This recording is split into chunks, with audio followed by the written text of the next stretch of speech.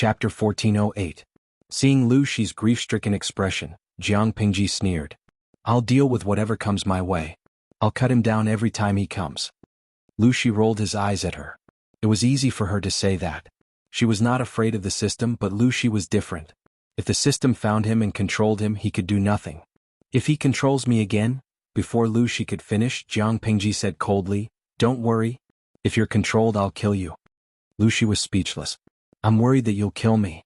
You've been pretending to be father and daughter for almost 10 years. You're a role model in the eyes of outsiders. Can't you maintain your image? The system hasn't been broken yet, but this cold-blooded woman is already sharpening her knife to become an ally. What about the principles? Ever since the two actresses shed all pretense of cordiality, the so-called father-daughter relationship has long been fed to the dogs. Jiang Pingji yawned and chased him away without saying anything. It's getting late. Father, why don't you go back and rest? I'll take care of Zixiao. Father, you better send someone to inform Zhao. Something big happened tonight. I'm afraid he won't even have the mood to consummate his marriage. Lu Shi then remembered that it was Lu Zhao's wedding night. Jiang Pingji teased him. You didn't see the look in Zhao's eyes before he left. You don't know how worried he was. He was probably afraid that we'd kill each other. Lu Shi said calmly, although he's a little smart, he thinks he's smart. Does he really think no one knows what he's thinking? At first he still had some expectations for Lu Zhao, but Lu Zhao, he had been pretending to be a pig to eat a tiger for a long time. It was impossible for Lu Shi to say that it was not a pity, but it was enough to see Lu Zhao live a peaceful and happy life. That was also his mother's wish. Why don't you talk to him honestly, lest he thinks too much and causes a disaster? Jiang Pingji suggested sincerely. Lu Shi was slightly tempted, but he quickly calmed down. He said indifferently, Some things are far better not knowing than knowing. Some things are fine to tell him, but some things are better left unknown. How do you want me to confess my identity to him? Jiang Pingji saw that he chose to continue hiding it and sighed. I respect your choice. Although she and Lu Shi were on opposing sides, it was not their original intention. To put it bluntly, both of them were victims. If they could coexist peacefully, Jiang Pingji would not deliberately provoke a dispute. By the way, remember to give Zhao a warning and make him obediently hand over the management rights to his wife. Jiang Pingji thought of something and said with a toothache, This guy spends money lavishly. Now that he's married, he can't be like that. If he didn't let his wife control him a little, he was really worried that the couple would spend extravagantly at the beginning of the month, and at the end of the month they would rely on the Northwest to pass the days. Even if he has a big family business, he can't afford to squander like this. To put it bluntly, she still disliked Lu Zhao for being a playboy. She was going to have a family in the future, so she had to save up some money to support her son. She couldn't just give it all to Lu Zhao, the prodigal. The corner of Lu Shi's mouth twitched. He wanted to refute, but he couldn't find anything to refute. Lu Zhao was indeed a prodigal. If he brings his bride to serve tea tomorrow morning, I will punish him. No matter how the plastic father and daughter fought openly and covertly, they had to be courteous on the surface. Jiang Pingji stood up to send Lu Shi off, then returned to Wei Xi's side. She raised her hand to touch his forehead to make sure that his temperature was normal. She then found a table, leaned sideways and closed her eyes to take a nap. Until daybreak, Wei Xi's temperature was normal. His wound was clean, and there were no signs of redness or inflammation. Why aren't you awake yet? Jiang Pingji raised her hand to poke his face, and a dimple appeared on his cheek.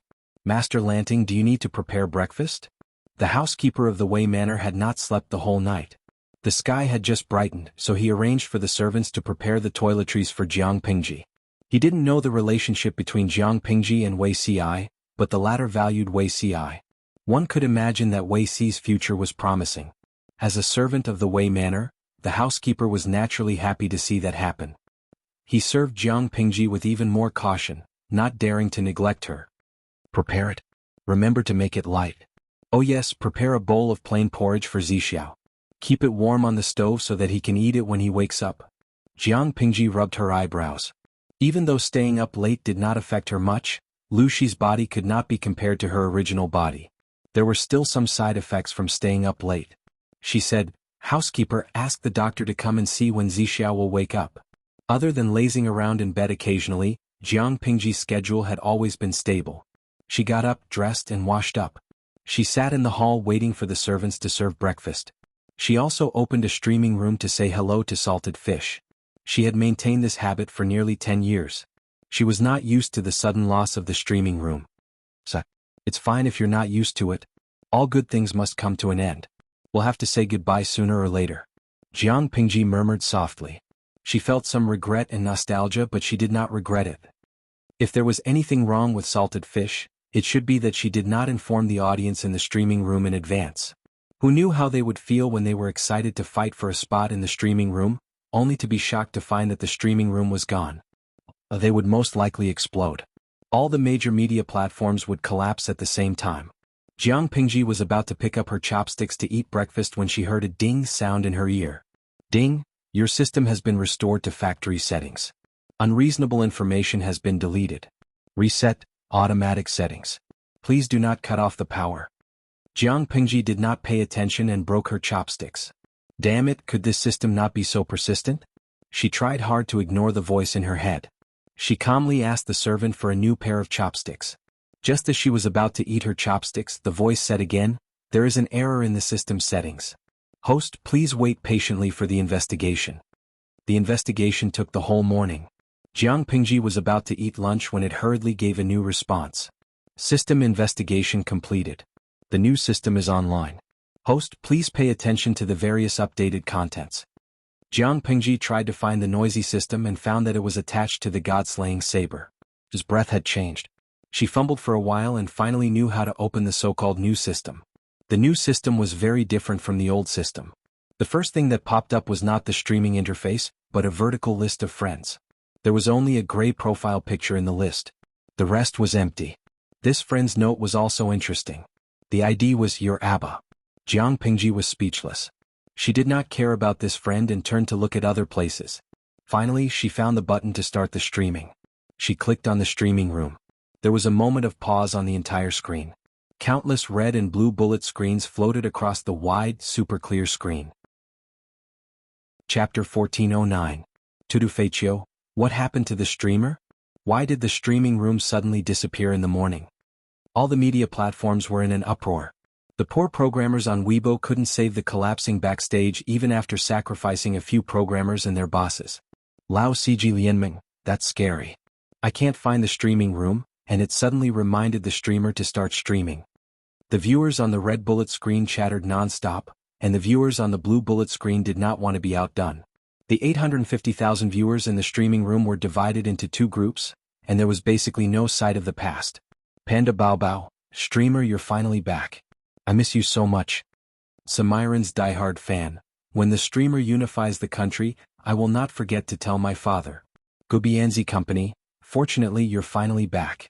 The streaming room is still here and the streamer is still here.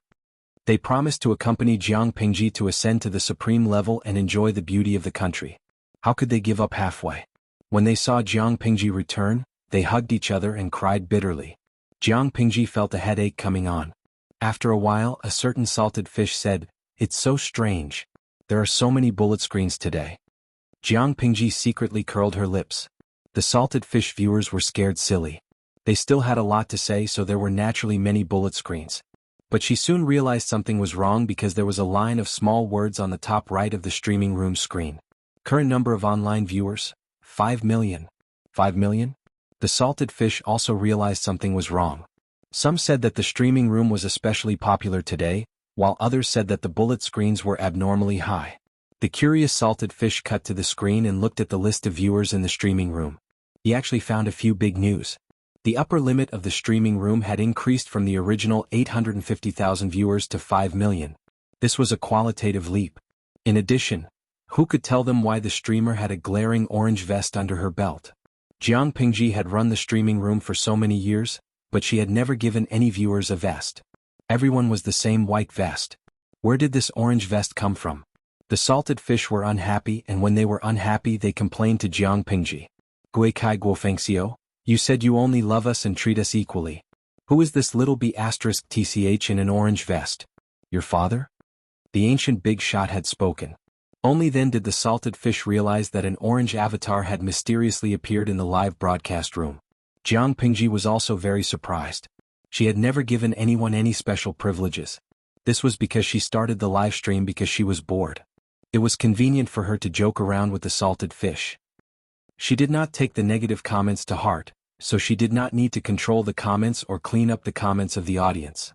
Naturally, she did not need to give out her sock puppet privileges. What was going on? Who is this, your Abba? Jiang Pingji took a look at the friend list that had just popped up.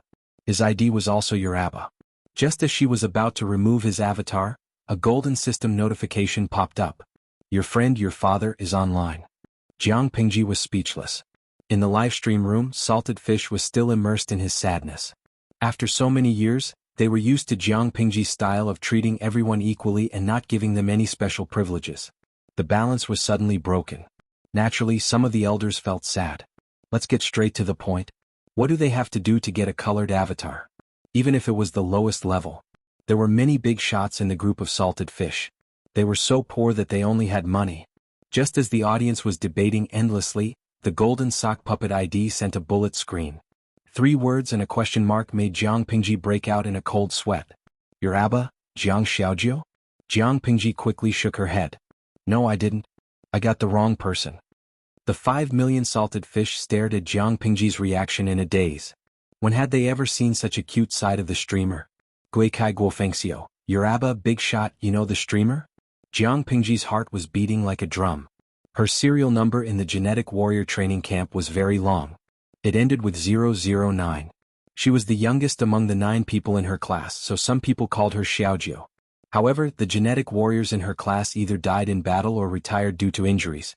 They signed the strictest confidentiality agreement and were monitored by the Federation's Skybrain network for life. They were not allowed to divulge any secrets related to genetic warriors. Although Jiang Pingji was not a genetic warrior, she was later transferred to the federal military. Her identity became public. Even if her old comrades recognized her, most of them would not dare to acknowledge her openly. Moreover, as one of the top 10 troops of the Federation, there were not many people who had the guts to call her by her nickname. No matter who it was, Jiang Pingji did not dare to guess. Your Abba, you don't have to deny it. Your appearance will change, but your mind and brain will not. Jiang Pingji swallowed nervously. She was very sure that the person behind the avatar was someone she knew. She was too ashamed to face anyone. There were only a few people who had the right to call her Jiang Xiaojiu. Even with her toes, she knew who it was. Pei. Chief Pei? Jiang Pingji was like a criminal about to be executed. She waited anxiously for the other party's reaction. Your Abba, the salary offered by the Federation Army is too low. Did you become an actor? Jiang Pingji could not help but cover her face. What was going on? The military's salary was considered high. It was enough to support a family. You might not believe it, but I've transmigrated. I'll have to trouble you to take care of the children of the 7th Army? Your Abba, transmigrated? I can't take care of that. I'm not in the Federation now. After I retired, I changed to an interesting job while I was still young. The audience members were a little excited. If there's anything, let's talk in private. The two switched to the private chat channel. The Salted Fishes in the streaming room were in an uproar. From the conversation between Jiang Pingji and the others, the orange avatar was none other than Jiang Pingji's superior, another big boss of the Federation. Tudu Feiqiu. According to the host's previous information, this boss is either the marshal or the former chief of the army. She said she retired, so it's most likely the host's previous chief. A boss is a boss. Even his ID is so domineering. Blue drawer, are we the only ones curious? After a boss retires, what kind of job can be considered interesting? The Salted Fishes were chattering. They did not know that the streaming room had other hidden functions waiting for them to discover. On the other side, Jiang Pingji opened her friends list and pulled out her profile picture. Neither Jiang Pingji nor the old chief liked to beat around the bush. She got straight to the point. Old chief, I have something to ask. Do you know the Jiang family? Your Abba, yes. You want to ask about your relationship with the Jiang family? Jiang Pingji looked at the words that popped up on the screen. Her eyes flashed with surprise. I'm a descendant of the Jiang family? Your Abba, yes. Did you just find out? His overly calm attitude made Jiang Pingji feel inexplicably annoyed. Chapter 1410. The Jiang family was one of the oldest families in the Human Alliance. They were glorious for as long as the Federation lasted. Unlike the other ancient families who had a complicated relationship with the military, the Jiang family's influence in these two aspects was at the bottom of the mainstream families. Their real strength lay in their business operations. Even so, the Jiang family was greedy and their 1,000-year glory was destroyed. The story started with the successor of the previous head of the Jiang family. Yuaba, There are so many inside stories about the Jiang family. I'm afraid it would take days and nights to tell you in detail. You are indeed a descendant of the Jiang family, but how can there only be one or two branches of the Jiang family? Most of the descendants of the Jiang family who were sentenced to 1,000 years of imprisonment by the military court were from the collateral branch that seized power 300 years ago. Your branch was the main branch that lost the infighting. Jiang Pingji thought of something and waited quietly for the other party's answer. Yuaba. 300 years ago, the number of people in the main branch declined. The power in the family was far less than that of the collateral branch. The internal strife of the Jiang family indirectly affected the business of the Federation. The Federation also intervened in private. No matter what, the main branch was expelled from the core circle of the family. In other families, it was just a normal power struggle and replacement, but it was different for the Jiang family. According to the investigation, the Jiang family had been infiltrated by foreign forces through the collateral branch a long time ago. After the collateral branch took power, the Jiang family became a channel for foreign forces to steal federal secrets. Jiang Pingji couldn't help but gasp and clench her fists secretly. The Federation didn't react at all? Yuaba, what reaction? The Jiang family had been around for thousands of years. There were at least 90 collateral branches. They had a large number of people and the relationship between them was even more complicated. The foreign forces started from the most inconspicuous collateral branch and spent 2 or 3 generations of effort to slowly climb to the core of the family. The Jiang family didn't even realize it, let alone the Federation itself. If the spy in the Jiang family didn't repeatedly sell information and secretly sell the war secrets of the Federation, which made the higher-ups of the Federation suspect that there was a spy, how could they find the real culprit? Jiang Pingji said, even so, it's impressive that they had the patience to set up such a big plan and hide it from the Federation and the Jiang family. Your Abba? Before I retired, this was one of the main projects that the Federal Special Case Department was secretly investigating. Most of the side branches of the Jiang family who were in power were sentenced to 1,000 years in prison. What was puzzling was that the main branch, which was not involved in this matter, had met with trouble one after another. According to the investigation, it was suspected that there was another hidden force that was even more secretive that added fuel to the fire for the foreign forces to plot so smoothly. Jiang Pingji suddenly remembered what the system had said when it sliced her up. I'll kill your whole family. Something happened to the main branch after the internal strife failed. Could it be the system's doing?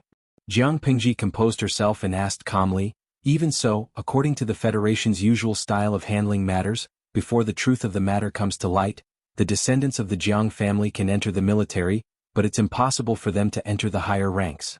After all, he's a hidden danger. It's better to kill the wrong person than to let him go. When I took over the old commander's position, 8 of the other 9 commanders voted in favor and 1 abstained. Among the 10 combat corps of the Federation, except for the Special Case Department, the other corps had very complicated connections.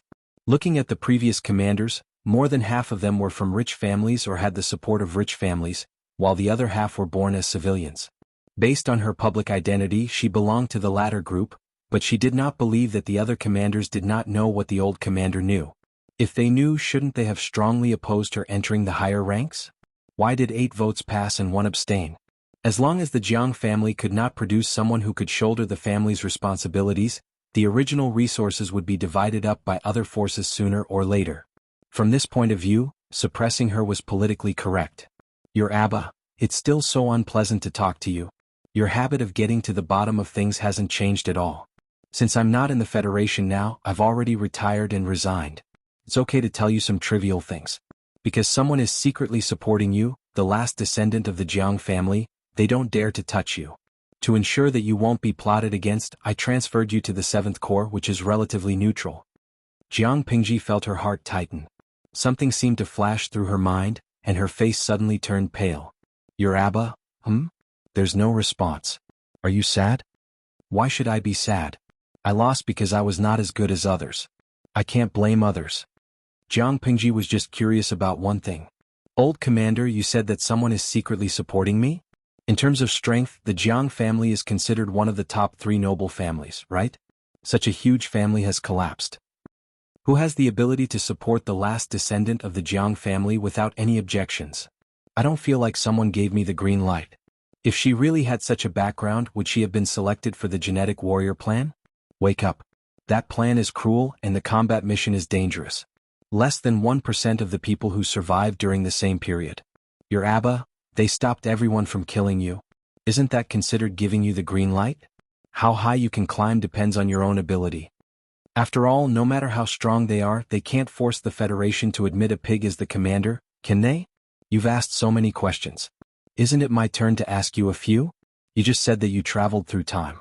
What do you mean? Jiang Pingji did not hide anything, but she did not completely confess either. After all, whether the person behind the screen was the old commander was still a question mark. After all, she did not trust the system at all. After listening to her, the old commander did not respond for a long time. It was not until Jiang Pingji finished eating 6 bowls of rice that he responded.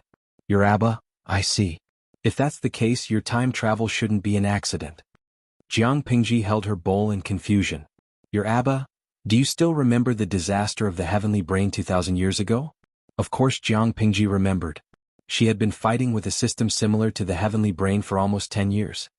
Your Abba, the disaster of the heavenly brain originated from the heavenly brain's self-awareness. It was dissatisfied with human control and deliberately took revenge. As far as I know, the Jiang family was one of the main forces in that battle. The higher-ups of the Federation suspect that the death of the Jiang family's main branch and the loss of power was also the revenge of the escaped heavenly brain. Jiang Pingji's expression froze. She asked, has the heavenly brain been captured? Your Abba, not yet. That guy is still on the run. It is said that the heavenly brain is not an ordinary virtual creature. The Federation can't do anything to it. However, they can't do anything to the heavenly brain, but you are different. That was one of the reasons they compromised. Jiang Pingji reacted. An absurd thought appeared in her mind. My so-called time travel is actually, your Abba, it's roughly what you think it means. Chapter 14:11. You Abba, theoretically that's what it means. If you complete this mission, the next marshal will be decided. Congratulations in advance.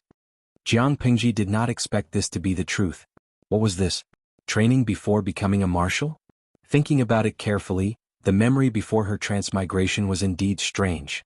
She could not remember the details of her death. She only remembered an explosion and then she lost consciousness. Jiang Pingji smiled bitterly. Don't we still have the old chief who can fight? You Abba, I've already retired and found a new job. I don't plan to go back to work in the future. So what if I'm the head of the Federal Army? The salary is low, the benefits are bad, the vacation is less, and there are many fights. Even if I become a marshal in the future, the overall benefits will not increase much. If you don't want to work anymore, I can recommend you to do a part-time job. Speaking of which, this job is really interesting. It's very comfortable to vent your anger. Jiang Pingji recalled the old chief's words and her heart skipped a beat. He said he was no longer in the Federal Army and found a new job. He even revealed a lot of confidential information during their conversation. As the former head of the military, even if he had retired, the confidentiality rules were still in effect. How could he tell her without holding back? Unless, the old chief is no longer in the Federal Army? You Abba, no. I know what you're worried about. Are you worried that I'll be punished by the Federal Army for leaking some information? If they want to punish me, they have to find someone to do it. I'm quite safe now and the working atmosphere is very relaxed. I'll mail you some local specialties one day. The world you transmigrated to seems to be quite backward. There should be various inconveniences in terms of food. Jiang Pingji said. You can still mail it? She deeply suspected what kind of job the old chief had found. How could he appear on her friend list and say that he could mail it? You Abba, wait. After waiting for a while, Jiang Pingji heard a notification saying, Ding dong, your express delivery has arrived. Jiang Pingji searched for a long time and found the so-called honeycomb express delivery cabinet. She pressed the receipt button and a cucumber appeared out of nowhere. She held the cucumber in her hand and was stunned. It could really be mailed. Old chief, I want to ask you something. Can you do me a favor? Jiang Pingji saw that the cucumber seemed to have just been picked and washed. After confirming that it was not poisonous, she took a bite and ate it. Your Abba, say it. Jiang Pingji knew some inside information about transmigration, and her mood changed wonderfully. She said, send me a battleship. I'll pay for it, even the smallest one is fine. I can sweep the world in one morning, ascend the throne in the afternoon, and kill the system at night. Previously he was certain that he had died in his previous life and that there was no possibility of returning, but now, she couldn't wait to pick up her spear and kill all the enemies. She had no patience at all. Your Abba, I'm buying vegetables at the market. If you want fresh fruits and vegetables, I can buy one caddy for you. As for the battleships, I can't even give you the bullets for the old guns, much less the battleships. Don't think about it, it's more convenient to dream. Young people should be down to earth. Jiang Pingji was speechless. The old chief, who had accumulated a lot of power and prestige, was letting go of his nature the moment he retired? Wasn't it her script to make people speechless after insulting them until they were speechless? Market? Are there still vegetable markets in this era? Don't you usually buy it online on Skynet and have it delivered to your doorstep by courier? Regardless of whether it was the highly developed Federation or the extraterrestrial forces outside the borders, there were basically no such ancient existences. Your Abba, don't trick me. Jiang Pingji thought about it, and a bold and exciting idea emerged in her mind. Old chief, is there a store near the market? Can you help me buy something? Your Abba, what? TT. Your Abba? Jiang Xiaojiu. Say that again? Jiang Pingji said, BYT, or condoms for short. Old chief, I need it urgently. It's bad for my body if I hold it in for too long. Your Abba? The Federation is doomed. She was sent here to capture the sky brain that was causing trouble. What was she here for? To flirt with a man? If the next marshal behaved like this, the Federation would be doomed. Jiang Pingji felt helpless. She had been in this shabby place for almost 10 years. She didn't mind being a single dog all the time. The problem was that she had finally found someone who suited her taste. It would be too cruel to let her be a nun. A feast for the eyes was placed in front of her, but she was not allowed to eat. She could only look but not eat. If she held it in for too long, she would get sick. She could only blame the previous system for being too trashy. It didn't even sell condoms in the system store. It was called a Palace Intrigue streaming system in vain. Which Palace Intrigue system didn't sell adult products? Old chief, since it's not easy for the baby to get out of singlehood, please do me a favor. Jiang Pingji was led astray by the spoiled and cute behavior of the salted fish in the streaming room. She almost disgusted the old chief, who knew her inside out. Your Abba? Come on, a baby? A giant baby? How old is the guy? Jiang Pingji said, after his birthday this year, Zixiao should be 28. Your Abba? He's not even 30. He's still underage. Are you a beast? Jiang Pingji covered her chest and suppressed the urge to use force with great difficulty. Underscore smiley face, angle. Underscore in this world, men generally get married at 15 or 16. They are considered adults at 20. Zixiao is an older unmarried man. Jiang Pingji typed this paragraph with tears in her eyes. She was not a beast who liked underage men. The old chief was silent for a long time before he replied. Your Abba? I'll go to the snack street to grab some skewers. I'll buy some for you after I'm done. Jiang Pingji said, Old chief, you're so nice. By the way, if it's convenient, can you mail me some medicine that can speed up healing and reduce fever? Your Abba? Do you still need medicine when the battle is so intense? You're indeed a beast. Jiang Pingji was stunned when she saw the reply. The old chief's profile picture dimmed. A golden system notification appeared. Your good friend, your Abba, has gone offline. Jiang Pingji, wait, listen to her explanation. The salted fish could not see the content of the conversation between Jiang Pingji and the old chief. They could only see her fingers tapping in the air. They were probably chatting privately. As time passed, their streamer revealed various expressions that betrayed her character. The salted fish viewers were stunned. Tudu Feichio. I've confirmed the look. It's undoubtedly a big shot. Shou Shigu. What did they talk about? Why does it feel like the streamer's background is gloomy? The viewers wanted to at the old chief, but they were dumbfounded when they realized that he had gone offline. Of course, that was not the end. When they saw Wei Ci lying on the bed with a pale face, they were extremely worried. Itua Huanxiao. It's only been one night, right? Hasn't it been a year? Why has Beauty Ci become a patient? Looking at the spots where the white bandages were, there was still blood seeping out of many places. The salted fish viewers felt their hearts ache. Jiang Pingji looked at Wei Ci's appearance. Her originally cheerful mood became heavy. When will he wake up? She asked, holding her cheeks. The salted fish in the streaming room told her that the sleeping beauty needed a kiss to wake up. Jiang Pingji smiled and leaned over to kiss him on the lips. She muttered, Are you awake? It doesn't seem to work. As she spoke, Wei Ci's long and thick eyelashes trembled slightly. He slowly opened his eyes. Chapter 14:12. Our sleeping beauty has woken up. Squeak when you wake up next time. You'll scare people if you suddenly open your eyes. Jiang Pingji got up calmly, looking like a gentleman, as if she was not the one who had taken advantage of him just now. She took a wet towel and wiped Wei Si's face. Her actions were not considered gentle, but they were not rude either. It made someone feel very flattered. My lord. Wei Si was still a little confused. When he opened his mouth, his voice was not only soft but also very hoarse. Don't move first or your injury will split open again. Just lie down obediently. Jiang Pengji pressed her right hand on his shoulder to prevent him from getting up. Wei Si had overestimated his situation and had to lie back down. He looked at Jiang Pengji and blinked. His eyes were still clear and dark, and his gaze was focused and serious, as if he was looking at some treasure. Wei Si hesitated for a long time, but he did not dare to ask. He seemed to have dreamed that his lord had turned into a red-haired woman, and her facial features were quite foreign. When he woke up, his lord was still the same as before. He could not help but heave a sigh of relief. What's wrong? Are you feeling unwell?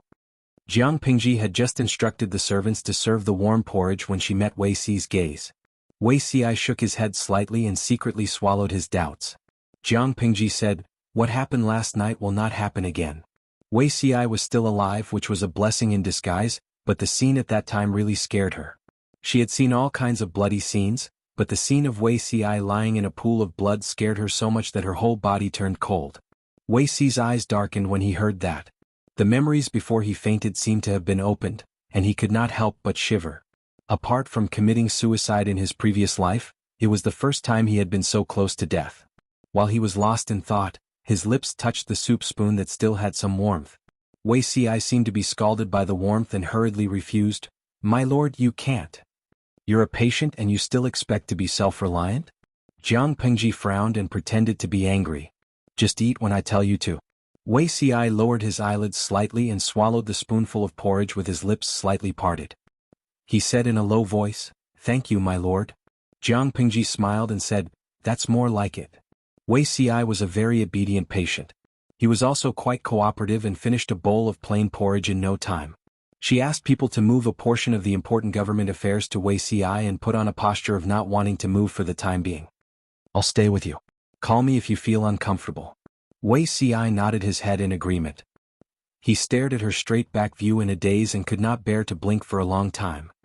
Jiang Pengji dipped her pen in the ink and carefully dealt with the documents.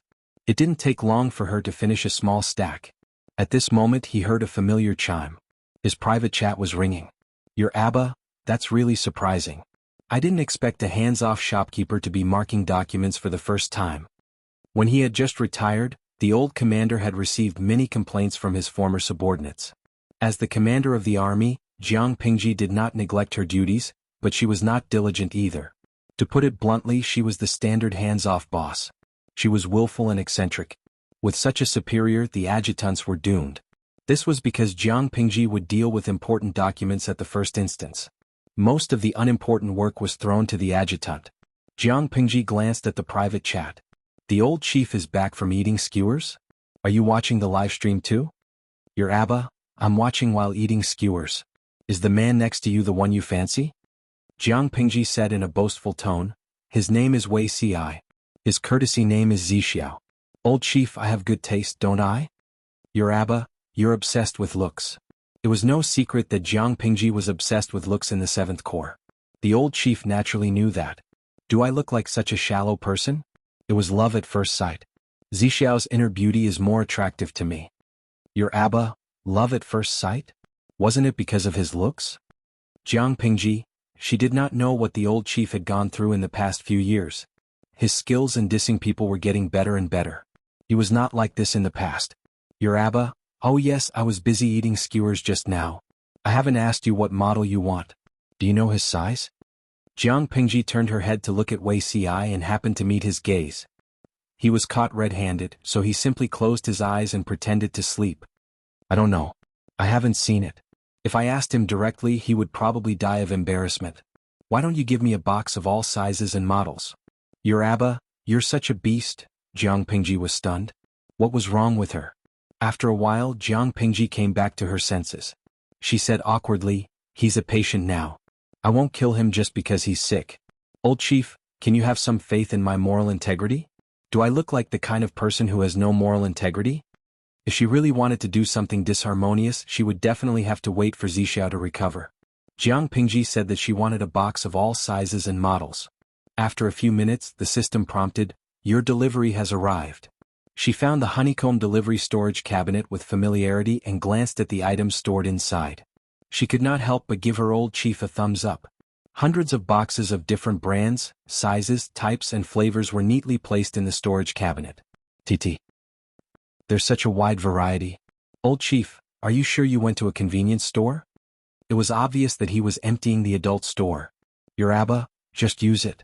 Why do you have so much nonsense? Remember to pay the bill. Jiang Pingji coughed dryly and touched the money pouch on her waist. She did not check how many pieces of gold and silver were in it. She happily sent the money to him. She had troubled the old chief to specially make a trip to the adult store to buy for her. It would be inexcusable if she did not give him some compensation. Fortunately, they were in different dimensions. If they were face to face, Jiang Pingji was really afraid that he would ask her to warm up without hesitation. If it was her previous body, she would naturally not be afraid. She would have a 50% chance of warming up. Lucy's body, the only thing left to do was to be tortured. If it's all used up, I'll have to trouble you to replenish it. It was not enough to buy for her once. She also had to be responsible for replenishing it. She really wanted to beat Jiang Pingji to death. Your Abba, my work here has come to an end. I'll be leaving soon. Remember to replenish it as soon as possible. Jiang Pingji did not ask what her job was. She replied honestly, "Oh." After a while, the system continuously prompted, "Your delivery has arrived." Your friend Abba had gone offline. Jiang Pingji took a look. There were many drugs in the storage cabinet. They were not quick-acting drugs or injections that she was familiar with. They were all old-fashioned drugs that had been eliminated for thousands of years. It seems that the old chief's new job is indeed very interesting. She muttered. There was a rustling sound from Wei Xi's side. What's the matter, Zixiao? Wei Xi coughed awkwardly and asked, Can my lord call the housekeeper over? Xi, there are some things. Chapter 14:13. Jiang Pingji understood instantly that the lack of actual combat experience did not hinder the growth of an experienced driver. Considering Wei Xi's thin-skinned face, she could only bear with the pain and give up on flirting with him, lest she scared him to death. Jiang Pingji pretended not to understand and said naturally, Okay, I'll call the housekeeper over now. Wei Xi nodded with a red face, but he secretly heaved a sigh of relief. If the Lord wanted to get to the bottom of it, he would not know how to deal with it. Jiang Pingji sat in the courtyard and waited for a while. 3 golden system prompts popped up in a row. Your good friend, your father, is online. Your express delivery has arrived. Your good friend, your father, is offline. Jiang Pingji was speechless. The old chief came online just to send her an express delivery? Jiang Pingji could not help but feel warmth in her heart. It felt good to have an acquaintance who cared about her in a foreign land. She glanced at the things in the storage cabinet with a smile. She carelessly lost control of her expression, and her smile was shattered. Look at what her dear old chief had sent her.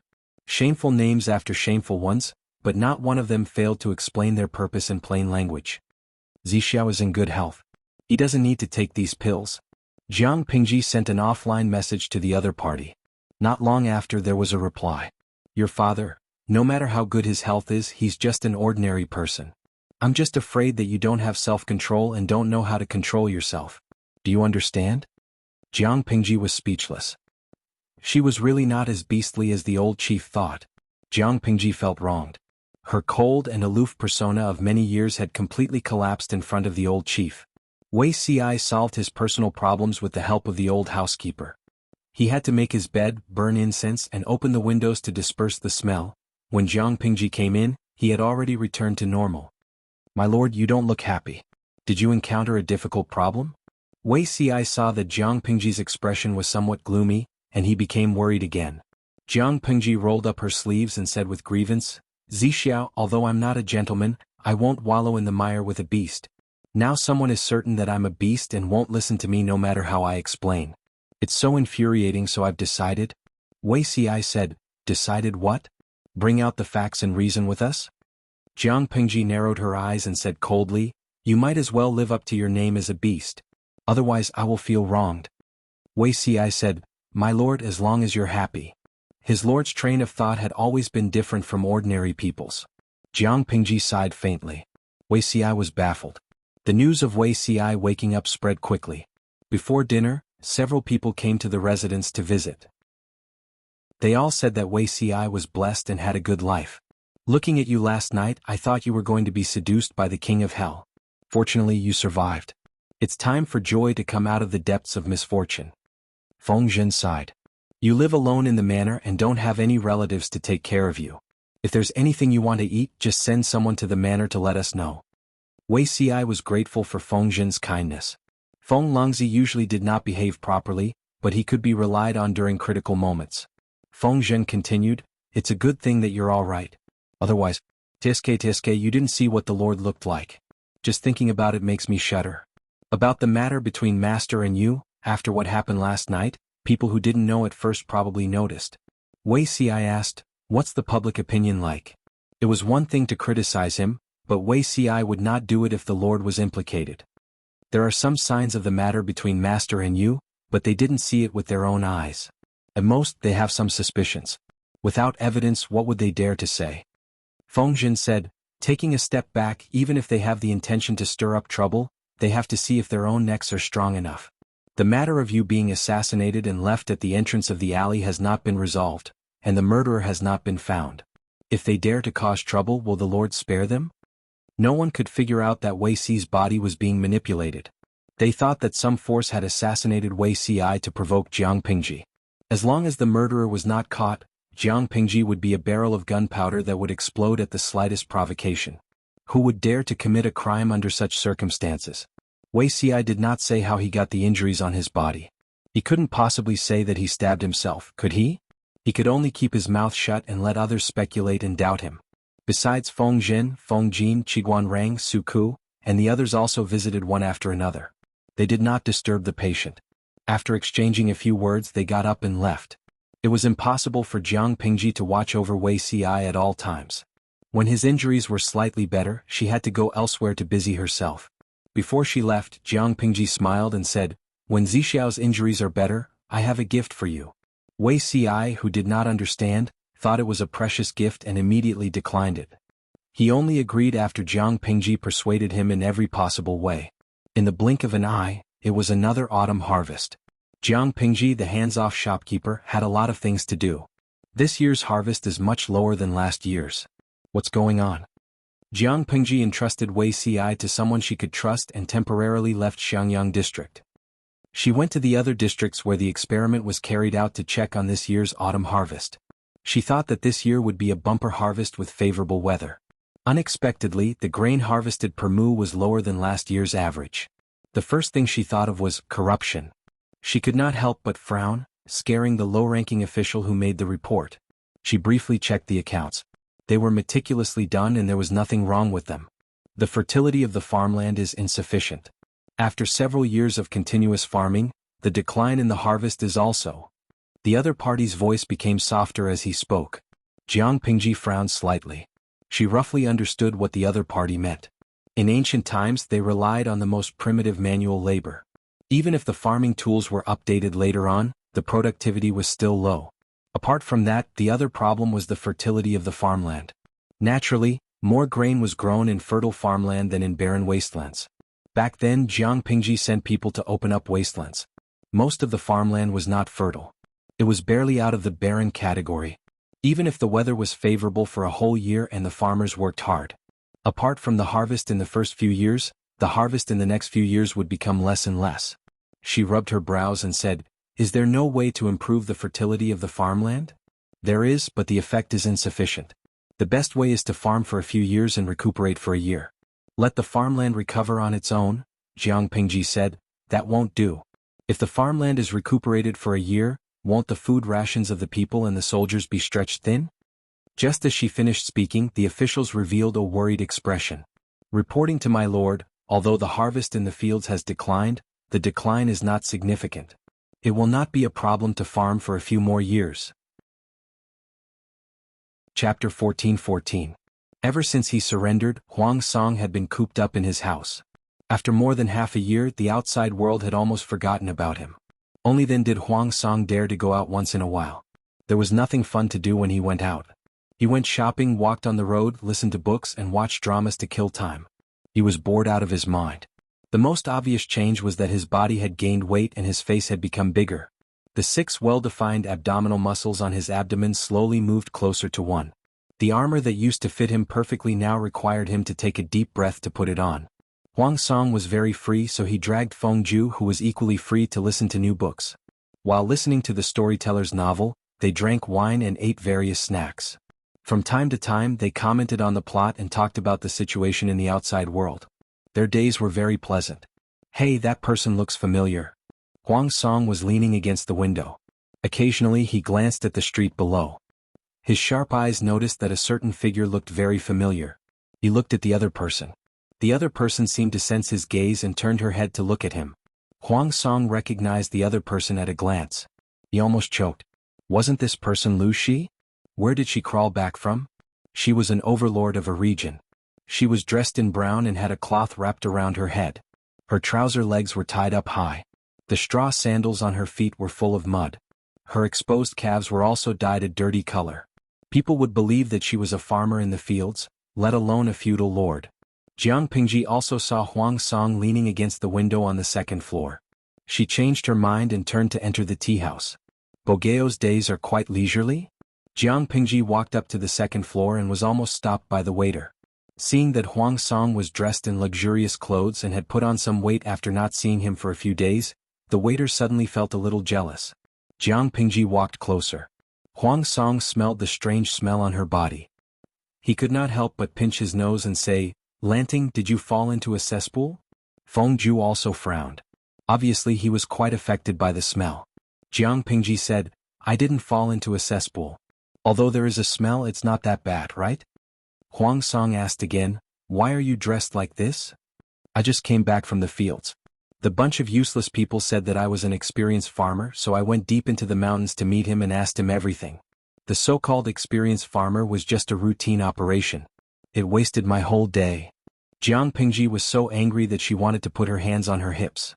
Although the old farmer is experienced, many methods are recorded in farming books. It doesn't seem to be very useful. Jiang Pingji was so angry that she wanted to put her hands on her hips. Although the old farmer is experienced, many methods are recorded in farming books. Huang Song was confused. He understood every word Jiang Pingji said, but he didn't know what she was. A vassal went to see some old farmer with experience in farming? She didn't want to rule the world and became a farmer's wife? Huang Song casually asked a few questions and Jiang Pingji said, "The weather has been good this year, but the harvest is much lower than in previous years. At first I thought that someone was embezzling, but after a careful investigation, I found out that it was due to the lack of fertility in the fields, which resulted in a drop in the yield per mu. Huang year they Huang and I Jiang in that from it in it s in." In the eyes of others, Jiang Pingji's action could be regarded as killing the goose that laid the golden eggs. In the long run, the land would become barren fields. If we stop plowing for a year, the food shortage will be unimaginably huge. Jiang Pingji said. Plowing and resting is the last resort. Huang Song asked, "What does Lanting think is the best strategy?" Jiang Pingji said, "Of course, it's to ensure the fertility of the fields and plowing them year after year." It was a chaotic world. Food was in short supply. Wasn't it courting death to plowing and rest at this time? Although Huang Song did not know about farming, he knew that Jiang Pingji was too naive. How could there be such a good thing in the world? Chapter 14-15. Clue. Jiang Pingji curled her lips and said, "Of course I have a clue, but I don't have a specific plan yet." Huang Song was slightly surprised. He knew Jiang Pingji's character. She meant what she said. She would not lie about such issues. If she said that there was a clue to solve the problem of insufficient fertility in the fields, then it was most likely true. Without waiting for Huang Song to ask, Jiang Pingji found a mat and sat down. She frowned. "I went to visit a few experienced farmers, and I found that their experiences could be found in the farming books." Jiang Pingji said, "In other words, the precious experience they have accumulated by dealing with the fields for a lifetime is not very valuable.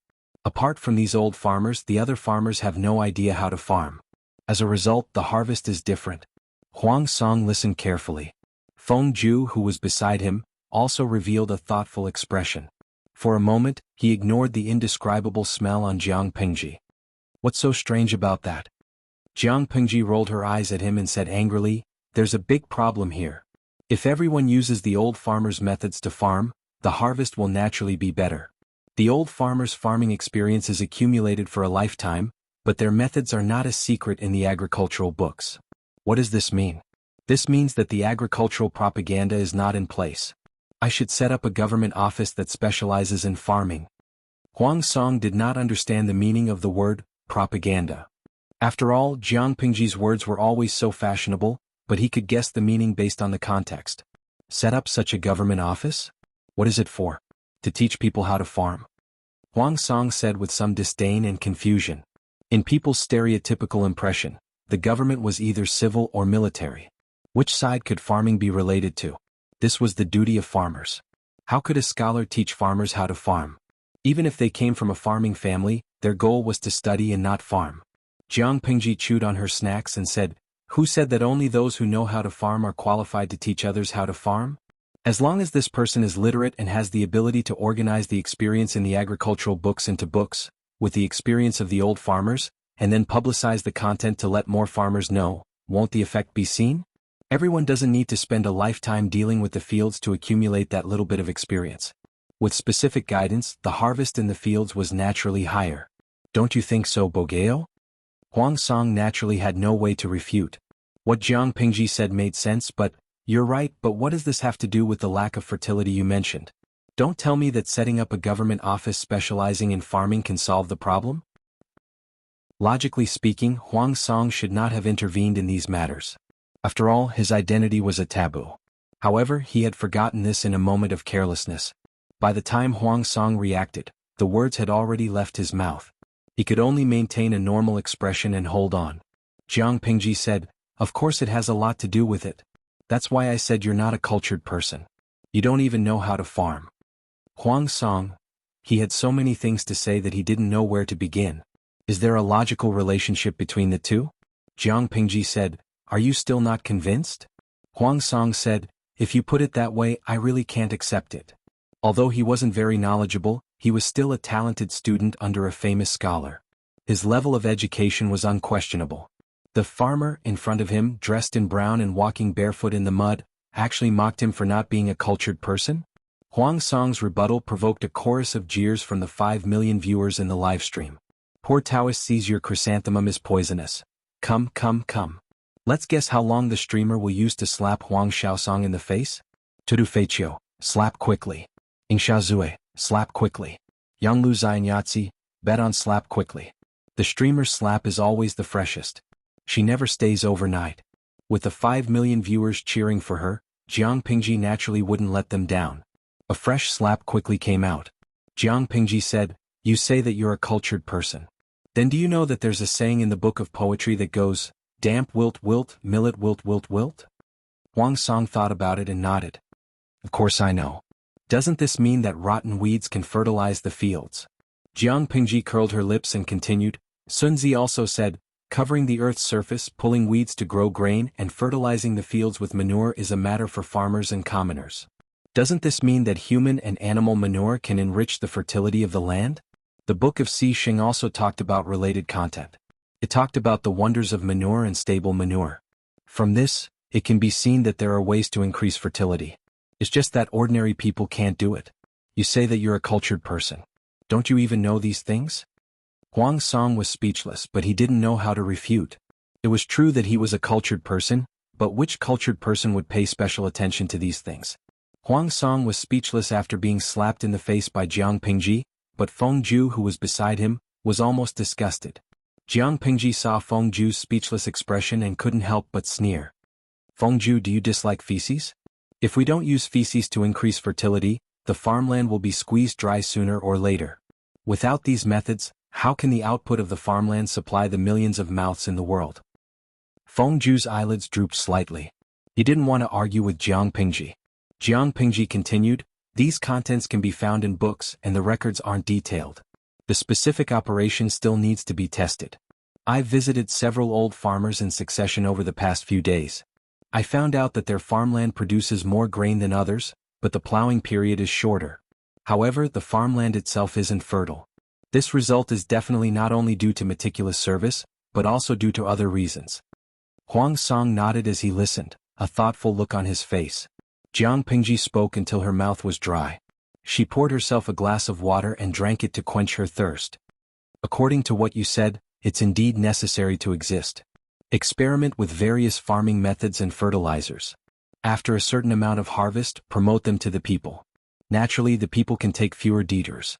Jiang Pingji said, I want to build more public toilets.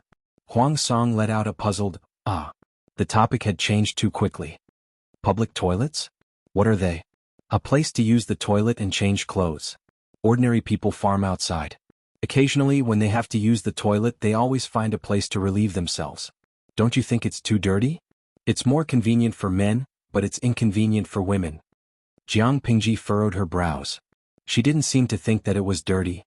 If we build public toilets for the people to use, it'll be convenient for the people, and we can also ensure the cleanliness of the streets. At the same time, we can also accumulate fertilizer. Similarly, I think we can also set up some places to raise pigs and sheep. We can run a meat business and use their stables to fertilize the land. In addition, according to my observation, the peanuts from the barbarians are also wonderful. A certain farmer planted them, and the yield per mu of the field is higher than others.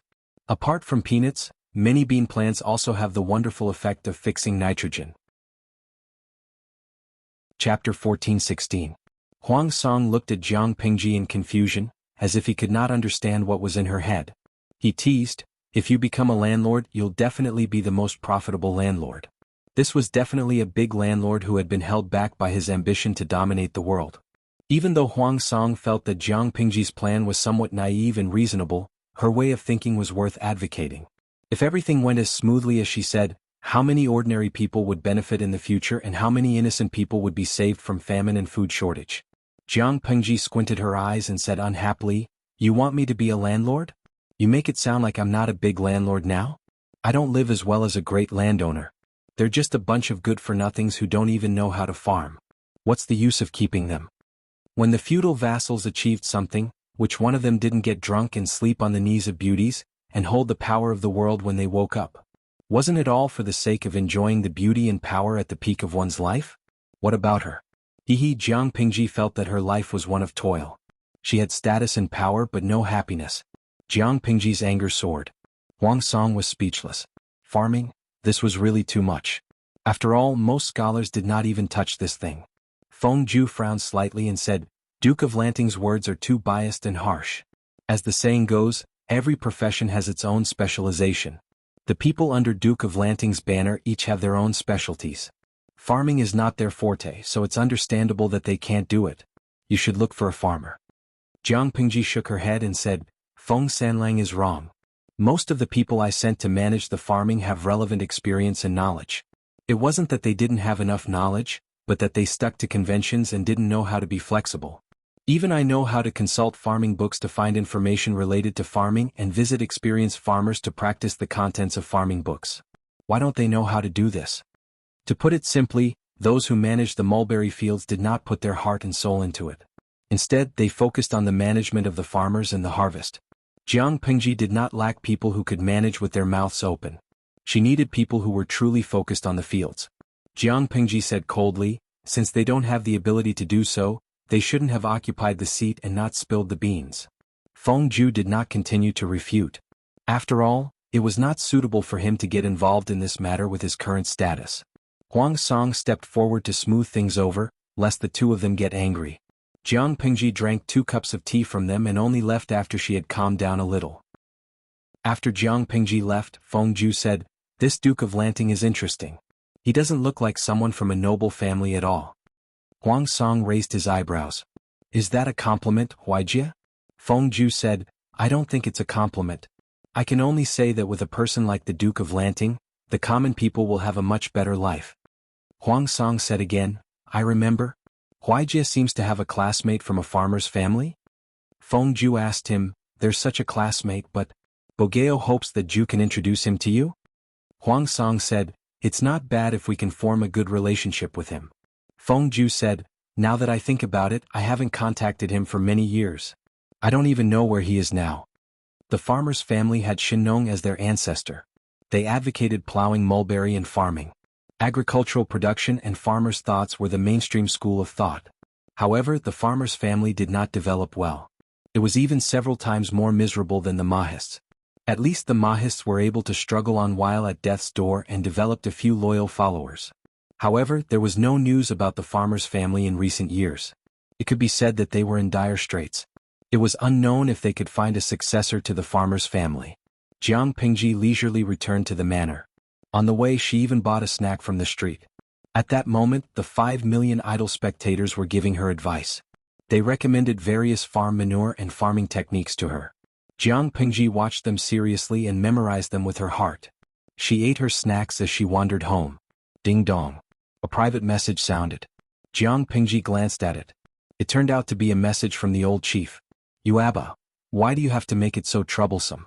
There's an old saying that it's better to teach a man how to fish than to give him a fish. She said, I know I can go through the back door and beg the old chief to help me purchase farm manure, but it's not a long-term solution. Using farm manure that's hundreds of years ahead of the current era will yield high benefits in the short term, but in the long term, it will kill the possibility of agricultural development in this era. Moreover, the old chief can't always purchase for me, can he? Yuaba, pulling a seedling to help it grow will indeed kill the infinite potential. You're very diligent. Jiang Pingji said, I love what I do. After all, I'm their lord. I have to be responsible for the people under my rule. After all, what she needed was not short-term effects, but long-term development. She had stayed in this world for 10 years and put in a lot of effort. Naturally, she hoped that everything could develop better. Lucy was just an ordinary person. No matter how long his life was, there was a limit. She hoped that everything could develop in the best direction after she was gone.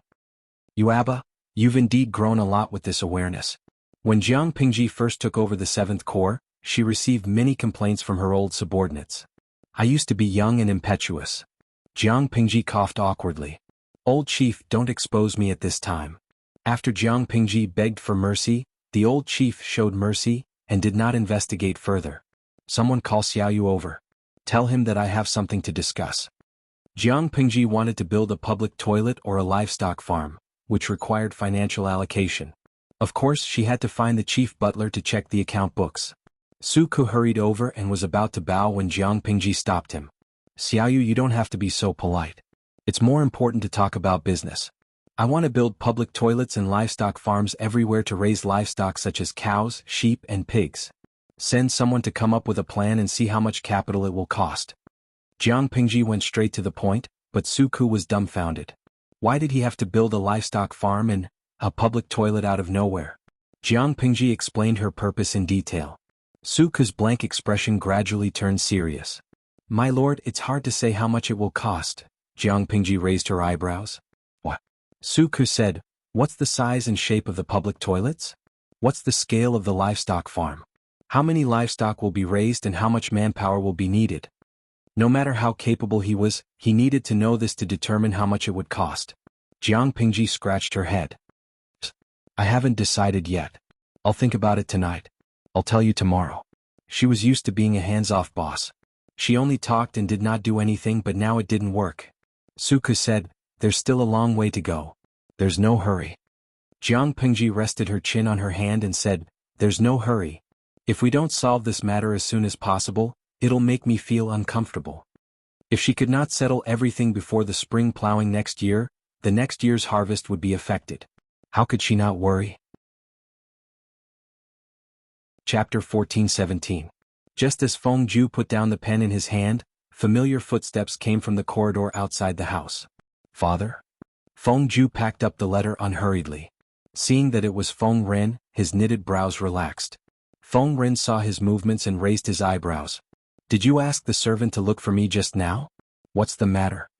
Feng Ju said, Father, you have a lot of connections. I would like to ask you for a favor and pass this letter to a classmate of mine when I was studying. He was in an awkward situation now. He needed to be careful in his communication. Feng Ju thought about it several times.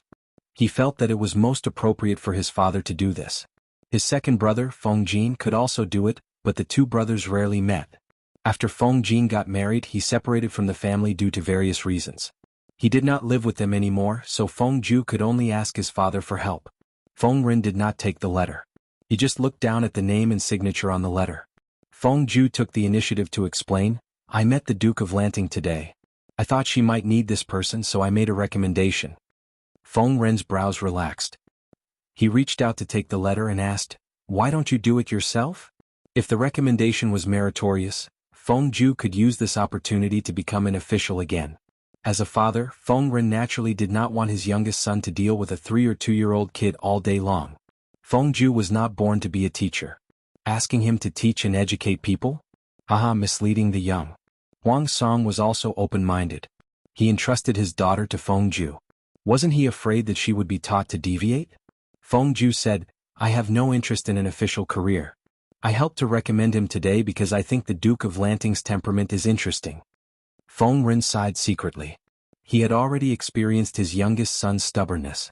He had no choice but to let it go. Then, who is this person you recommended? Feng Ren asked casually. Whether Feng Ju had the intention to become an official or not, he took the initiative to use his connections to help Jiang Pingji attract talents. This was a signal of goodwill. Feng Ren naturally did not want Feng Ju's goodwill. Because of the details, they would not be able to form an alliance but instead become enemies. Feng Ju saw through his father's thoughts and said coldly, I'm afraid he is the only remaining descendant of the family. This person's surname is Dou, and his name is Shi. His courtesy name is Zhong Guang. He was my classmate when I was studying. According to what the Duke of Lanting said today, she might be able to use this person. Feng Ren asked in surprise, Nongfu? Although the House of Agriculture was one of the 100 families, it had been in dire straits for hundreds of years. When Feng Ren was an official in the imperial court, he had never heard of any official who was from the House of Agriculture. Although the Mo family was in a miserable state, at least they still had a few descendants. Now that they had received Jiang Pingji's support, they had the potential to prosper. What about the farmers? Most of the members of the School of Agriculture were officials in agriculture. In layman's terms, they were officials related to agriculture.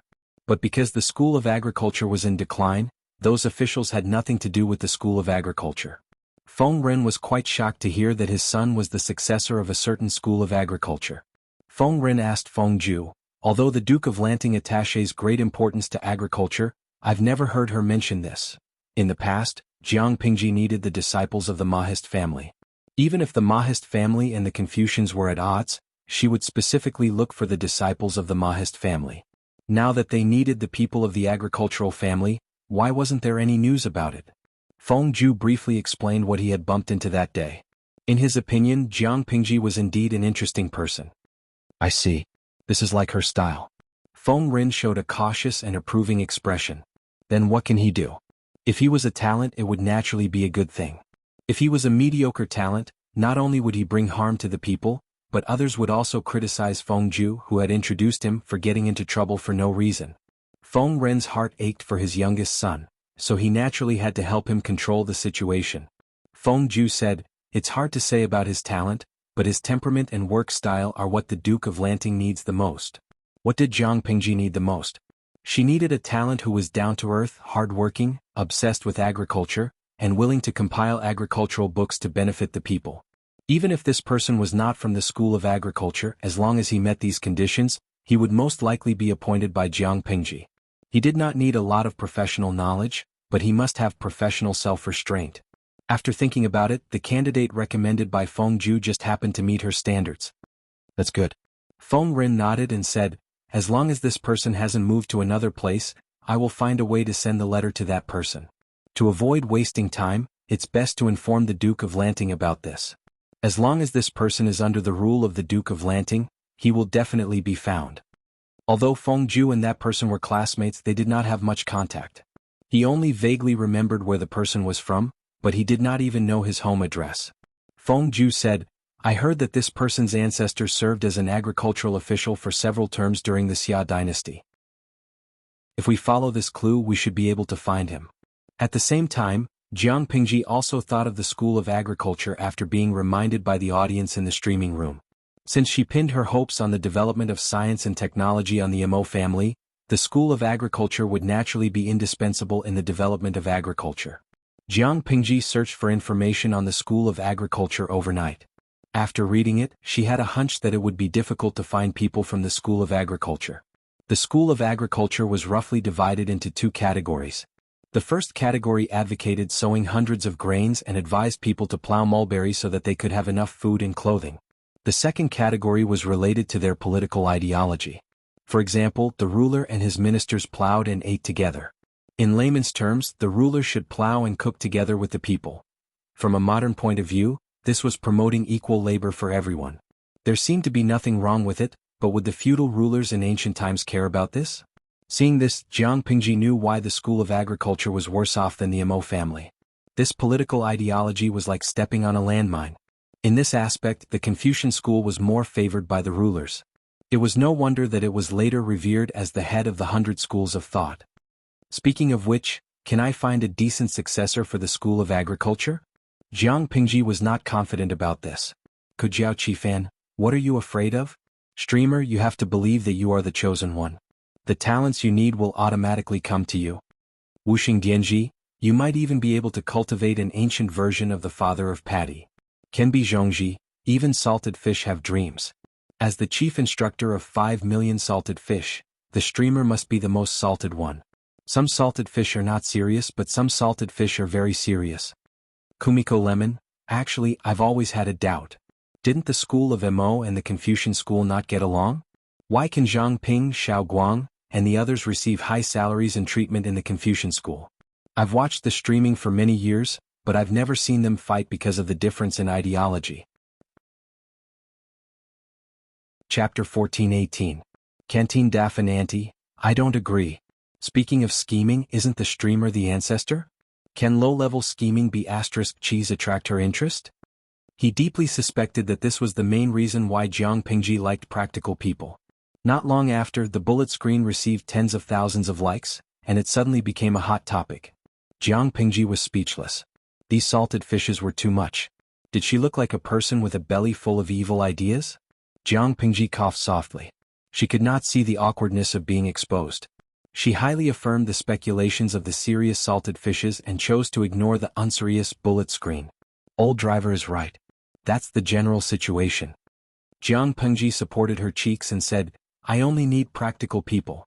Those scheming fellows don't seem to have any other use other than wasting the salary I give them. They occupy the latrine but don't shit. What do I need them for? If there are too many troublemakers who stir up internal strife, it will easily corrupt the atmosphere. It will be difficult to lead the people's hearts. It was not that people who were good at scheming were useless, but for Jiang Pingji at the current stage their value was too little. No matter how one looked at it, she admired practical people more. Because industry thrives the country. Jiang Pingji rarely called out names. Naturally, she did not know that the old salted fish was so happy that he jumped 3 feet high. The corners of his mouth were about to reach his ears. Lao Siji Lianming, sob, the streamer's voice is so nice. I feel like I'm blessed by the moon god and Cupid at the same time. Mama, did you hear that? The sweetheart I've been chasing for 10 years finally took pity on me. She called me old driver. The salted fish screamed crazily in his heart. Mujio Yijiujia Wanli, you're one of the ancient big shots in the streaming room. Be more reserved. The salted fish who was not called out smiled on the surface, but his heart was burning with jealousy. The bullet screen was full of emojis of secretly gritting teeth in jealousy. 5 million salted fishes. Why did they get special treatment? This luck was even more enviable than winning the lottery with 5 million yuan. No matter how lucky the salted fishes were, they were still not as lucky as Jiang Pingji.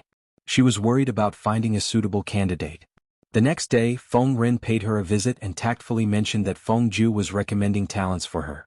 Jiang Pingji's hands trembled and she raised her eyebrows in surprise. Even the way she addressed Feng Ju became more intimate. Huaijie schoolmate? Jiang Pingji was a person who held a grudge. Feng Ju was indifferent to her, so she addressed Feng Ju as Feng Sanlang. Since Feng Ju had expressed his goodwill to her, she might as well change her attitude. Feng Rin didn't notice it. He said with a smile, my son admires that person very much. He should be good. Jiang Pingji asked, where is he? If that person lived very far away, it would take 2 to 3 months for Jiang Pingji to conquer him. It would take too much time. When Feng Rin came to see Jiang Pingji, he naturally knew her address. Coincidentally, the man was from Shangyang County's Yang Mountain. His ancestor had been an agricultural official several times, so following this trail was easy to find. So you're saying that he's from the same hometown as you? If he is truly talented, I would like to recruit him to work for me. Jiang Pingji finished speaking with a smile, but soon after, she revealed a somewhat awkward expression. She said, there's something that you don't know. The promotion of talents this time was related to the livelihood of the people, so the candidates had to be very careful. I'd like to go and take a look myself, but I'm busy with worldly affairs and can't get away. Go there personally? Feng Ren was shocked and secretly speechless. It was just a farmer's talent. She could just send an official document to recruit him. Why did she need a feudal lord to go there personally? For this talent to go there personally, it showed that her next move was extremely important. At least it could cause a great change in the power structure. In the blink of an eye, several thoughts flashed through Feng Ren's mind. Jiang Pingji acted as if she didn't see it. She continued, speaking of which, the construction of the branch of the Jinlin Academy in Shangyang County is about to start. Feng Ren instantly understood. He smiled bitterly and said, Master Lanting is busy with affairs. I'm afraid you can't do it yourself. If you don't mind my old age and incompetence, why don't you entrust this matter to me? Coincidentally, I'm also going to Shangyang County to supervise the construction of the branch. I can handle both matters on the way.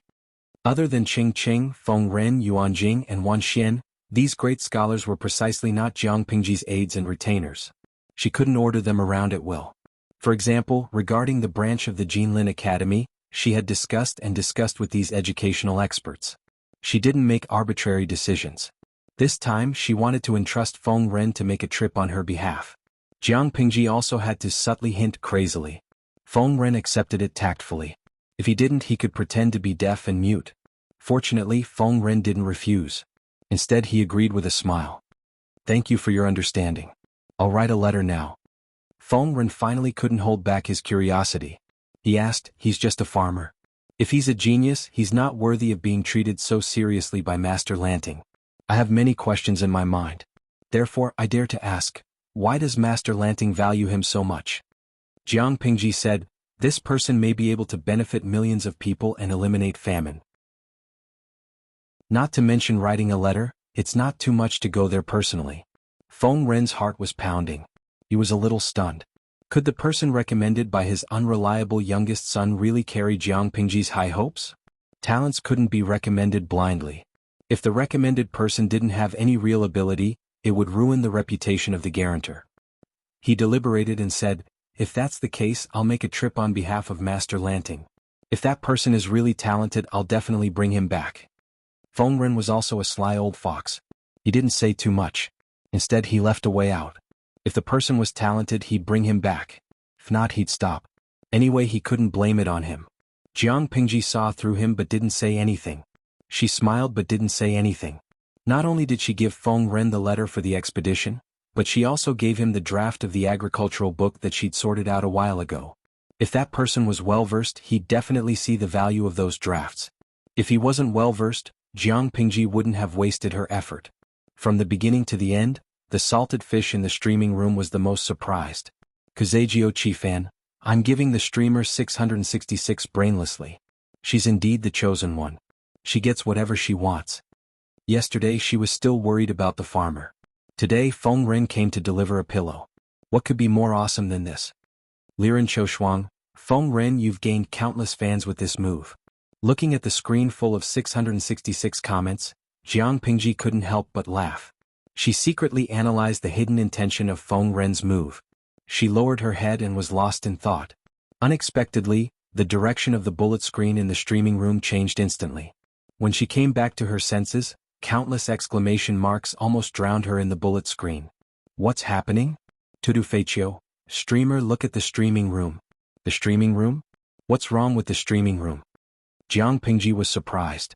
She carefully looked for the difference in the streaming room and found that there was an additional announcement. To thank the audience for their support over the years, the streaming room has unlocked the segment, Dream of 1,000 Years. Viewers, old and new, are welcome to participate. What the hell? Chapter 1419. Kwai Xiaoming XN, a class representative can explain. What is this Dream of 1,000 Years? Blue drawer. It sounds like something I don't understand, but it sounds awesome. Carefree hee. No. It's more like a magical welfare reward. I'm super curious. The salted fish on the red bullet screen was surprised and curious like a baby. The salted fish on the blue bullet screen was one-sided. Ikwai duo zhangda. Oh my god, have you fallen? Dream of 1,000 Years is out. Yang family's little princess. Is Dream of a Thousand Years going to be reopened? TSK. Are those idiots going to pounce on us again? Sijuan Bourgeois, let's go. I thought this streamer was a decent streamer. I didn't expect her to hide so much. Scary. The salted fish on the blue bullet screen obviously knew what was going on. The bullet screen was filled with shock, fear, disappointment, scolding, and some even said that Jiang Pingji was a scheming B*TC. After pretending to be a vassal for so many years, she finally couldn't help but reveal her fox's tail. It was disgusting. Seeing that the content on the blue bullet screen was getting more and more outrageous, many of the salted fish on the red bullet screen could no longer sit still. They all stood up and cheered for Jiang Pingji. They hadn't even figured out what the Dream of a Thousand Years program was. Why did these guys start to hate the person they liked? Kneel and call daddy. Hey, I can't hold my temper anymore. What do you mean? Scolding people has to follow the basic rules. Did our streamer offend you? If you don't want to watch the stream, get out. Don't occupy the latrine and take up our spot. Do you really think salted fish like us are useless? The salted fish on the red bullet screen had always claimed to be Jiang Pingji's loyal fans. After all, they were Jiang Pingji's solid support since the beginning. The salted fish on the blue bullet screen were just a group of guys who joined later. If they weren't separated by a dimension, they would have started fighting. Didlama, bah. Don't blindly protect this streamer. I've finally seen through her. No matter what persona she has, she's still a beggar on the internet. The previous streamer was also a talented woman. She was a gentle, elegant, and dignified classical beauty. She applauded for the sake of watching the stream with men. Wasn't the so-called Dream of a Thousand Years a platform for chicken recruitment? The previous host only went online after he was done with his F***king persona and pretentious enough. Now that the host is the strongest duke in the world, the price of going online will definitely be much more expensive than before. This viewer's bullet screen received a lot of likes from the blue bullet screen salted fish. Because of the previous time traveler, Dream of a Thousand Years was more famous than Tavern Heaven on Earth in their world. As long as one had money, one could place a task in the Dream of a Thousand Years section of the live broadcast room. After the host accepted the task, the audience could experience sensory enjoyment in their dreams that was infinitely close to reality. A rich man could order and choose to have sex with any woman he wanted. Previously, there were many tycoons who placed orders to have sex with the former host in the dream. After they were tired of it, they ordered other women. This was simply a large-scale brothel. Speaking up to this point, some people had doubts. The previous host had gone too far. Could it be that no victim had found any clues? How did he find out? The previous host, who was also the queen of time travel, Huiyun, had the help of the system. She could casually throw out a loyalty talisman and control an ordinary person, making them dead set on her. If the transmigrator couldn't bear to waste the loyalty talisman, she had other evil ways to control people, ensuring that the victim wouldn't find out anything after the matter was over. Even if it was a young girl who had never done anything, she had a way to deceive everyone after the deed was done. She ensured that the girl's future husband wouldn't be able to tell that his wife had already lost her virginity to countless men. Using this method, the transmigrator successfully worked as a brothel keeper for more than a decade. The Dongqing Palace and Zhongzhou Palace were considered the hardest-hit areas. The palace maids and concubines suffered greatly, and it was unknown how many innocent women were harmed. To this day, many otakus still had hundreds of gigabytes of videos stored on their computers, enlightening countless youths with X knowledge. The blue bullet screen salted fish naturally didn't know these inside stories. However, when the transmigrator was a host, the live broadcast room was indeed foul. 9 out of 10 times, there would be inharmonious content. Many otakus couldn't climb over the wall to watch Japanese porn, so they simply collected the recordings of the live broadcast room. The content of the recordings was more hardcore and explosive than many other movies. Most importantly, they didn't charge money. A few years later, these recordings had a huge impact on the production chain of a certain business in Japan, causing a period of depression and loss. All kinds of dark history could be said to be innumerable. The blue bullet screen salted fish saw the words, "Dream of a Thousand Years," and subconsciously thought of the fear of the live broadcast room being dominated by the 8th letter.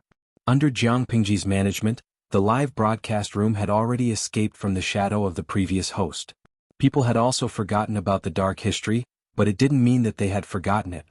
All they needed was an opportunity and all the memories would come back. With the help of the blue bullet screen, the red salted fish finally knew what Dream of a Thousand Years meant. However, Tudu Feichio, The host would never do such a thing. Otherwise I would live broadcast eating rice fields. Sankei, I agree with the ancient big boss. Gui Kai Guofengxiu, I'd rather believe in this sexy host who kills people online, than believe that she would do such a thing. I realize that you guys really don't have a clue. Before you suspect the host, ask yourselves, in terms of status, wealth, and power, can you compare to the host? In terms of talent, temperament, and looks, can you compare to Beauty Ci? Lao Ciji Lianming, you don't even have the right to touch the corner of her clothes. Do you really think that you can do whatever you want just because you have some money for breakfast? The 5 million salted fish on the red and blue bullet screen, that's heart-wrenching, buddy. The salted fish clutched their chests and vomited blood. The ancient big boss was indeed an ancient big boss. His words were sharp and ruthless. With a few words he could cause an infinite psychological trauma to people. They didn't have Wei Ci's talent, temperament, and looks. What made them think that the host would like them? They didn't have the status, wealth, and power of the host. What made them think that the host would care about their money for breakfast? In summary, they really didn't even have the right to touch the corner of the host's clothes. Ing ngong carrot ngong, be a baboon. Although it's the truth, cough cough, the big boss should be merciful. After all, salted fish have a fragile glass heart. The live broadcast room was treacherous and unpredictable. Jiang Pingji lowered her head and carefully read the introduction of Dream of 1,000 Years. System, Dream of 1,000 Years. Past life and present life. Guess who you were in your past life. In order to thank the audience for their support over the years, and to give the audience the opportunity to have close contact with their favorite host, every week, one lucky audience member will be selected to go through 12 hours of dream travel. Jiang Pingji, this Dream of 1,000 Years was completely different from the Dream of 1,000 Years that the salted fish were talking about. But Chapter 1420. You may not believe it, but the African baby finally became popular and transmigrated. The original poster posted a screenshot on the first floor. There was a line of golden words on it. Congratulations to the viewer Yi Wu Yenling for winning the first Dream of 1,000 Years event. The post sank as soon as it was posted. Not long after, it was scooped up by countless salted fish and quickly became a popular post. Comment 33, F***CK. I found a shameful lucky emperor. The content of the post makes people feel uncomfortable. Comment 108. I never expected that a group of ancient big shots would be defeated by a green-skinned guy from the forum. The forum was called the Empress Streaming Forum. One look at the name and you knew it was a forum for the live stream.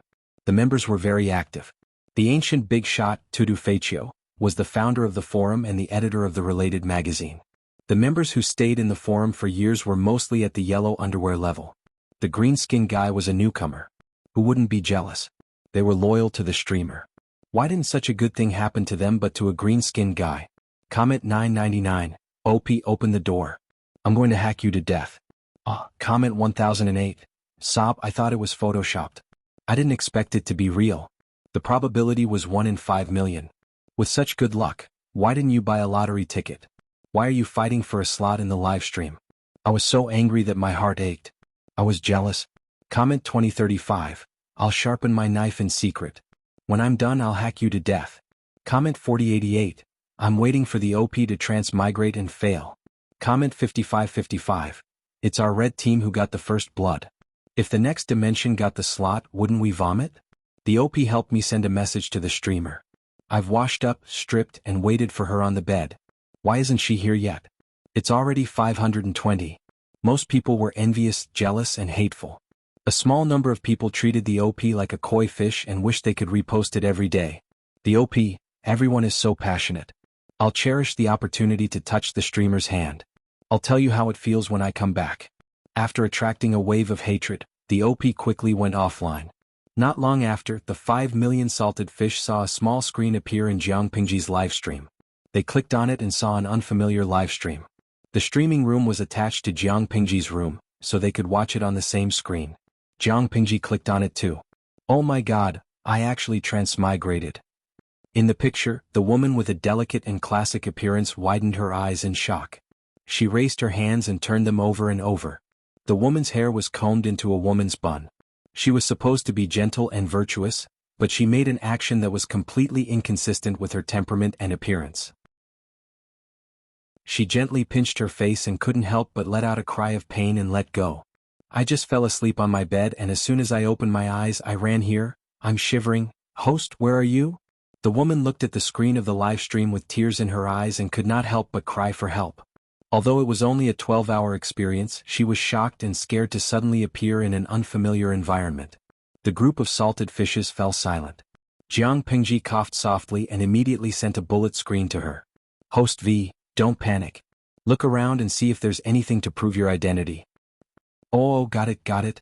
The woman was not used to the clothes on her body and almost stepped on the hem of her skirt. Fortunately, there was no one around to see her embarrassment. She quickly moved to the bronze mirror on the dressing table and tried hard to stretch her face in front of it. She looked left and right and murmured, I'm sure it's a soul transmigration. There were some bamboo slips on the table in the room. She tried hard to identify them. She stared until her eyes were sore and barely recognized what was written on them. So, Guang? This name is quite masculine. Is this body called Zong Guang? She flipped through the other slips.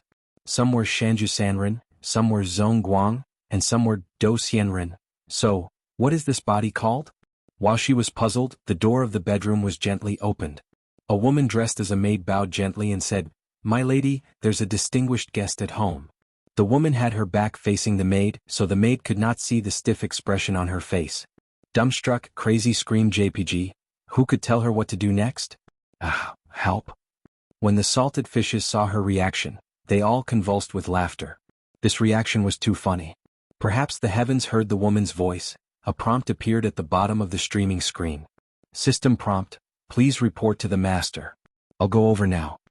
The woman forced herself to stay calm. Her voice was stiff as she imitated the system prompt and replied to the maid.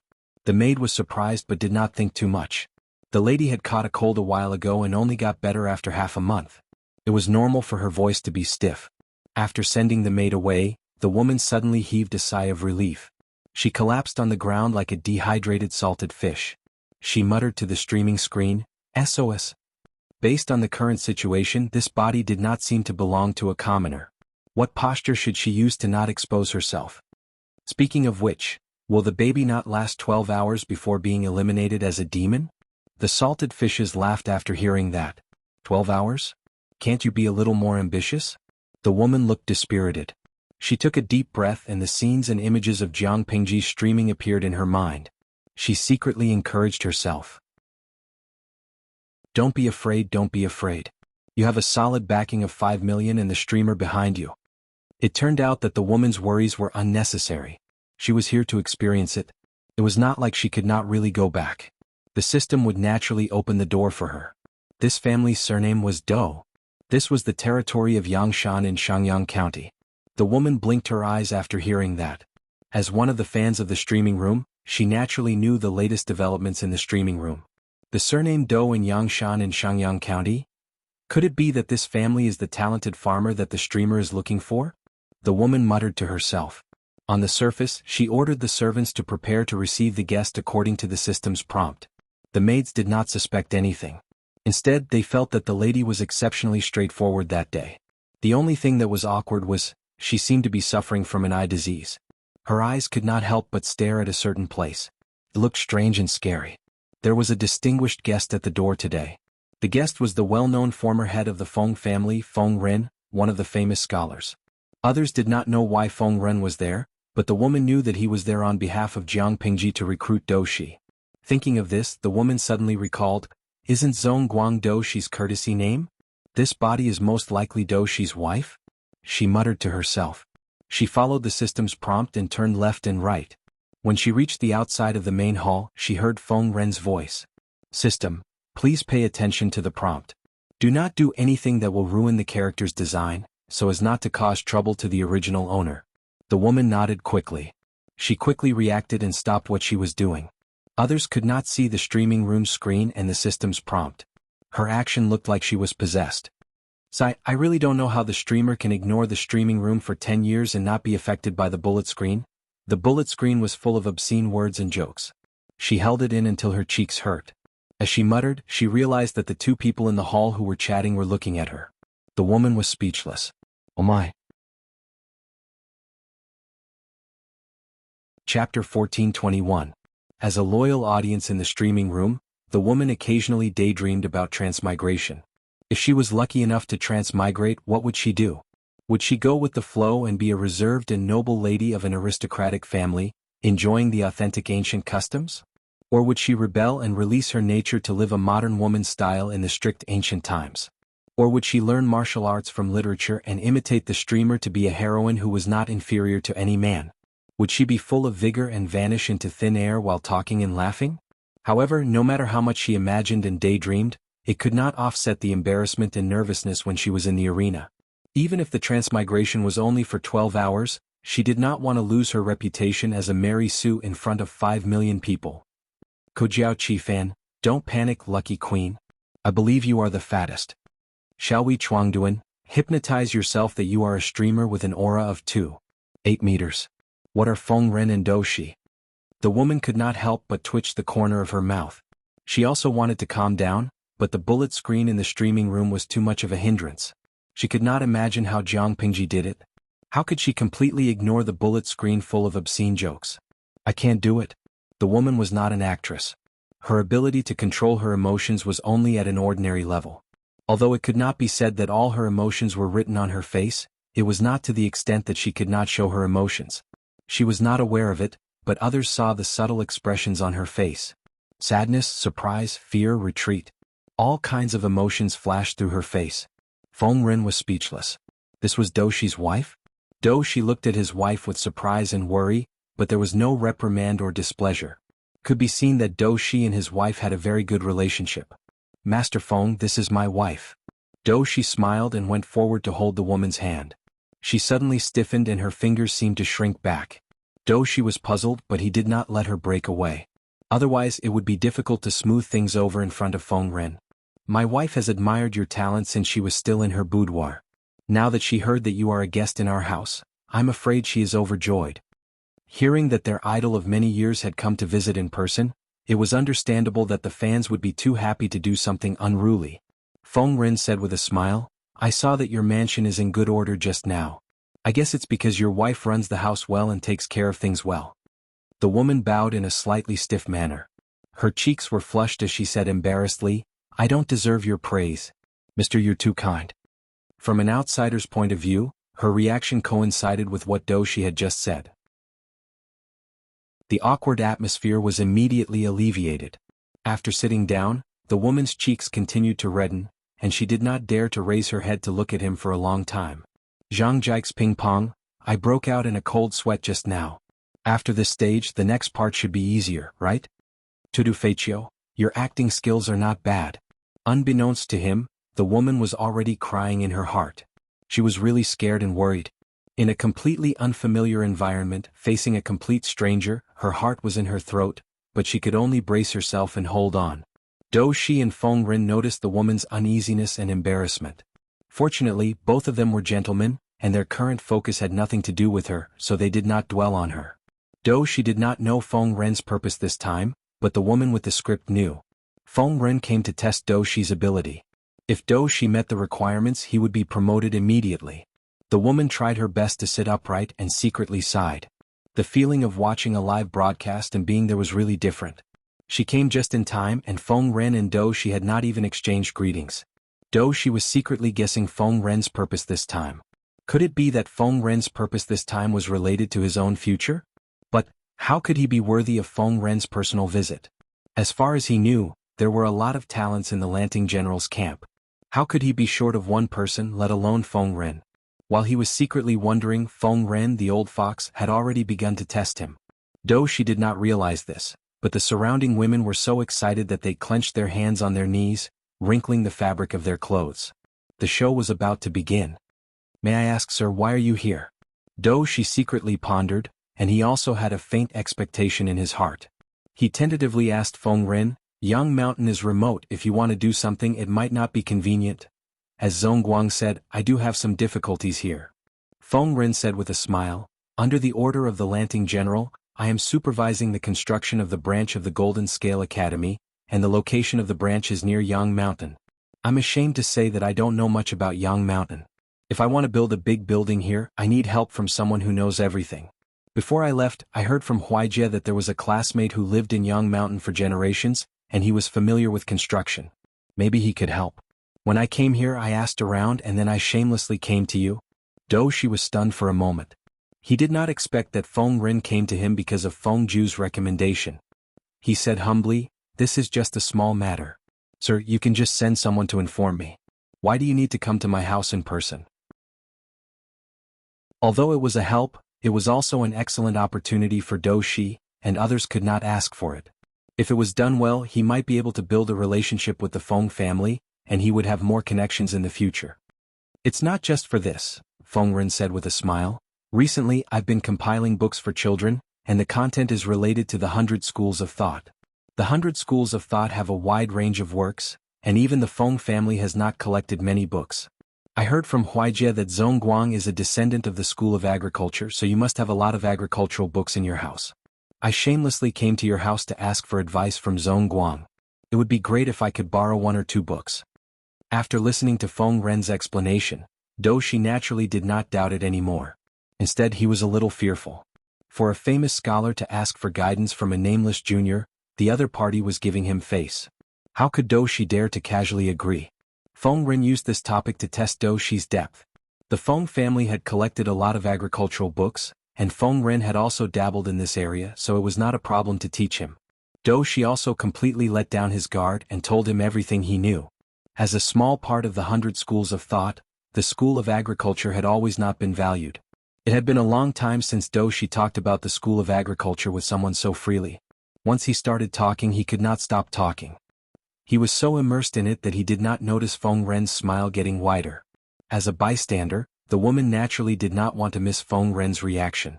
Judging from his attitude, Feng Ren was quite satisfied with Shi. It seemed like there was a chance. When Shi's mouth was dry from talking, Feng Ren took out a roll from his sleeve and said, "I came across something a while ago." This was naturally the draft that Jiang Pingji had given to Feng Ren. Shi asked, "This is?"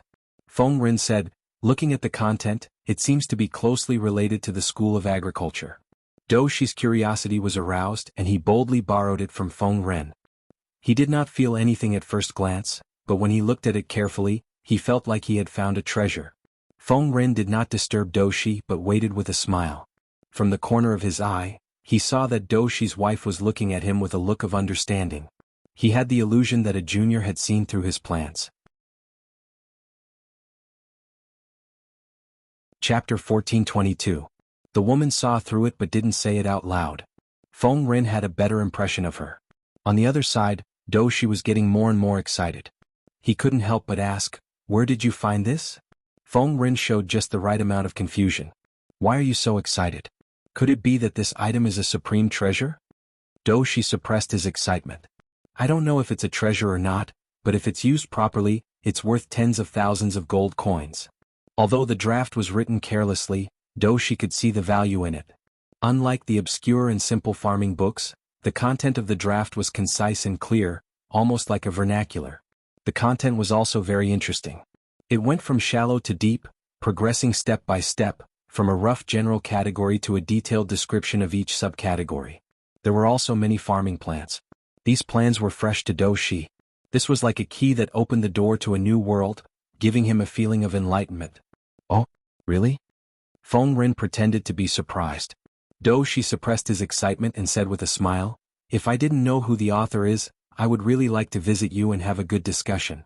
Feng Ren asked, "What do you mean?" Shi said, "Dongqing is peaceful under the governance of Lord Lanting, but other places are suffering from famine. In the final analysis, it's because the good farmland produces too little food. There are many reasons for limiting the output of farmland, but the most fatal one is the fertility of farmland. The fertility of farmland was a big problem that was difficult to solve. It fundamentally restricted agricultural output. Even fertile farmland couldn't stand continuous farming. Sooner or later, it would degenerate due to the lack of fertility. For sustainable development, they could only choose to stop farming and let the fertility of the farmland recover by itself. Once they stopped farming, it meant that there would be no food production during the farming period, which undoubtedly increased the food pressure. Jiang Pingji had been fighting for years. In order to maintain the supply, she could only cultivate wasteland while farming continuously. In the long run, it was tantamount to drinking poison to quench thirst. Feng Ren nodded and said, "What do you mean? I don't know who wrote this book. The content is bold and novel. I've never heard of it." She pointed to the draft and said, "Even if others think it's wild and unrealistic, I think this person's idea is very logical. I think it must be written by a famous farmer. This person wanted to use manpower to replenish the fertility of the farmland. His plan was clear and specific, and most of it was traceable and reasonable. Many people don't know how to use the fertilizer, but those who know how to use it don't know how much is appropriate. They don't even know how to use it to maximize the benefits of the farmland. This person is very meticulous. Not only did he think of everything, he even provided detailed steps. When he spoke up to hear, she spoke with fervor and composure, and he seemed to be unable to stop. The reason why good farmland was called good farmland and had a higher output than ordinary farmland was naturally because the farmland was more fertile. If external forces were used to interfere with the fertility of the farmland could be maintained at an extremely high level of fertility without the need for plowing and fallow. Would there be any need to worry about a high harvest? The Dou family was considered a relatively large and wealthy family in Yangshan. She himself was a member of a farmer's family, so he was very familiar with the process of farming. In order to increase output, he often studied in this area, and he had also summed up a set of farming experience. It was precisely because of this that the Dou family's output was much higher than that of others. However, comparing Dou's method to the contents of the draft was like comparing a pearl to the bright moon. Looking at the contents of the draft, there should be more than this. She sighed and said, "I don't know who it is, but if I'm lucky enough to meet him, I must talk to him through the night."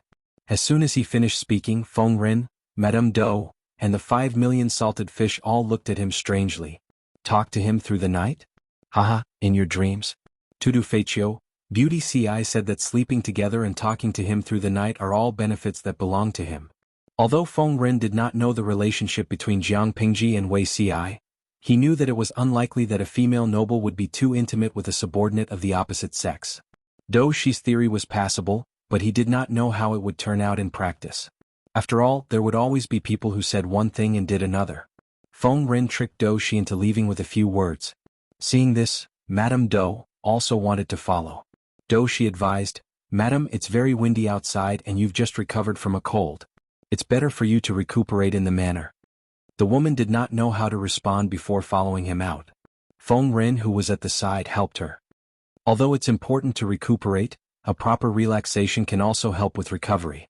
Your wife's complexion is good, so she should be fine. Dou said awkwardly, "My wife is a woman after all. If I go with you, I'm afraid I'll be a hindrance." Feng Ren smiled and said, "It's okay." Dou did not know why he came, but this madam seemed to have seen through him and was watching the show from the side. One could imagine that she was also a clear-minded person. Hen Xingzhao, "Oh my god, I don't know why, but when I see Big Boss Feng Ren smile, I feel creepy." "It's more than creepy," the woman muttered to herself. When she was in front of Feng Ren, she felt that this old fox was more uneasy than she had imagined. The three of them changed into clothes that were convenient for traveling. The woman also changed into a simpler outfit and wore wooden clogs. The woman was embarrassed to find that Feng Ren and Dou did not make a sound when they walked, but she was the only one who made a clanking sound when she stepped on the wooden clogs. The woman was speechless. Hum hum hum, NH Carriage. Dou also looked at his wife in surprise and Feng Ren looked at her with a faint smile. She was so stressed. She felt that she could be exposed at any moment. "I was a little sick earlier. If I've been rude, please forgive me." The system did not prompt her, so she could only rack her brain to think of a way to deal with it. Fortunately, Feng Ren was not a calculative person, so he did not criticize her. The Dou family had a lot of farmland and Dou took care of a few acres himself. They were considered experimental fields. Because of proper care, the crops were growing well. Dou was not only good at theory but he was also very good at practice. He knew that the political views of the farmers were not in line with the mainstream, and he did not have any background, so officialdom was not suitable for him. Therefore, although he wanted to become an official, he also knew what he was doing. Most of his thoughts were on how to run the family business. As a rich family in Yangshan, running the farmland well was equivalent to running the family business well. Dou combined theory with practice, and the harvest of the farmland was very good.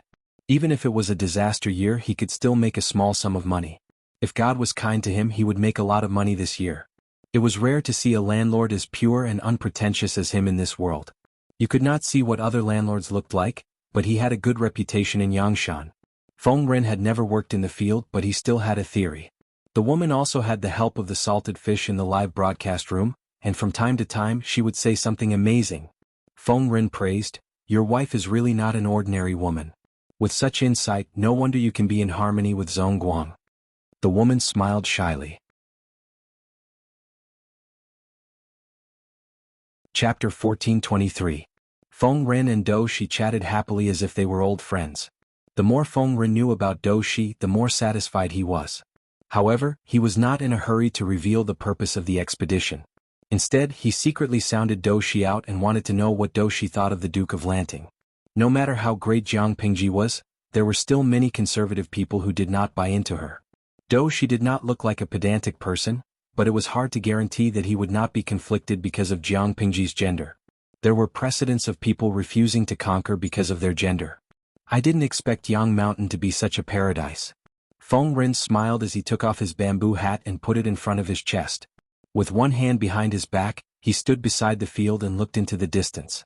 He said, "Lanting Duke plans to build a branch here so that the children can stay away from the mortal world and focus on their studies."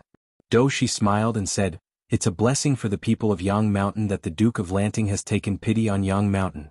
Even though Dou Shi had lived in Yang Mountain for a long time and rarely went out, he had heard of the famous Golden Scale Academy. If the branch could be located in Yang Mountain, it would undoubtedly bring a large number of people to Yang Mountain, and the increase in population would naturally boost the local economy. Feng Ren said, "Oh?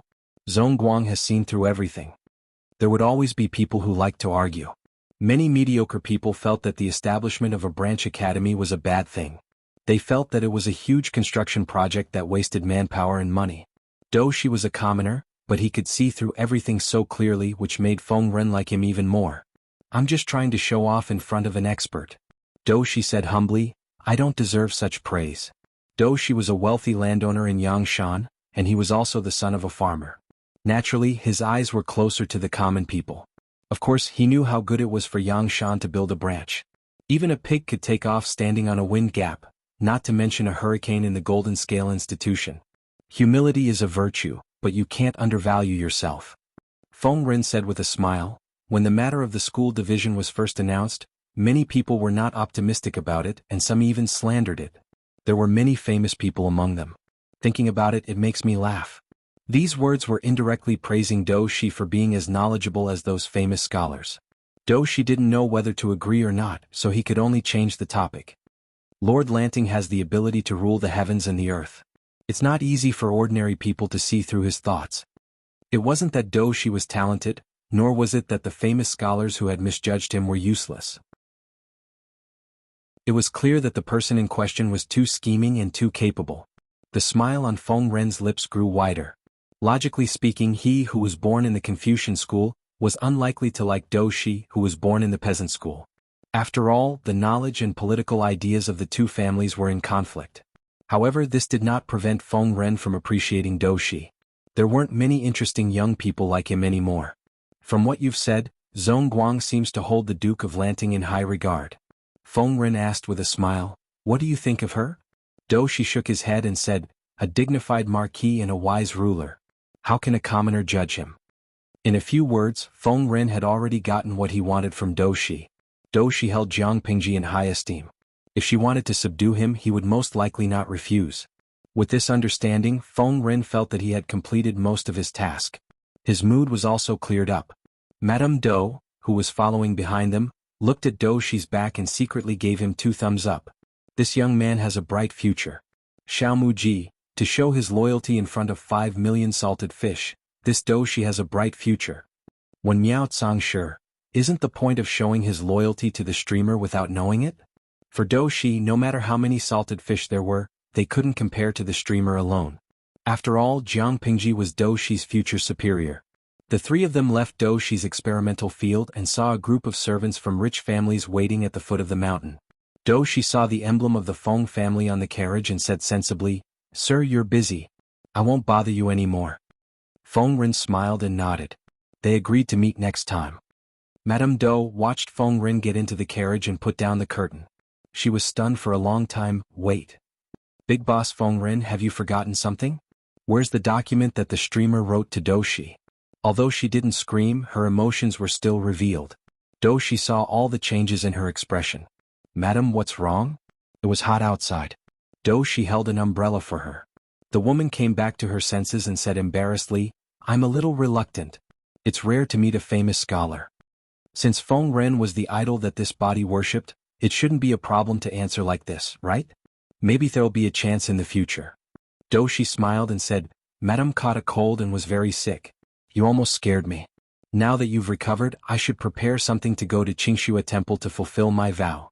Why don't you go back and rest first? Don't tire yourself out. Qingxue Temple? Since it's to fulfill my vow, I should be there too. Only then will I show my sincerity. The time-traveling experience only lasted for 12 hours. She wanted to see more of the real ancient times. Why would she want to waste time in the mansion? Doshi said, that's good too. Seeing the interaction between the two, many salted fish were relieved. The lucky emperor had some tricks up his sleeves. Doshi didn't expose him. But, was that the truth? Jiang Pingji rested her chin on her hand and looked at the screen. Her eyes were deep. At that moment her private message beeped. Yuaba, don't worry. Jiang Pingji said, what should I worry about? Yuaba, aren't you worried that the so-called dream of 1,000 years will harm the people in the streaming room? Jiang Pingji didn't even bother to lift her eyelids. She said, Old chief, aren't you worried? The so-called system is the culprit who turned the Federation upside down and caused the 2,000 years of war. I naturally have a reason to worry that this thing will cause trouble again. Yuaba, although that person gave you the god-slaying saber with the intention of using you to solve the defected heavenly brain, it was ultimately to clean up the problems left behind by history. The other party's standpoint is the same as yours. Naturally, he won't be a burden to you. In other words, what Jiang Pingji was worried about would not happen. Jiang Pingji glanced at him. Old chief, you really know a lot of insider information. After a while, the system notification popped up. Your good friend Yuaba has gone offline. Jiang Pingji snorted and muttered, coward. When she returned to the Federation one day, she would capture all the insiders and interrogate them. When she turned her gaze back to the streaming room screen, she realized that Doshi and his wife had already arrived at Qingxue Temple. Qingxue Temple was a Taoist temple. Although it was an ancient building with a long history, it didn't have a lot of followers.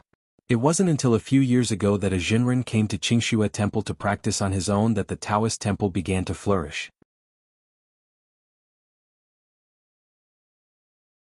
Chapter 1424. Many believers came here to ask for divination. Since the divination was so accurate, it was hard for the incense to not be popular. Immortal Liru was over 70 years old, but to outsiders he had white hair and a youthful complexion. He was hale and hearty and his steps were steady. Madame Do had visited Taoist temples during holidays, but those temples were more like tourist attractions. Many Taoist priests were also there and they did not look like otherworldly masters at all. In contrast, the Qingxue Temple was much quieter. The believers and Taoist priests who came and went were pious. She calmed down and followed Doshi into the Taoist temple. What do you think of this place, madam? The woman was slow to react. She smiled and said, it's very good. It's not grand, but the atmosphere is very comfortable. After that, she looked around curiously as if everything was new to her. Doshi was speechless. The two entered the main hall. The temple master, Immortal Liru, was also there. He was explaining the divination of a believer in a low voice. When Immortal Liru was done, Doshi stepped forward. After greeting each other, Doshi explained the purpose of his visit and asked about the requirements for the vow. Immortal Liru glanced at Madame Do. He frowned slightly at first but then relaxed. Your wife's complexion is excellent and her aura is strong. It seems that she has passed the hurdle and will recover in a few days.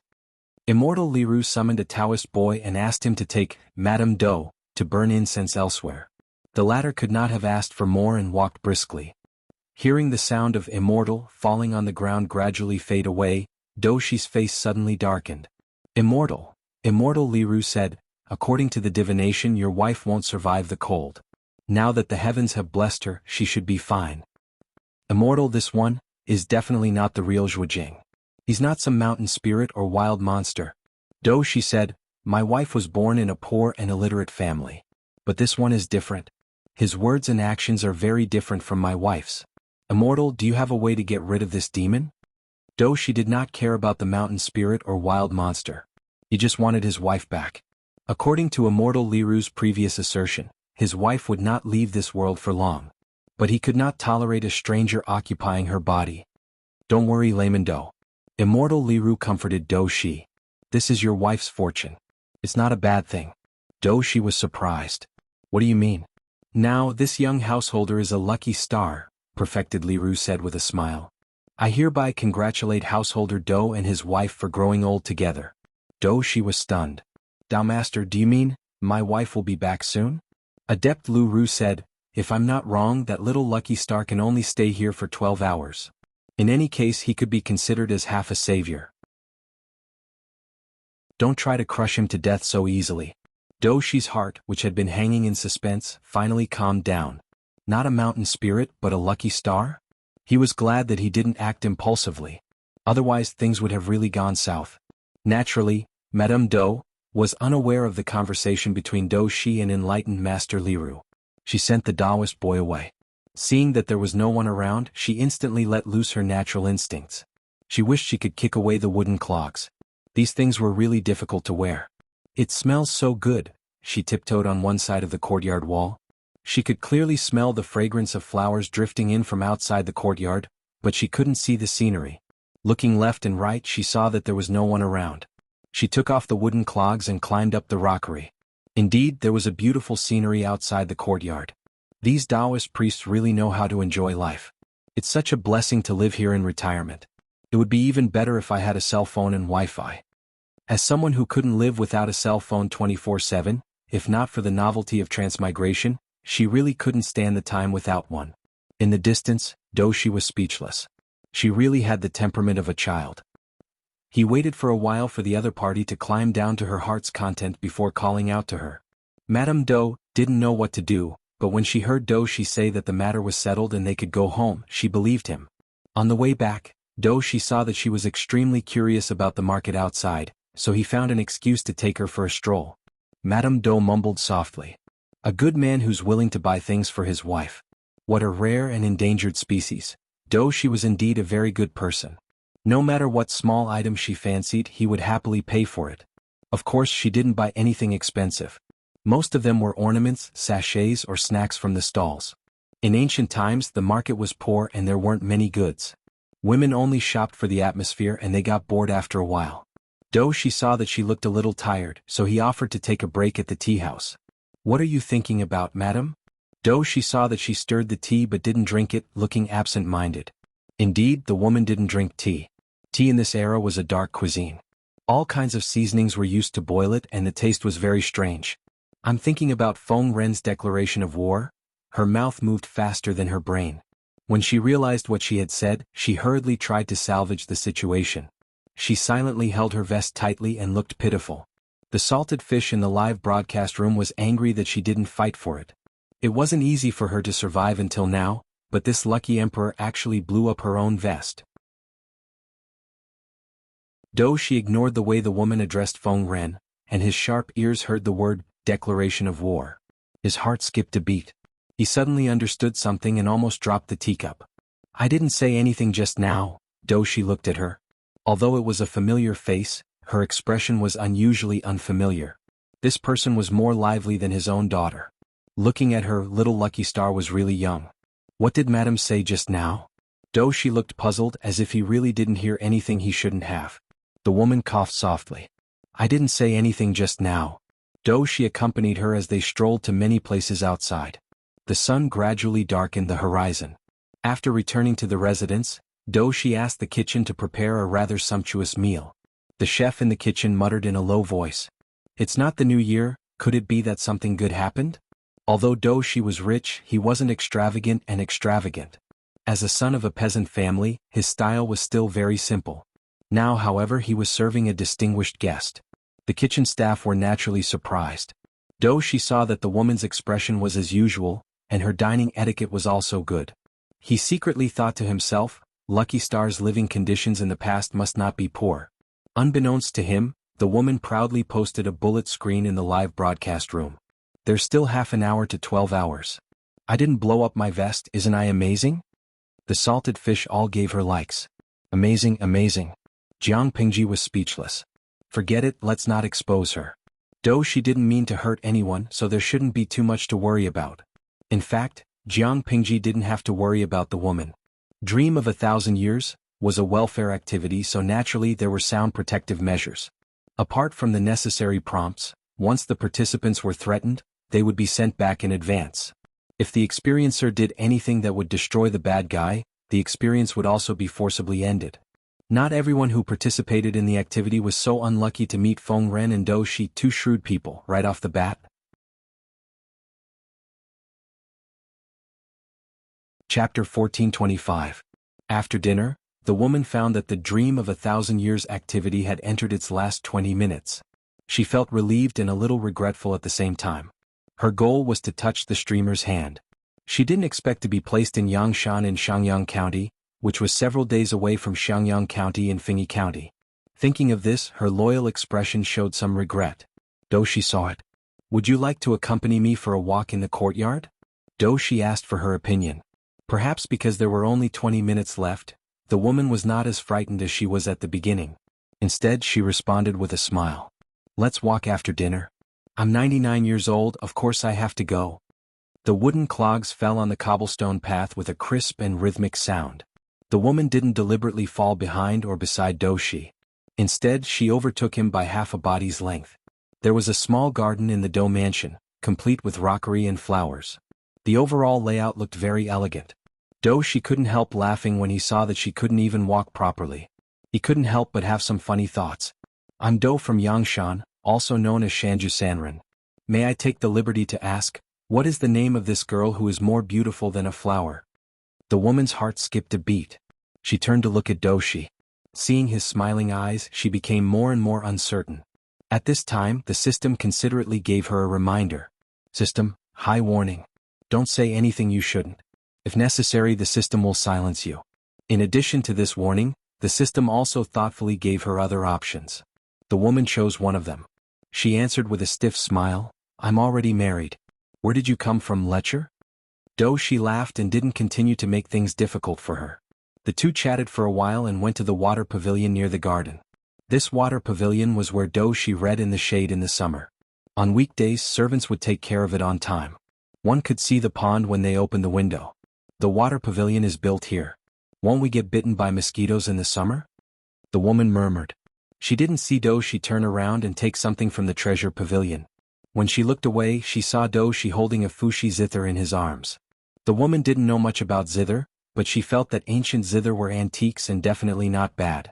"You want to play the zither?" the woman asked Dou Shi. Dou Shi nodded and asked with a smile, "Do you want to play? A phoenix seeking a phoenix?" The woman rolled her eyes and thought about it. She found that she didn't know any other ancient zither songs except for the phoenix seeking for a phoenix. Dou Shi declined with a smile.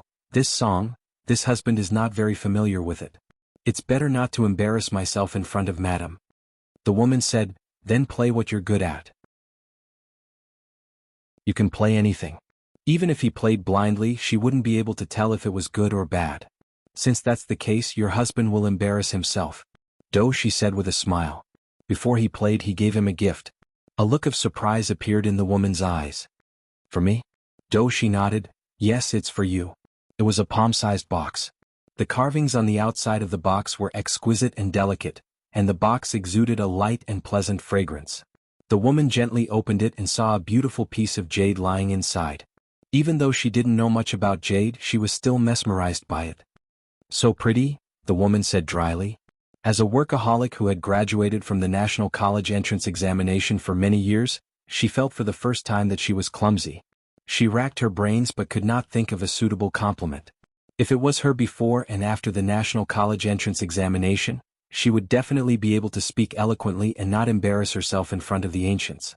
After Dou Shi burned incense and washed his hands, he played a song. The woman could not tell whether it was good or bad, but she felt that the tune was very pleasant. She sat sideways next to the piano table and supported her chin with one hand. The sudden drowsiness made her head nod bit by bit. Countdown. 3, 2, 1. Dream of 1,000 years, activity has ended. Thank you for your participation and cooperation. Thank you. Oh, I slept so well. The cute girl lifted the quilt in a daze. Suddenly, something sharp poked her hand. She touched it casually and felt a cold box. She suddenly woke up and grabbed it. When she looked at it, she exclaimed, "Oh my God!" She sat up in shock. All the hair on her body stood on end. Her muddled mind instantly woke up, and the memories from before she went to sleep flooded her. "This isn't this?" She looked at the thing in her hand in a daze. She carefully opened the box and found a beautiful piece of jade lying inside. "Yes, it's for you." Doushi's voice echoed in her mind. She slapped her cheeks and suddenly had the illusion that her identity had been exposed. She slid down the Simmons bed and ran to the computer desk. The computer screen was still on the Empress's live broadcast forum interface. She took a look at the forum and saw that the number of replies had skyrocketed to millions. There were so many messages and she did not have time to read them one by one. After thinking about it, she sat on the computer chair and turned on the front camera of her phone. She held the box in her hand and took a selfie with a smile. Then she used Photoshop to cover her face and the decorations in the room and uploaded the picture to the forum. Original poster: "I am the lucky girl that you all envy and hate. Although it is a little regretful that I did not successfully touch the host's little hand, I also received a precious gift. Look, don't the box and the beautiful jade in my hand look super familiar? Lala, are you envious?" She was afraid that others would not catch the main point, so she simply drew a red circle on the box in the photo to mark the main point. Many salted fish were eager to try the dream of 1,000 years activity, but there were also salted fish who were worried. What were they worried about? They were worried that the so-called transmigration was a lie and that they might not be able to return after transmigrating. What was the difference between this and murder? The original poster's post had not been updated, and many onlookers expressed their deep concern. 12 hours had passed, and they actually saw the original poster's reply on the post. Their first reaction was, "Very good, the original poster is still alive, and the transmigration activity should be real." Their second reaction was, F***CK. Envy, jealousy and hate. They wished they could raise a torch and roast this fresh and juicy lucky girl. The news of the lucky girl's successful return successfully rushed to the top of Weibo, suppressing countless celebrities in the entertainment industry. Apart from the onlookers who admired the lucky girl's luck, the rest of the onlookers raised the torch of jealousy and burned it. At the same time, Doushi's wife gradually woke up and revealed an expression that Doushi was familiar with. Zongguang. Doushi's wife pinched her eyebrows and felt a little better. "Madam, how do you feel?" Doushi revealed a look of joy and excitedly grabbed the other party's hand. Only then did he realize that the gift he gave to little lucky girl had disappeared. He did not think too much about it and hurriedly called for a doctor to take his wife's pulse. The doctor was also surprised. A while ago he was certain that she would not live for more than half a month, but now her pulse was strong and healthy, not at all like a dying patient. Doushi's wife told Doushi in private, "I had a dream not long ago." "What dream?"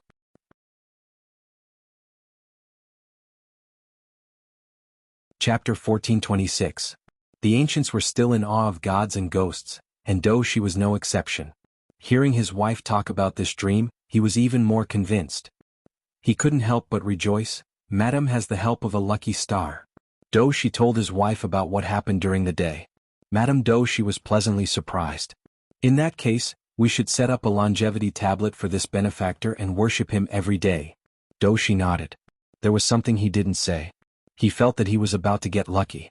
Although little Lucky Star did not say everything, but according to the information he inadvertently revealed, Feng Ren's sudden visit was definitely not what he had said.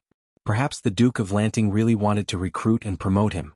If that was the case, he would really be able to fulfill his ambitions and bring honor to his ancestors. After waiting anxiously for a few days, Feng Ren went to the mansion again. After the small talk, Feng Ren really asked him if he wanted to become an official. Doushi's heart raced and he barely held back his excitement.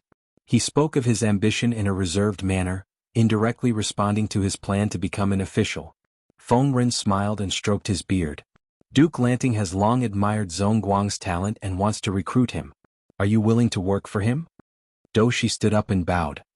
He said resolutely, "I am willing to serve you faithfully." When he received Jiang Pingji's personal letter of conquest, his fingertips were still trembling. What did it mean to have joy after extreme misfortune? This was it. Previously, Doushi was still worried about his wife's illness. Now that his wife had recovered from her illness and had a bright future, it was simply too wonderful. While Doushi was packing his luggage and preparing to head to Xiangyang district to take up his post, Jiang Pingji's plans for the public toilet and breeding farm were also put on the agenda. She took into account the economic and road conditions of various places and circled 10 places to set up breeding farms. In comparison, the cost of inspecting public toilets was much lower, and the number was much larger. Jiang Pingji planned to build a public toilet in a crowded area. Not only did she have to choose the location, but she also had to pay attention to the shape of the toilet that blended in with the surrounding environment so that it wouldn't look too out of place. Of course, considering the current trend, Jiang Pingji was even stricter with the women's toilets. Not only did she have to ensure privacy when she went to the toilet, but she also had to prevent hooligans from intentionally offending her. Therefore, it was necessary to arrange for people to guard the women's toilets. Naturally, the maintenance of the public toilets also required people. This way he could increase the number of jobs. Although this job was dirty, smelly, and tiring, it could earn enough money to support a family. Naturally, there was no need to worry that no one would want to do it. Jiang Pingji bit her pen and tried to point out the areas that needed attention in the old public toilet. To think that I, the commander of the Federation Army, have to worry about the problem of public toilets. When I was in the Federation, it was none of my business even if the public toilets of the department were blocked. I'm really regressing. Jiang Pingji held the pen in her mouth and grumbled. She hadn't been able to sleep well for the past few days because of the issue with the toilet and the farm. You manage the weather, the earth, and the people's daily needs. How is she a farm owner? She's clearly a full-time nanny. Jiang Pingji lay on the mat beside the table like a piece of streaky pork on a chopping board. She put her hands behind her head and opened the bamboo scroll on her face to block the sunlight. She propped one foot up and placed the other on the table. Her bare feet dangled in the air. The moment Qiguan Rang entered, he saw his lord's demeanor as if it had been eaten by a dog. His eyebrows twitched, but he didn't say anything in the end. Not to mention women, even men rarely disregarded etiquette like this. Greetings, my lord. Qiguan Rang bowed. Jiang Pingji blew at the bamboo scroll and realized that it wouldn't budge. She then lifted her hand and removed it. Wenjing? What's the matter? Jiang Pingji yawned and sat up lazily. She still looked weak and lethargic. Has my lord been very sleepy lately? Qiguan Rang asked tentatively. He didn't have a chance to feel Jiang Pingji's pulse, so he could only beat around the bush. It wasn't a good sign that his lord, who had always been lively and energetic, suddenly felt sleepy and liked to sleep. Jiang Pingji rested her chin on her hand and muttered, Wenjing, I haven't slept for 4 or 5 days. Do you think I'm sleepy? Although she didn't have dark circles under her eyes, it was true that she stayed up late. For so many days she was either out on an inspection trip or staying indoors to plan and draw. She also had to rack her brains to think of problems that might occur after the implementation of the plan and come up with countermeasures in advance. When she was busy, it wasn't as easy for her as Qiguan Rang and the others. Qiguan Rang and the others were all ordinary people. Their physical endurance was limited. It was impossible for them to be busy day and night. Although it was said that working overtime was extremely tiring, it wasn't really tiring when the working hours were calculated. Feng Zhen and Yang Si could even get together and drink. Jiang Pingji was at a disadvantage. She was in good physical condition, so she didn't show any signs of exhaustion even if she stayed up late to fight. In addition, she often skipped work, which gave people the impression that she didn't do proper work. Before Qiguan Rang showed a distressed and disapproving look, Jiang Pingji asked him again, Wenjing, is there anything? Qiguan Rang presented a thick booklet to her. Jiang Pingji picked it up and glanced at it. This is Wenbin's handwriting. Is there any progress on his side? Han Yu's work for the past year was to sort out the old laws and compile new ones, such as the previous marriage law and the child protection law that he was busy with. As long as the war was not urgent, Jiang Pingji didn't plan to let Han Yu go to the battlefield again. It wasn't that Han Yu's military talent wasn't good. On the contrary, Han Yu almost killed Yang Si and made Jiang Pingji suffer a great loss. His talent was beyond doubt. However, Jiang Pingji felt that everyone had their own platform to show their talents. Compared to the battlefield, it was more suitable for Han Yu. So far, Jiang Pingji couldn't find a suitable legal talent other than Han Yu. Han Yu outshone the others. Of course, if Han Yu preferred the battlefield, Jiang Pingji wouldn't stop him. The battlefield was risky, but he could accumulate merits quickly. Qiguan Rang said, Yes, but Wenbin is not in good spirits. He hasn't slept for several days. Let him rest first. Looking at the dark circles under Han Yu's eyes, Han Yu would die suddenly if he continued to practice immortality. Qiguan Rang didn't want anything to happen to Han Yu, so he coaxed him to go home to sleep. Since Jiang Pingji and Qiguan Rang had a showdown, Qiguan Rang had placed Han Yu and Wei Xi at the top of his heart. They were both his precious eggs. For the sake of his precious egg, he was willing to personally run an errand. Jiang Pingji carefully looked at the first-generation manuscript that Qiguan Rang handed to her. Her brows loosened and furrowed from time to time. She looked serious. "My lord, how is it?" Jiang Pingji said, "There are still some shortcomings. Many parts are a bit cumbersome. Laws are different from other things. The parts that should be simplified, and the parts that should be detailed. There is no room for lawbreakers to take advantage of. However, according to the standards of the first-generation manuscript, Wenbin didn't disappoint me. When Zheng, go back and tell him to stay at home and recuperate. He will come back to see me in 3 to 5 days." Qiguan Rang said, "Yes." After Qiguan Rang left, Jiang Pingji went to the bookshelf and took out a brand new book. She called the maid to grind the ink. Jiang Pingji made a copy of Han Yu's manuscript. She planned to proofread, correct, and supplement the parts with the audience in the streaming room. He will die suddenly sooner or later. I've never been so hard-working in my previous life. Keep working. I'll be a slave for the rest of my life.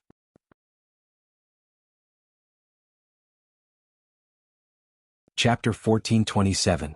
Did you see that? This is called squandering money like water. Sometimes I feel like I'm more of a prodigal than Zhao. Jiang Pingji looked at the budget book presented by Su Ke. She was shocked and self-deprecating at the same time. The farm could at least achieve a balance of income and expenditure, but it was impossible for the public toilets. Not only was there no room for profit, but a large amount of money had to be spent on maintenance and renovation. The only benefit was probably an increase in employment and a stable supply of raw materials for fertilizer. Jiang Pingji sighed and covered her eyes with her hands to avoid looking at the account book on the table. If it wasn't for the friendly sponsorship of the Tao family, Jiang Pingji's funds would have been in trouble. Su Ke advised, "My lord, you should think on the bright side. If this is really good for farming and fertilizer, do you still have to worry about compensation in the future? If the fertilizer problem was solved, there would be a bumper harvest every year. The grain tax alone would reach a new high. Why would she feel distressed about this small expenditure?" Jiang Pingji rested her chin on her hand and said, "I like what Xiao Yu said. Time will prove that my squandering is meaningful." After spending most of the day dealing with official affairs, Jiang Pingji got up from the table and loosened her muscles in an inelegant manner. Perhaps it was because she hadn't been completely active for a long time, she was always lazy. She would go to the drill ground to find Fu Wang and the others to practice some skills. Jiang Pingji did a few stretching exercises and rubbed her sore neck. She heard the sound of footsteps approaching from outside. "It's almost lunchtime. Is there anything else?" Jiang Pingji was about to have lunch. Couldn't they let her rest? "My lord, Doshi has come to take office.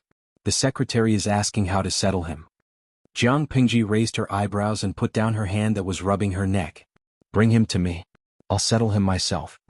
Although Feng Ju and Feng Rin both recognized Doshi's talent, Jiang Pingji was strict with people. She still had to check on him personally. In the other room, Doshi was waiting for the result anxiously. He felt like Yang Shan, who was favored by the Jinlin branch. He was like a pig standing on the wind, waiting for the moment to take off. Doshi had tried his best to overestimate his future, but he still underestimated it. When others told him that Lu Shi, the feudal lord, had personally received him, Doshi was so stunned that he almost fell into a daze. Despite the tempestuous waves in his heart, Doshi's expression remained calm and composed. His every move seemed to have been measured with a ruler, and there was nothing wrong with it. Commoner Doshi greets the Duke of Lanting. Even in his old age, Doshi still remembered that kowtowing in the hall lasted his entire life. Jiang Pingji gazed deeply at Doshi below with her slightly indifferent eyes. She sized him up for a while before moving her eyes away. She helped Doshi up and asked, "You are Zhongguang?" "It's just as old Mr. Feng said, he's a dragon among men." Doshi stood up and said humbly, "I'm just a commoner in the countryside. I've done nothing to deserve such a great honor." What's so difficult about making a contribution? True gold is not afraid of the red cauldron. Zhongguang is talented and only lacks an opportunity to easily rise to the top. Jiang Pingji teased Doshi with a smile and said, "In my opinion, it's not that Zhongguang can't bear the responsibility, it's that it doesn't suit Zhongguang." Doshi panicked even more and his heart was filled with apprehension. It was a good thing that the new boss thought highly of him, but it wasn't a good thing to have high expectations of him. If the expectations were too high and he failed to reach the other party's bottom line, he would be the unlucky one. However, Jiang Pingji had made it a dead end. Though she couldn't accept it arrogantly, nor could he refuse it humbly. He was in a dilemma. Just as he was getting anxious, Jiang Pingji smiled and said to him, "What does Zhong Guang think of the position of Officer of the Code of Agriculture?" Officer of the Code of Agriculture? Though she was shocked and hurriedly said, "I don't dare to occupy a high position in order to make a contribution. Please take back your order, Lord Lanting." Officer of the Code of Agriculture sounded like a farmer, but he was qualified to be in charge of agricultural production, civil affairs, and land rent. He had a lot of power. Though she had been a commoner before, but he had become Officer of the Code of Agriculture after a short while. His authority was similar to that of a county chief. Wasn't this attracting hatred? Seeing that Doshi was about to break out in a sweat, Jiang Pingji laughed and said, "Don't be so nervous. Officer of the Code of Agriculture isn't a lucrative job for me. Since you're from a farming family, this position is naturally suitable for you. We can't let Han Mei and the others take on this position. It's not right." Li Yun was a general who led troops to war. After he came back, he not only had to train the troops, but he also had to manage the fields. It was too much of a waste of energy. Even if Li Yun's achievements in agriculture were not bad, he was not a professional after all. It was not right for him to continue taking on this position. Doshi stubbornly said, "I'm not worthy of this position. I dare not accept your order." If one's virtue did not match the position, there would be a calamity. It was a good thing that a pie fell from the sky, but if the pie was too big, it could crush someone to death. At that moment, salted fish in the streaming room reminded Jiang Pingji. "Zi Xiao Xiao, streamer, have pity on him. Don't continue to scare him. This is like a graduate applying for a job in the world's top 500. If he's not careful, he'll be pushed to the position of a department head. You're not afraid that he won't do well, but he'll be worried that he won't do well. Yi Wu Yanling, streamer, let him start from an inconspicuous position. If he's really capable, he'll rise sooner or later. If he's suddenly promoted to the position of officer of the Diannong, even if he's really capable, the people below him won't be convinced. This will be troublesome. Since you're so insistent, I won't force you." Jiang Pingji took in salted fish's opinion and took a step back. "I'll reserve the position of officer of the Diannong for you. When you make a contribution, you can take it at any time. Zhong Guang, don't tell me that you don't even have this little bit of confidence?" Though she could tell that Jiang Pingji really had high hopes for him. He said resolutely, "I'll do my best to repay Lord Lanting's kindness." Jiang Pingji was not a person who liked to procrastinate. Since Doshi was already in her camp, there was no trial period. She rolled up her sleeves and went to work directly. The fertility of the farmland had been declining due to the non-stop farming in the past few years. If she did not try to remedy it, the harvest in the next 2 years would be very poor. Time was precious. Doshi could take up his post as soon as he came. It would be best if he could produce results that satisfied her. "Old Master Feng should have shown you the manuscript, right? What do you think?" Doshi told the truth. "If it can be written into a book, it'll be a classic in the farming field. Everyone will regard it as a standard." Jiang Pingji burst into laughter. "It's just scribbles. How can it be worthy of what you're talking about?" Doshi was dumbfounded when he heard that. Even his smart brain did not work well. Lord Lanting's words meant. Could it be that the manuscript was written by her? Jiang Pingji clapped her hands. The person waiting outside the house carried all the manuscript and thoughts she had sorted out. Although she had some general knowledge about agriculture, it was just a trifle. At most, she could see further than Doshi and see the big picture more comprehensively.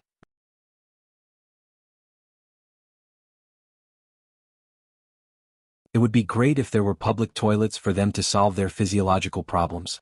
Most of the commoners were looking forward to it, but not everyone was in favor of this plan. There was no lack of contrarians in this world who felt good about themselves and would find fault with everything. Who doesn't have a bowl? Why did they have to make such a thing? It's really a waste of manpower and money. He was scolding Jiang Pingji for looking for trouble and for not knowing where to spend her money. What kind of public toilets are separated by gender? Most of the women don't go out at all. What's the point of doing this? Although the public toilet isn't an open field, it's not a house either. How can a woman take off her clothes as she pleases? If she's not careful, someone might see it. This was because the existence of women's toilets was meaningless. Some people were worried that women would be taken advantage of in public toilets. If a woman was offended in a public toilet, Who would she look to for justice? When Jiang Pingji said that the female toilet would be strictly guarded to ensure the safety of the women, the group of people had something to say. It took so much manpower to manage and maintain a public building that was not profitable at all. It was really a waste of manpower and money. Jiang Pingji was speechless. The contrarians really couldn't be provoked. No matter what she did, they could find fault with it. No matter how the group of ancient keyboard warriors pointed at the country and spoke with vigor, Jiang Pingji still had to do what she had to do. She had a lot of things on her hands. Not only did she have to follow Hanyu to revise the child protection law several times, but she also had to make the law conform to morality and adapt to the current trend. She also had to guide Doshi from the side. The group of people traveled from south to north. Once she was busy, she forgot everything. When the public toilets were completed and put into use, the child protection law began to take shape, and Doshi figured out a simple plan to gain weight. More than a month passed by in a flash. The temperature was getting colder. It was late autumn. Jiang Pingji finally found a chance to take a breath and stop her busy steps. Of course, she didn't relax much. There was still a pile of official documents in the government office.